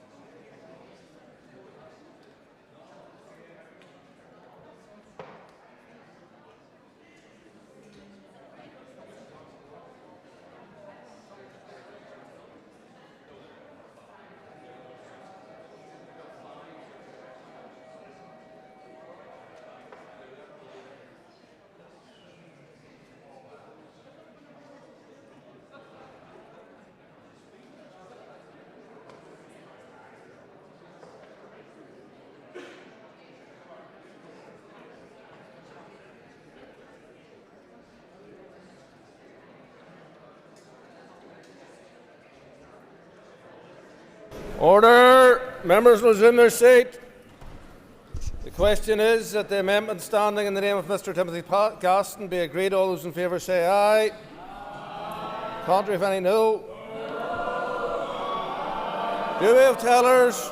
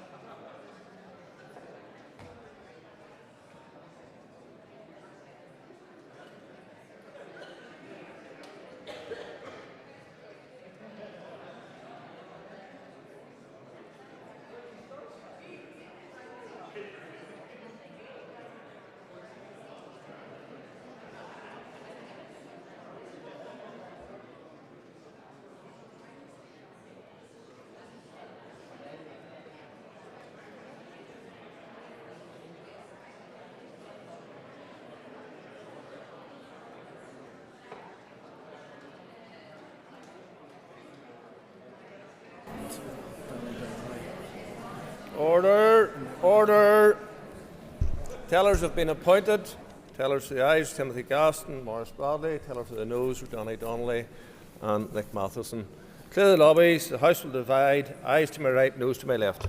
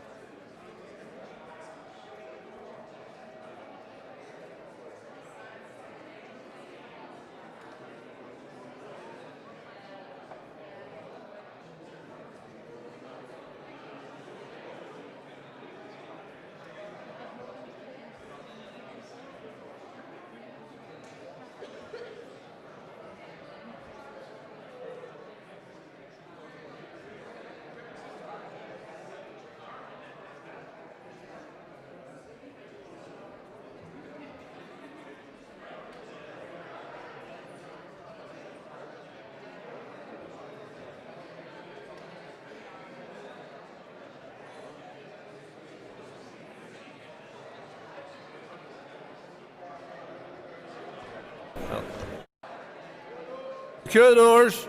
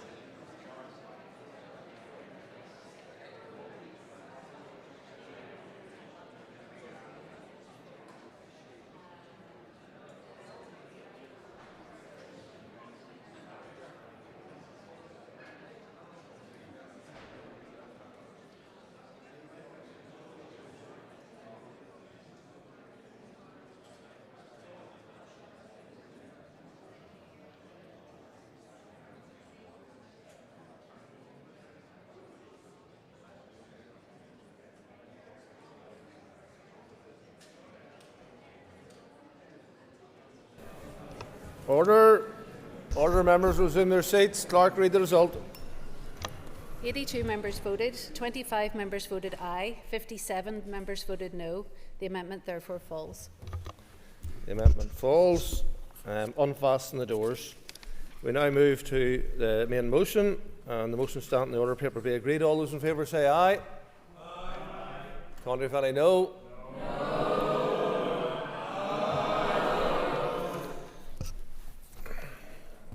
Order. I've been advised by the party whips in accordance with Standing Order 27(1)AB that there is an agreement that we can dispense with the 3 minutes and move straight to division. So I now call for tellers. Do we have tellers?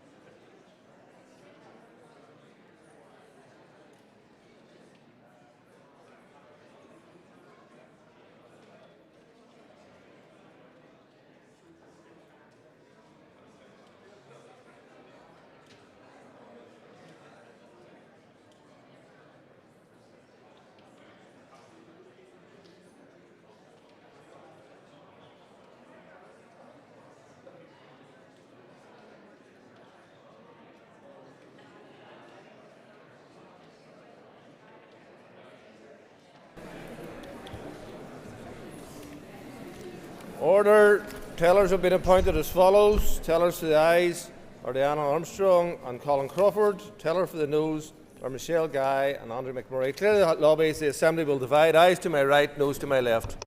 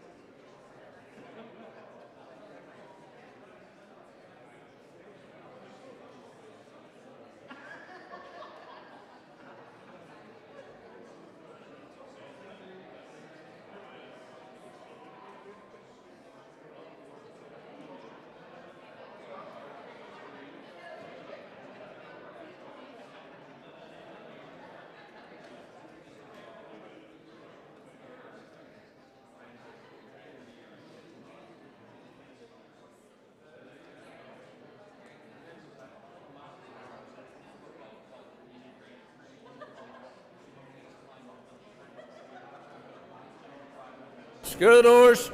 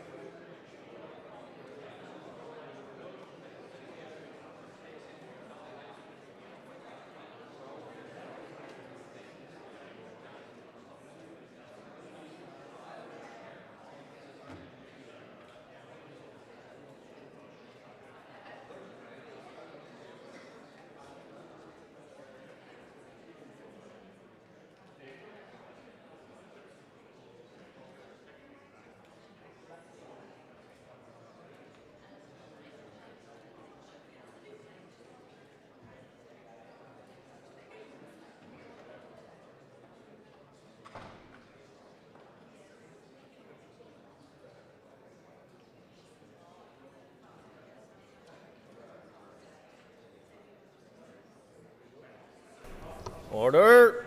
Members will resume their seats. Clerk, read the result. 81 members voted, 33 members voted aye, 48 members voted no. One member who voted in both lobbies is not included in these results. The motion is negatived. The motion falls. The motion falls. Unfasten the doors. If members would take their ease, we'll move to the next item of business.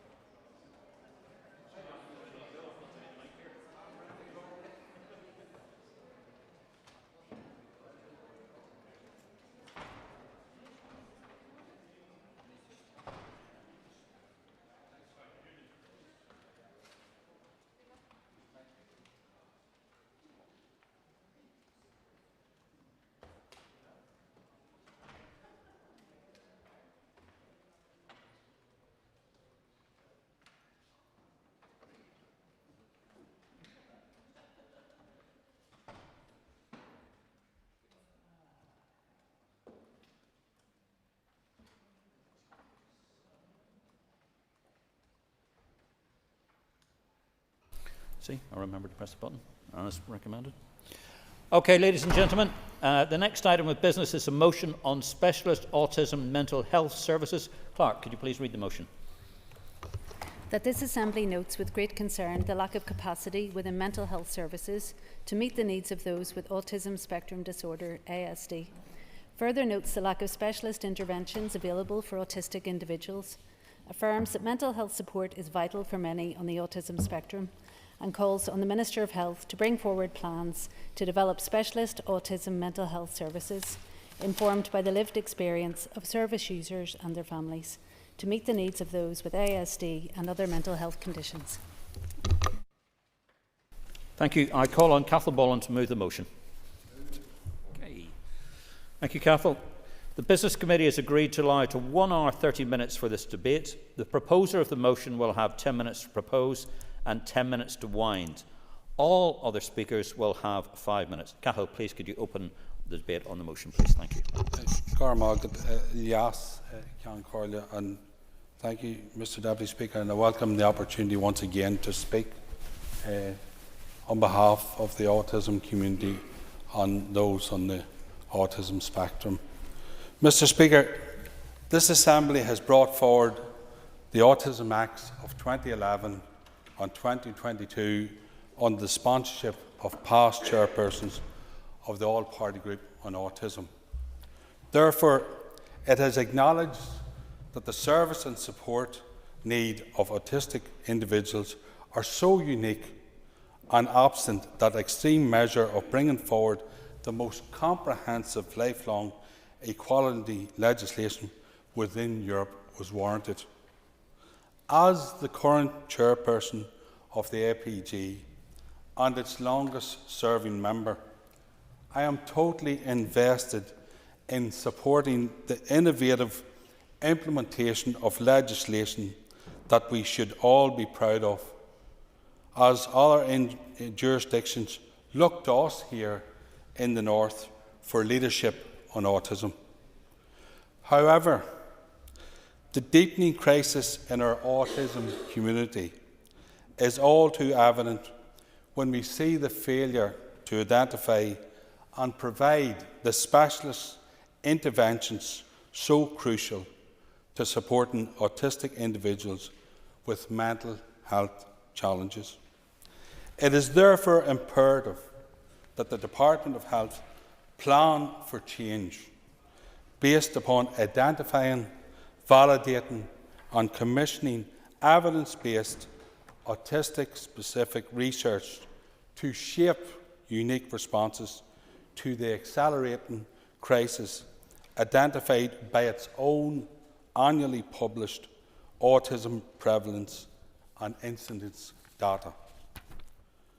The Department's Learning Disability Autism Report, which supports the establishment of a specialist mental health service response for autistic people with a learning disability, has created an inequality on a two-tier autism mental health service. Correspondence from the Department to the All-Party Group dated the 12th of the 11th, 2024, clearly rejected the lobby for a specialist mental health service pathway for autism based upon need, but confirmed it is considered appropriate to provide a specialist mental health service for autistic people with learning disabilities, which represents 30%. So I put it to the Minister, where are the plans for the other 70% of the autistic individuals without a learning disability? And lastly, this motion urges the Health Minister to develop specialist autism mental health services. Validated, independent autism evidence, representatives from research and advocacy bodies, the Mental Health Commissioner's support, the Department's own published autism data, as well as the unprecedented lobby of over 25,000 petition signatories. This must be acted on. We are dealing with life or death for people with autism. Current research tells us that Suicide is the leading cause of early death within the autism community. An autistic child is 28 times more likely to consider or attempt suicide than non-autistic peers. Autistic adults are 9 times more likely to die by suicide than neurotypical adults. Autistic women are more likely to die by suicide than non-autistic women. Approximately 1 in 5 women with anorexia are autistic. So, Mr. Deputy Speaker, mental health treatment needs to be adapted for autistic individuals, and those working with autistic individuals need to be adequately trained in autism. Mental health issues within the autism community are often misdiagnosed due to poor communication and understanding between patient and practitioner. Crucially, being autistic or having a learning disability both independently increase the odds of someone having mental health problems, but more so for people with autism. Mr. Deputy Speaker, these facts, the latest research by Autistica, were the focus of the Autism and Mental Health Symposium, sponsored by the All-Party Group and organised by Autism NI in 2023, which was attended by Department of Health officials. This Assembly is reminded that the Autism Amendment Act of 2022 created the independent role of the Autism Reviewer to aid implementation through commissioned research and data analysis. This resource would be a vital part of any credible path forward in planning and delivery. This motion therefore calls upon the Minister of Health to utilise the resources of the Independent Autism Reviewer to inform future planning and delivery in the development of an autism mental health service. This should include the submission of a report on this matter from the Autism Reviewer before this Assembly, as is set out in the Autism Amendment Act of 2022. I commend this motion to the floor, and I look forward to the Minister's response and support from the people in the Chamber, and hopefully will receive a positive response from the Minister on behalf of the autism community. Cormail Margaret. Thank you, Cathal. I call on Deborah Erskine, and Deborah, I remind you of 5 minutes. Thank you, Mr. Deputy Speaker. And like the member has just said, I welcome the opportunity to speak on this motion today, and I do so as well as a member of the APG on Autism, Vice Chair of that group. Mr. Deputy Speaker, mental health affects so many in our communities, but today is solely about those living with autism. We all know the messaging, it's not okay to be, it's okay to not be okay. But what if you live with a health condition which makes your ability to communicate your emotions much more difficult? That's a situation many children, young adults and adults here in Northern Ireland feel today. They don't feel that there is a service that understands them or their needs when it comes to dealing with autism and mental health difficulties combined. When you look at the research figures, it points to the extreme need to grapple with the problem. As already has been highlighted in this chamber today, figures show that autistic adults are 9 times more likely to die from suicide, and autistic children are 20 times more likely to self-harm. Delve down into this, and you have families, parents, carers struggling with the stress and worry of how to help their child, their young adult, within the structures that are currently bursting at the seams and ultimately do not have the capacity or resourcing to cope with this. And we've all dealt with constituents who are facing these issues. Organisations like Autism NI have been lobbying and fighting hard for a specialist mental health service for autism. There needs to be autism training for those working within the health service to be able to meet patients' needs and treat them effectively so that they're not disadvantaged in their care right from the point of need. This is needed given the high prevalence of autism in Northern Ireland. And if we aren't acting on this, the need will continue to grow, but more crucially, lives could and will be lost. Now, at this juncture, I do want to place on record the work that is being done by our healthcare staff. They are trying to provide services, whether in CAMS or through EDs and on our wards in pressurised environments. But I am sure that there will be the mental health professionals who would say that training needs improved and there does need to be that specialist mental health service that will ultimately lead to better outcomes, potentially 10 times over for people who are living with autism. And I would ask the Minister and ensure that he will be informed by service users, families and advocates within the Autism Reviewer when reviewing the service that is there and is supposed to be there to assist people impacted by autism. Last week, the Education Minister outlined his plans for developing SEN support and the services in school. And I noted that the Minister was there for some of that debate or the questions in the chamber. And it is important that to support children and their development within their educational journey, it is vital that there is mental health and well-being, that is services that are there to support their journey. And I hope that information sharing between departments and the local impact teams in terms of intervention will be effective from a cross-departmental perspective and monitored to ensure the best outcomes for our children and young people. Recently, Autism NI had a public petition calling for a specialist autism mental health service. It had over 20,000 signatures.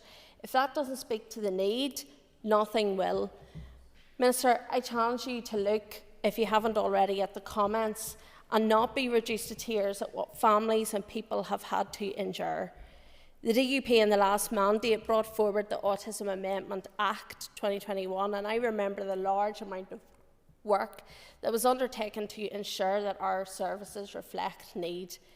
This is an area which we must play catch-up in very quickly to save lives. So today I do want to thank the proposers of the motion, and the DUP will be supporting the motion today in this Assembly chamber. Thank you. Thank you, Deborah. And I call on Nuala McAllister. Thank you, Deputy Speaker, and I want to thank the proposer for bringing forward the motion today. And before I move on to my notes for today, I just wanted to highlight last week when we were speaking about the issues coming up in the Assembly and on social media, I spoke about this motion. I did have a number of people that were in contact with me directly to share their experiences. Those people who were living with autism or who had family members. One of the overwhelming number of responses were from mothers primarily who had children that had autism, but also who were suffering from mental health issues, and they were really struggling not to just access services, but just information to find out about where to go for the services, and it was deeply frustrating but also kind of enriching to hear from their experiences, because it's some of the issues that they raised I'd never heard of myself. And I think that's really important to acknowledge, that especially for those of us who sit on the Health Committee, that there are a number of issues that go through every week the Health Committee, and not all of the time are we across all the details. So I just wanted to put on record my thanks to those parents and individuals who had reached out to share their lived experiences. According to the 22 census, there are over 35,000 people in Northern Ireland identify as autistic, and unfortunately we know that those who live with autism are very likely to experience mental ill health as well. We know that from the department's own mental health strategy, which noted that 7 out of 10 people with autism also have a condition such as anxiety, depression, ADHD or obsessive compulsive disorder. And like many MLAs in this chamber, we assist people in our own constituencies who live with autism and want to access services, whether it's through education or whether it is through the health service as well. And we also help constituents to access mental health, but whenever two of those combine, and sometimes when all three of the issues combine, it makes it even harder for the individuals. So it's very important that whenever we assess the need, we do it on that individual basis. Now, for giving way, and it's just to make the point that there's added complexity when you think about the many adults that are potentially living with autism that haven't went through the process of being diagnosed. I think we've got better at maybe diagnosing at an earlier age, but you're also dealing with a cohort of people who are living possibly with mental illness and autism but haven't received their diagnosis, which is why the training is so important that people are conscious of that. And the member has an extra minute. Absolutely, I agree. There are many adults who, yes, a later diagnosis, yet to receive their diagnosis, and some don't even know where to turn to actually get diagnosed too. A lot of them go in privately, and if they have other conditions, you know, that are exacerbated, it is even more difficult to get prescriptions and turn it on to the NHS. So it's all interlinked and connected. But there is work that is ongoing, and we have to acknowledge that, in particular around the legislation and policy here in Northern Ireland. And the previous speaker mentioned the previous DUP bill, which passed in the last mandate. And we do have some of the most comprehensive legislation around autism support right across these islands, and that is significant in and of itself. However, unless we see tangible action and progress from it, then it means very little. And instead, as Autism NI have put it in reference to all of us when reaching out, that we are witnessing NHS England prioritise autism over the next 10 years, including creating specific guidance for meeting the needs of autistic adults and mental health services, but yet they do not actually have the legislation. It's not quite as robust as what we have here, but yet we're lagging behind in the policy and action when we do have the legislation. So yes, whilst one might be better than the other, it all has to come in the holistic approach.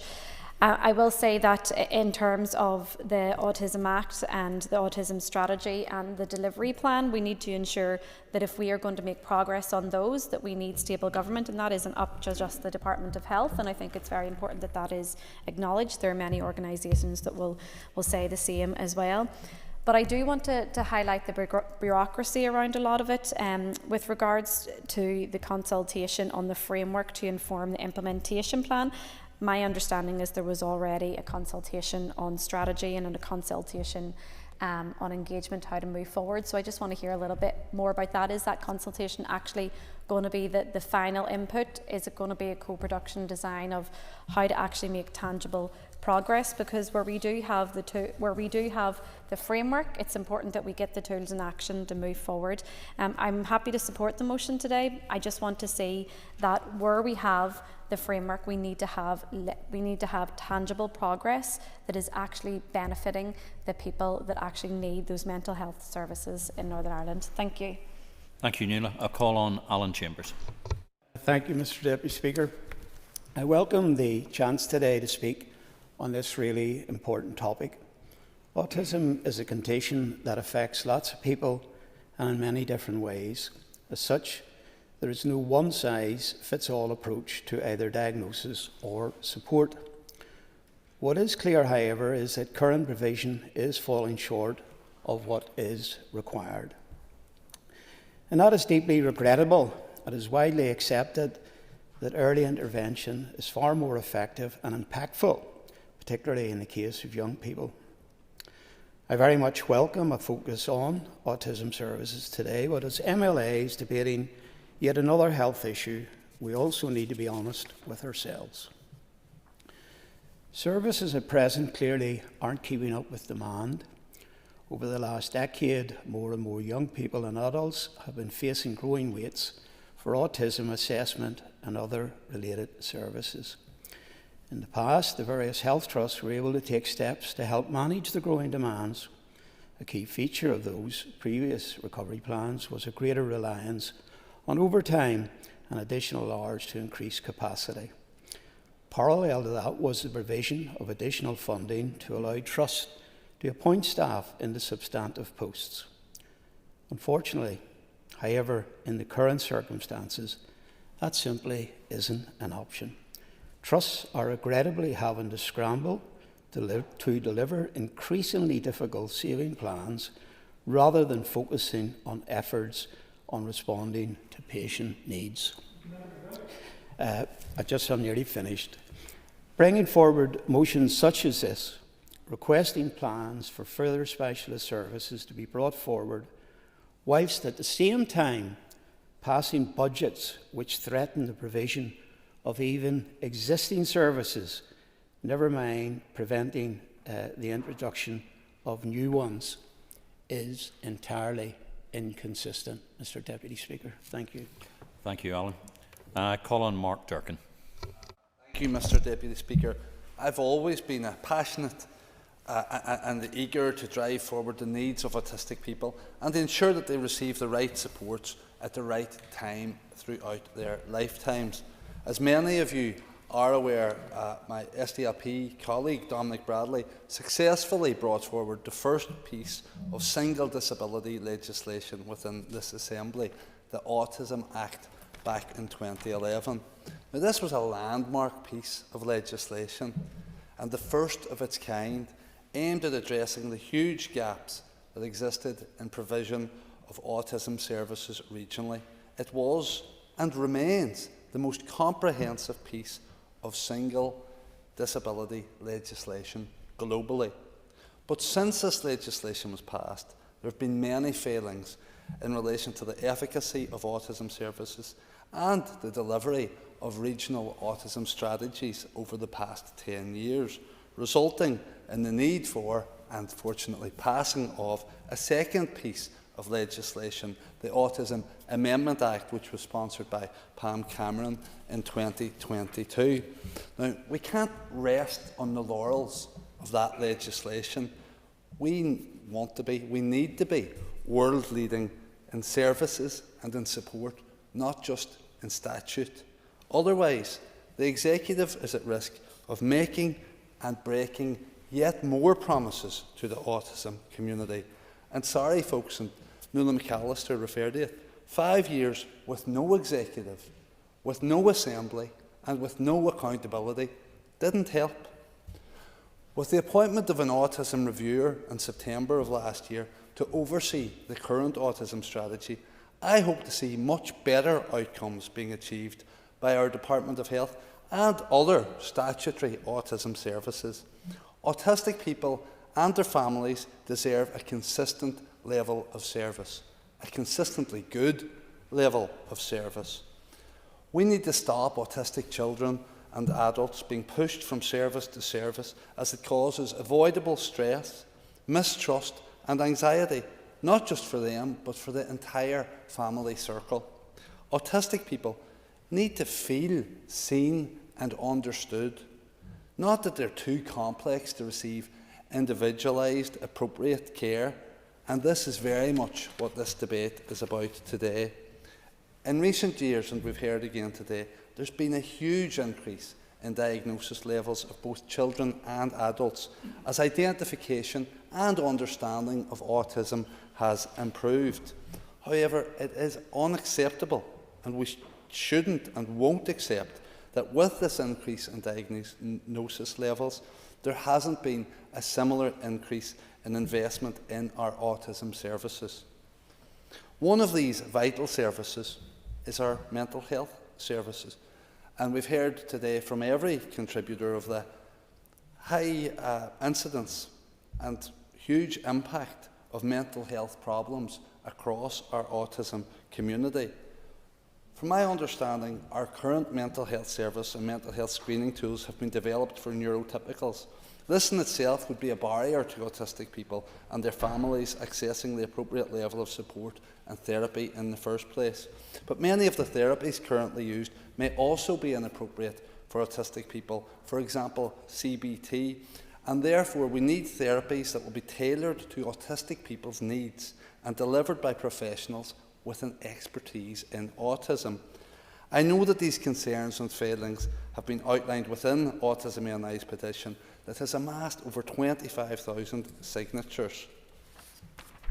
It's also shocking when we read through the current autism strategy 2023 to 2028 that there are no measurable targets and outcomes on how we're going to address the mental health of our autistic population. The autism strategy does mention an I Thrive programme for children, but this is a general programme not designed for autistic children, with no research completed on how effective it is at supporting autistic children's emotional and mental health. There is no mention within the strategy of what the plans are to support autistic adults with their mental health.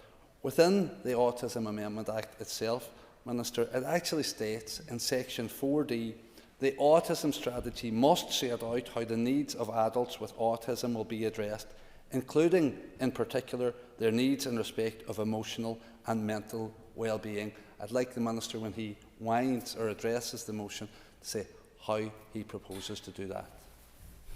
Thank you, Mark. And I call on Militia McHugh.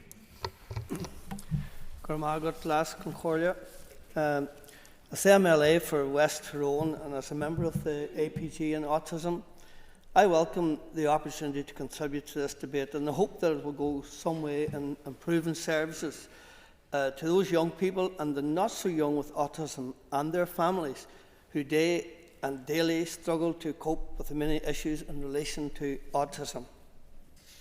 I'm sure there isn't an MLA in this House who isn't constantly dealing with issues arising for their constituents, whether it is in accessing services or experiencing the sheer lack of service to those and their families who live with autism. Autism is not a mental health problem in itself, yet statistics show that those with autism are more likely to suffer from mental health problems such as anxiety, depression, self-harm, and even suicide. Adults with autism are 9 times more likely to die by suicide, and autistic children are 20 times more likely to self-harm than the general population. Employment, or the lack of it, is also a major issue for those with autism. Now, these stats in themselves cry out for the development of a specialist autism mental health service, where we have specialists, well-equipped and trained professionals supporting the autism community. I would iterate at this point that the service should be accessible all throughout the north of Ireland, not just, say, the major cities or the likes of it, but all throughout the north of Ireland. Accessibility to mental health service is crucial, but it also will require mental health professionals to be trained in autism in order to ensure best outcomes when one contacts the service in the first place. I believe that not only is the development of autism mental health service necessary to ensure better outcomes for those living with autism, but it is also a right that those autistic people should receive the proper mental health support as and when needed, tailored to each one's need. Autism is for life, and in the same way that it is recognised that those who live with autism see the world differently, it is time that those responsible for the delivery of service to begin to look outside of the box and begin to meet the ever-increasing demand for proper autism mental health services. Now, at this point, it would be remiss of me not to mention those within the voluntary and community sector who make a major contribution to those with autism and their families. In particular, I think in my own local town, in a sense, I don't live there, but next to Strabane, you have the Quorum Centre and the likes of Autism NI, who deliver counselling services and who facilitate family support groups. I thank them for their contribution. But this in no way should deflect us from the demand for a specialist autism mental health service of well-trained professionals, specifically trained to deal with autism. I ask the Minister to make this a priority of the highest, to provide that specialist mental health service. Thank you, Militia. I call on Cheryl Brownlee, please. Cheryl. Thank you, Mr Deputy Speaker. I welcome and give my full heartfelt support for this motion, which addresses a deeply significant issue: the urgent need for a specialist autism mental health service here in Northern Ireland. Autism affects more than 35,000 individuals in our community, including 15,000 school-aged children, and there is many more adults who do not have a formal diagnosis. These figures revealed in the 2021 census reflect one of the highest rates of autism in the UK. But behind these numbers are real lives, stories of incredible resilience, families striving to navigate complex systems, and too often tales of needs that go unmet. The situation is alarming. Our mental health services simply are not equipped to address the unique challenges faced by autistic individuals. Waiting lists for autism assessment stretch endlessly, with some adults waiting over 300 weeks for a diagnosis. These prolonged delays hinder access to essential support, leaving individuals and families to face their struggles without the help they so desperately need. Mental health challenges such as anxiety, depression, and an emotional dysregulation often go unrecognised, or they're just put down to autism. And our systems are not prepared to provide the timely, specialised interventions that could make all the difference. Since the introduction of the Autism Amendment Act 2021, which was brought by my Assembly colleague Pam Cameron, we of course have seen some positive steps in the right direction, with the appointment of the independent autism reviewer. But we are all well aware that there is so much more to do. The autism strategy envisaged a society focused on inclusion and collaboration, a society that not only listens but truly respects and supports autistic individuals and their families. However, for this vision to become a reality, we must see urgent, actionable change.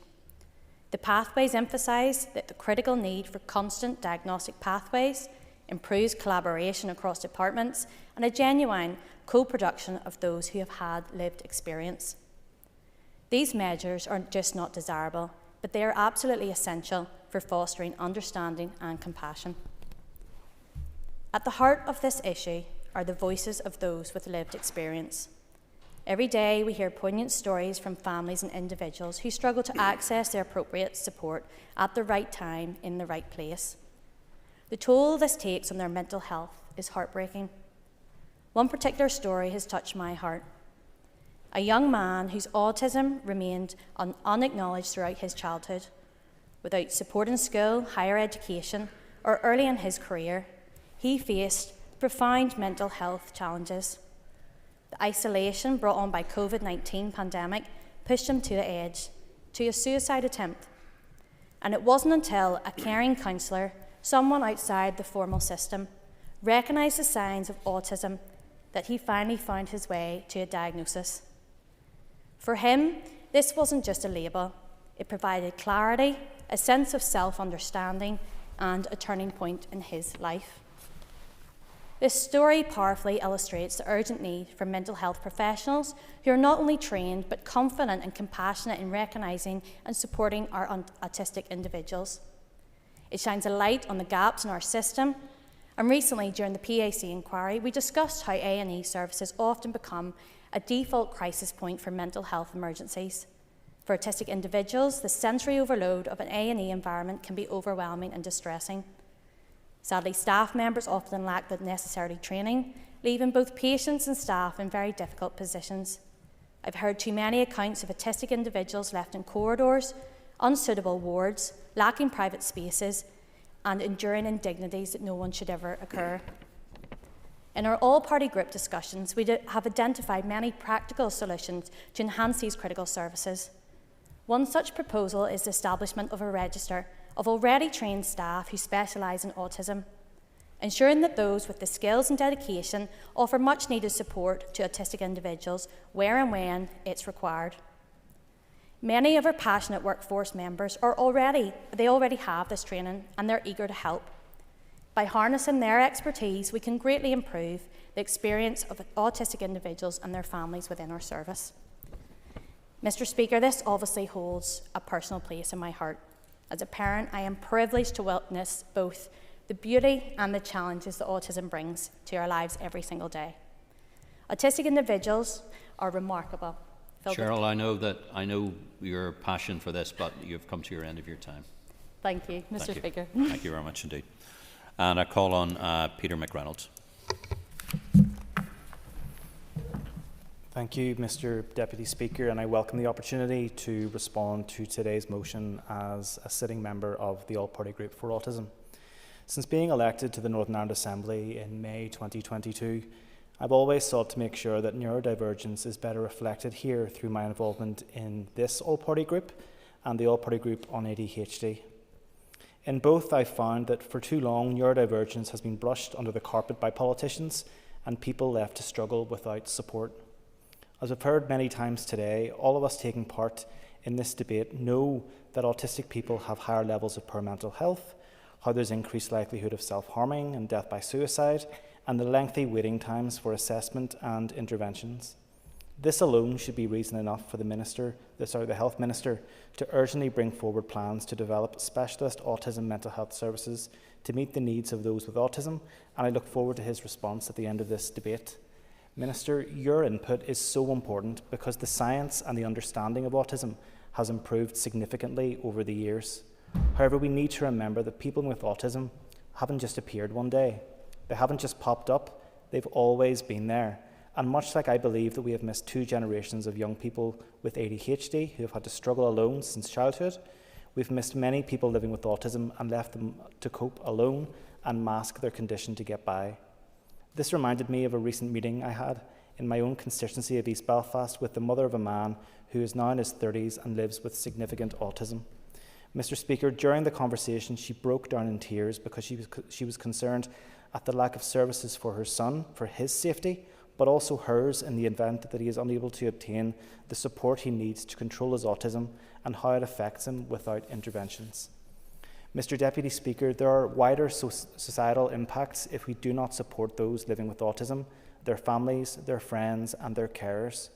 I've already spoken today about the bullying that took place of a 23-year-old adult last weekend in Belfast, but this is a fairly standard parental complaint that I hear regularly as an MLA, and something that isn't going to go away unless we give autistic people the respect they deserve across society, support them if they need it, and give them their place in our society as well.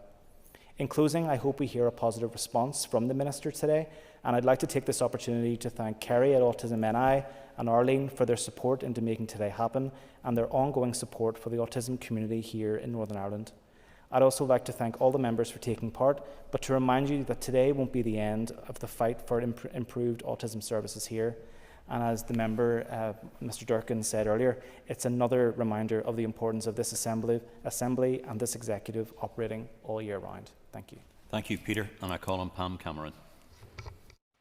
Thank you, Mr. Deputy Speaker, and I want to initially thank the members opposite for tabling this important motion today.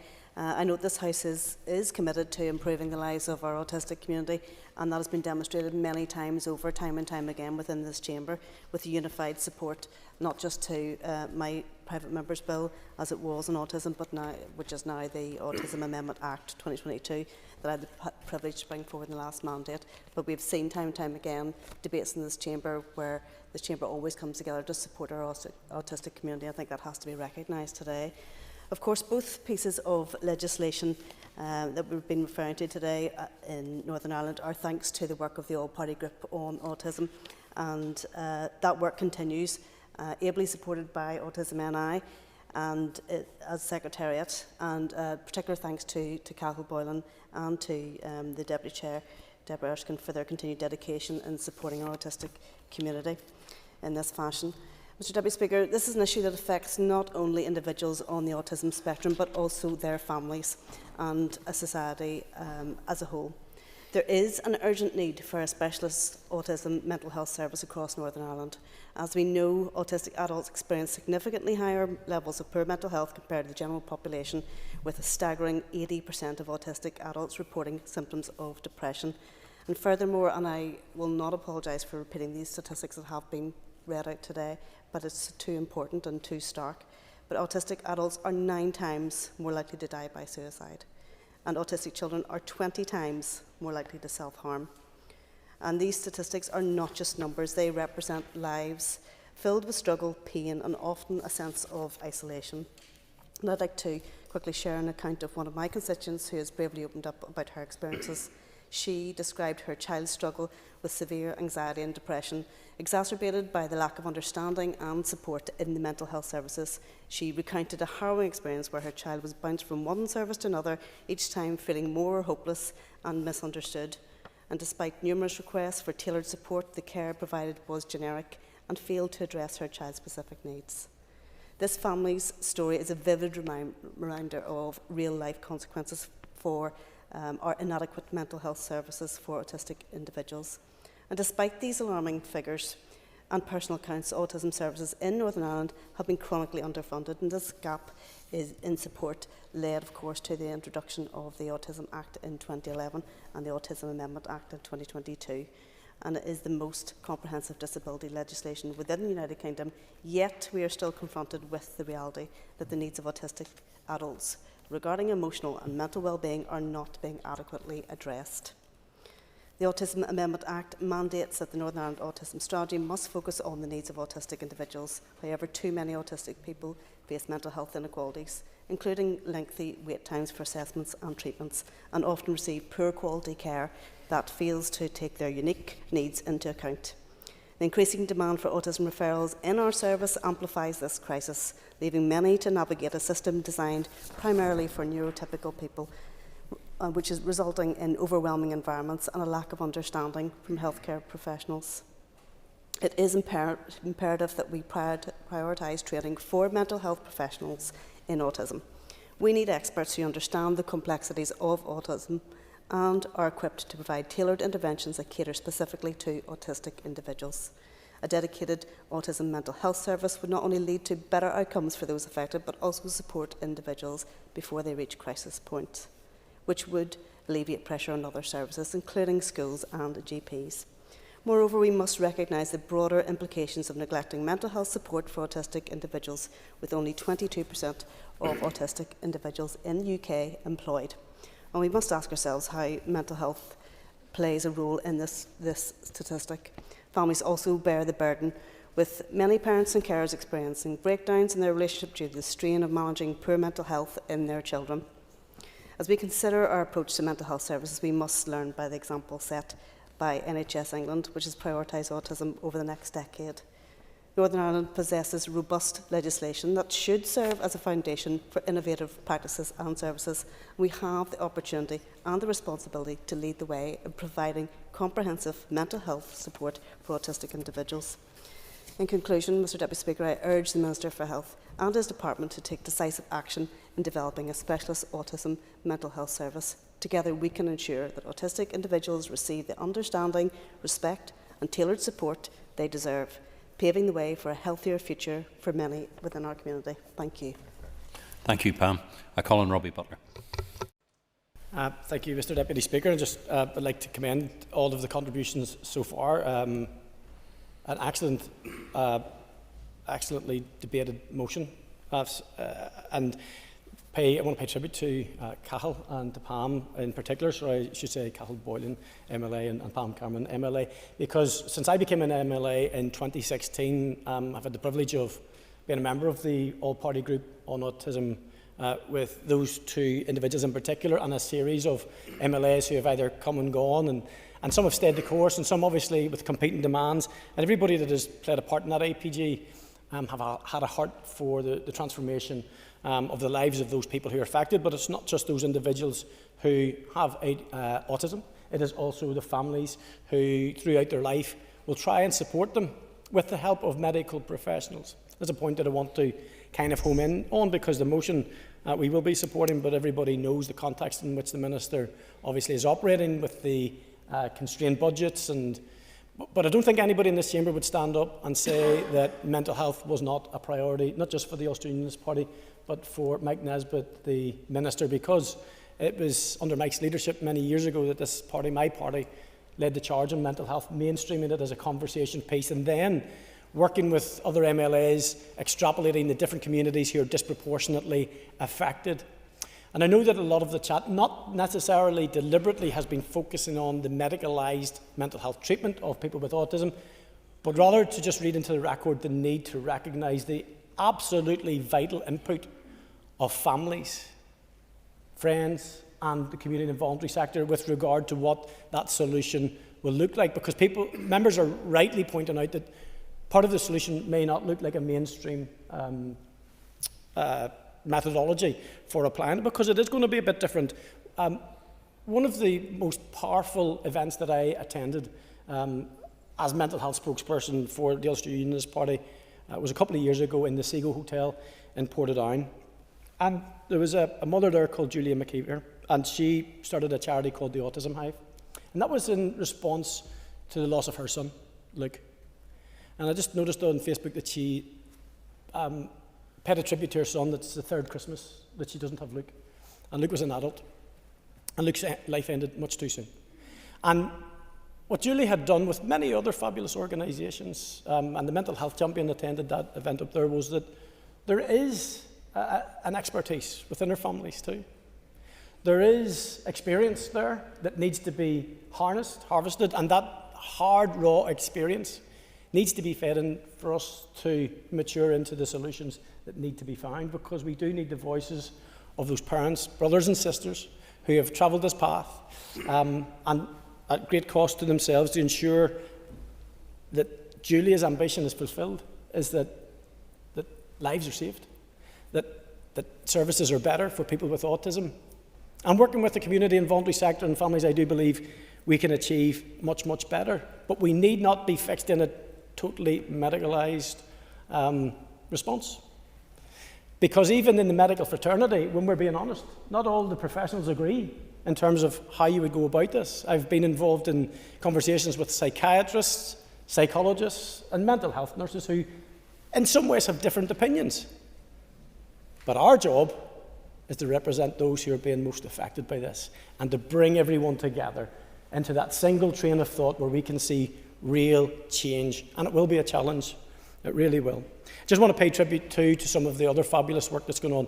Autism and I have absolutely spearheaded the APG tremendously and need to be commended for their tireless advocacy. But also Eden Consulting, I don't know if you know it, there's some people out there doing amazing stuff. And the testimony that I get through my constituents in terms of their impact on the lives of young people and helping us all understand. I'm just going to finish with this piece too.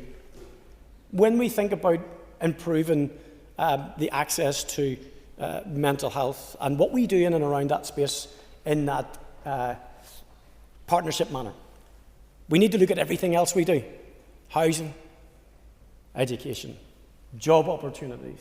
Because there's no point, or little point, and less value in fixing it over here if we don't ensure that all of those structures where these young people are moving into in the world still doesn't recognise and speak the language that they speak and portray things in the manner that they see them.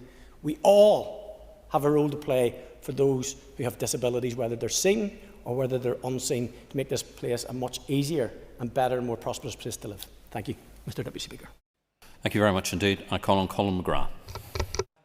Deputy Speaker, and I suppose by its very description and its very nature, a debate where everybody has the same opinion should be maybe not a debate and could be considered boring, but actually on this occasion it's an excellent opportunity for all of us, right from all the various parties, to come across and have the same view in this debate that we are having. And I think that is a great tribute to the work that is carried out in the all-party group, where the meetings of which I don't get to as often as I would like to, but certainly I know that there is a common purpose and unity amongst the membership that is there to try and improve the lives of people with autism, and full credit goes to the organisation and coordination in the background by the Secretariat and Autism NI.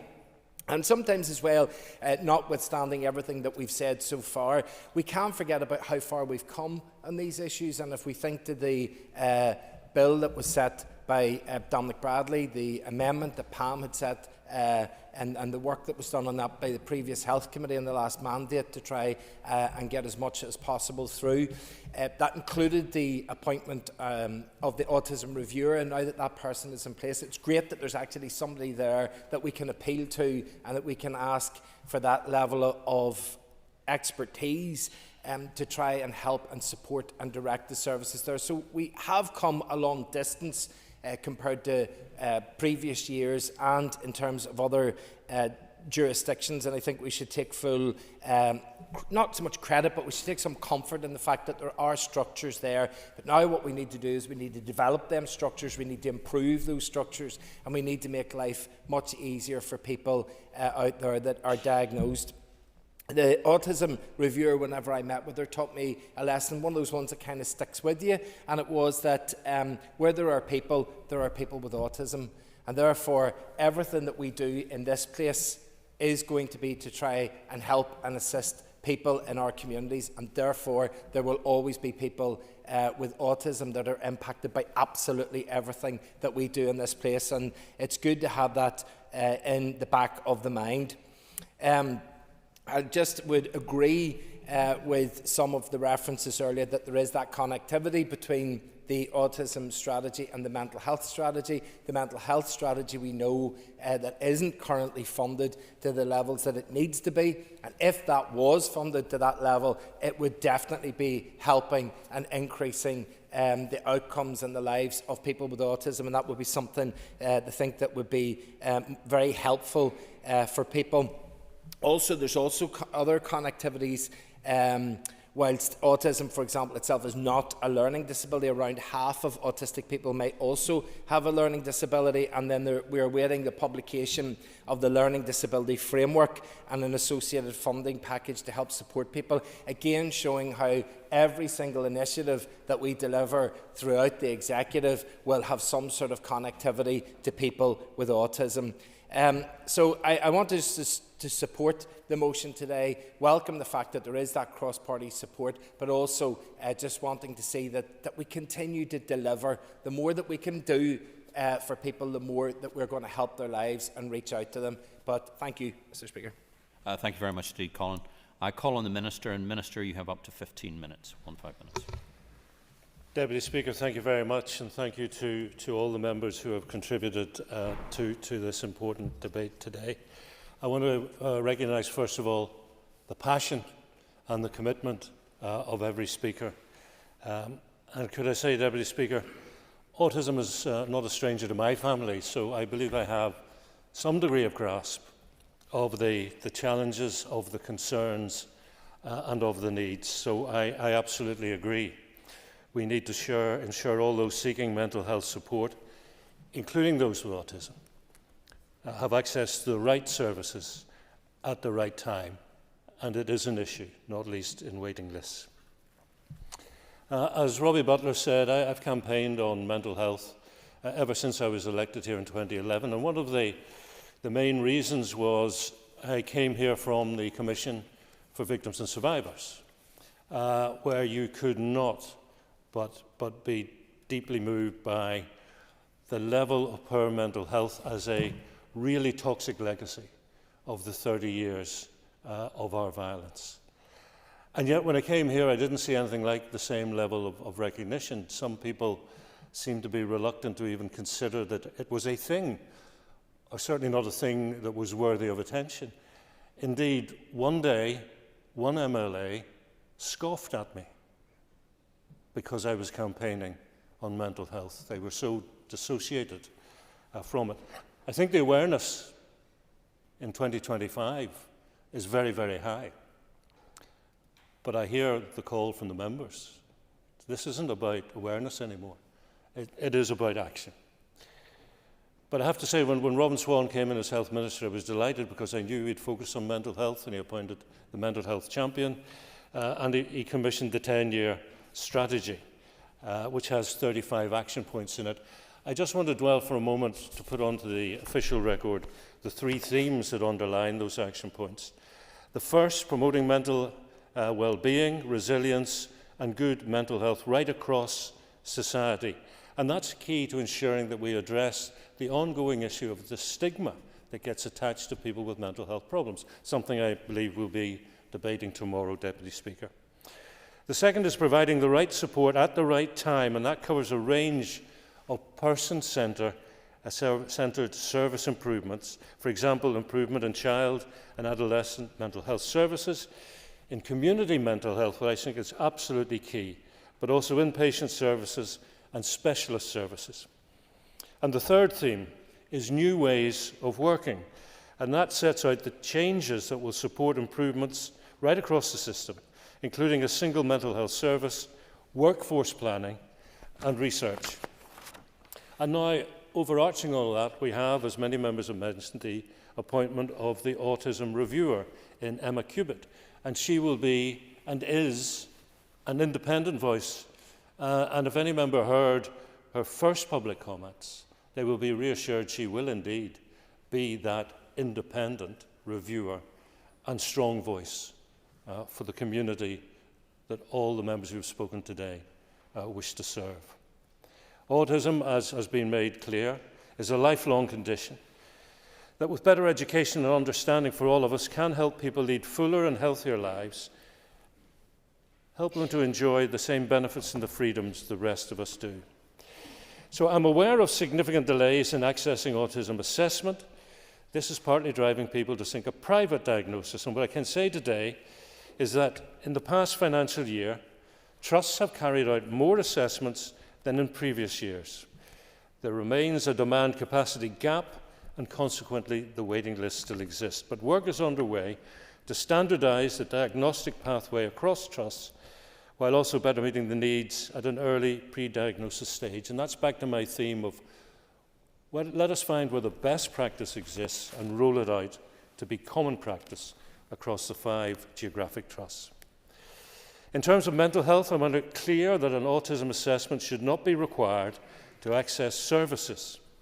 And at this stage, I commend Autism NI for raising awareness on the mental health inequalities which are experienced by autistic people. I'm aware over 25,000 people have signed the petition that was mentioned earlier, with over 400 comments from people and families on the mental health challenges that they've faced and the need for better provision. Now, while it's not a mental health issue, it's common for autistic people to experience poorer mental health outcomes, and that can be partly attributed to lacking access to mental health services. We must also be cognizant that 3 in 10 with learning disabilities will also have a co-occurring diagnosis of autism, something mentioned earlier. This can present with an exceptional level of need. These people are typically overrepresented in our mental health inpatient services.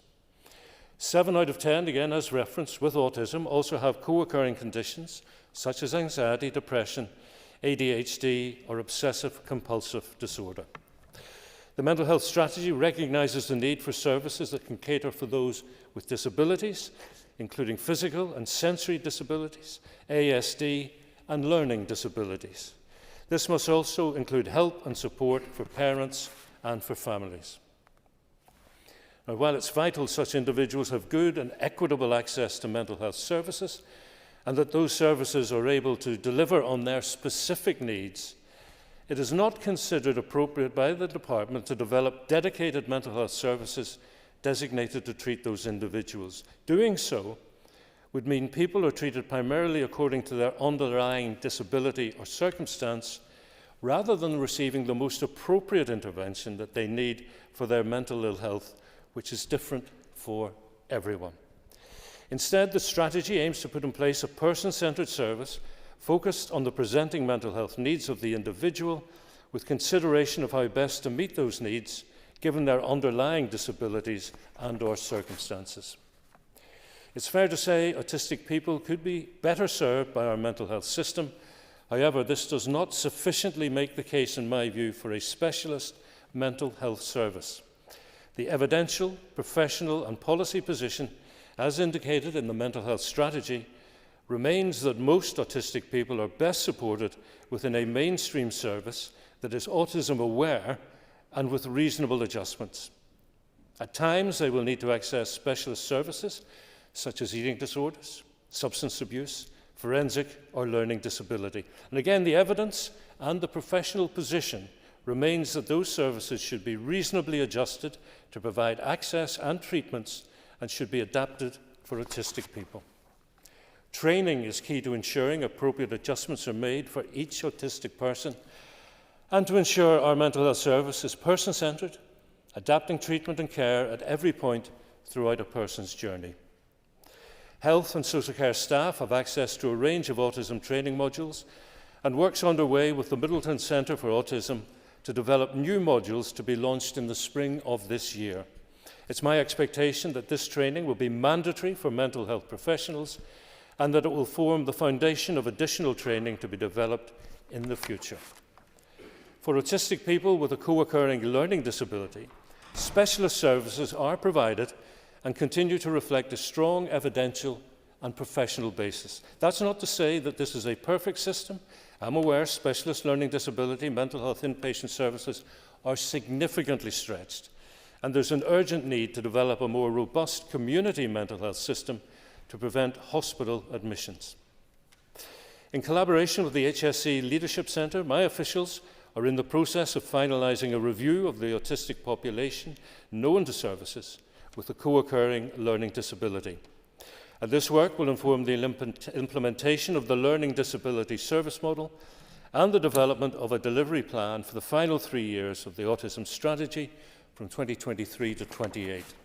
It's important to recognise wider factors can impact a person's mental health and well-being, and the autism strategy recognises that the challenges faced by autistic people are cross-cutting and require action through a collaborative, cross-departmental and multi-agency lens.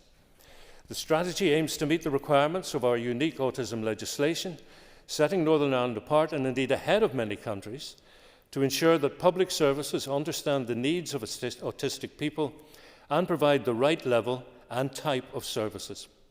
And at this stage, I would like to pay tribute to colleagues in the All-Party Group for Autism for their work in progressing both pieces of autism legislation in the past 15 years, both pieces, I should say. As many of you will be aware, the autism strategy was developed and is being taken forward in a period of exceptionally constrained financial circumstances, and that's for all government departments, all public bodies, and health and social care services. So whilst there's continued commitment to the implementation of the actions, this has necessitated a creative and innovative approach. The autism strategy sets out to deliver actions across health, education, housing, and public services generally, including the civil service. The first monitoring report on Year 1 progress is due with me imminently, and it will then be presented to this Assembly. While work is being progressed to make mental health services more accessible to those with co-occurring diagnoses, such as autism, it's worth noting that delivery of many of the actions in the mental health strategy will, once fully implemented, help improve access to mental health services for all service users. I would like to highlight a number of these. Actions 1 and 2 of the strategy focus on promotion and prevention and are being progressed through a Public Health Authority-led early intervention and prevention action plan, with year-on-year actions covering a lifespan approach from infancy to older age.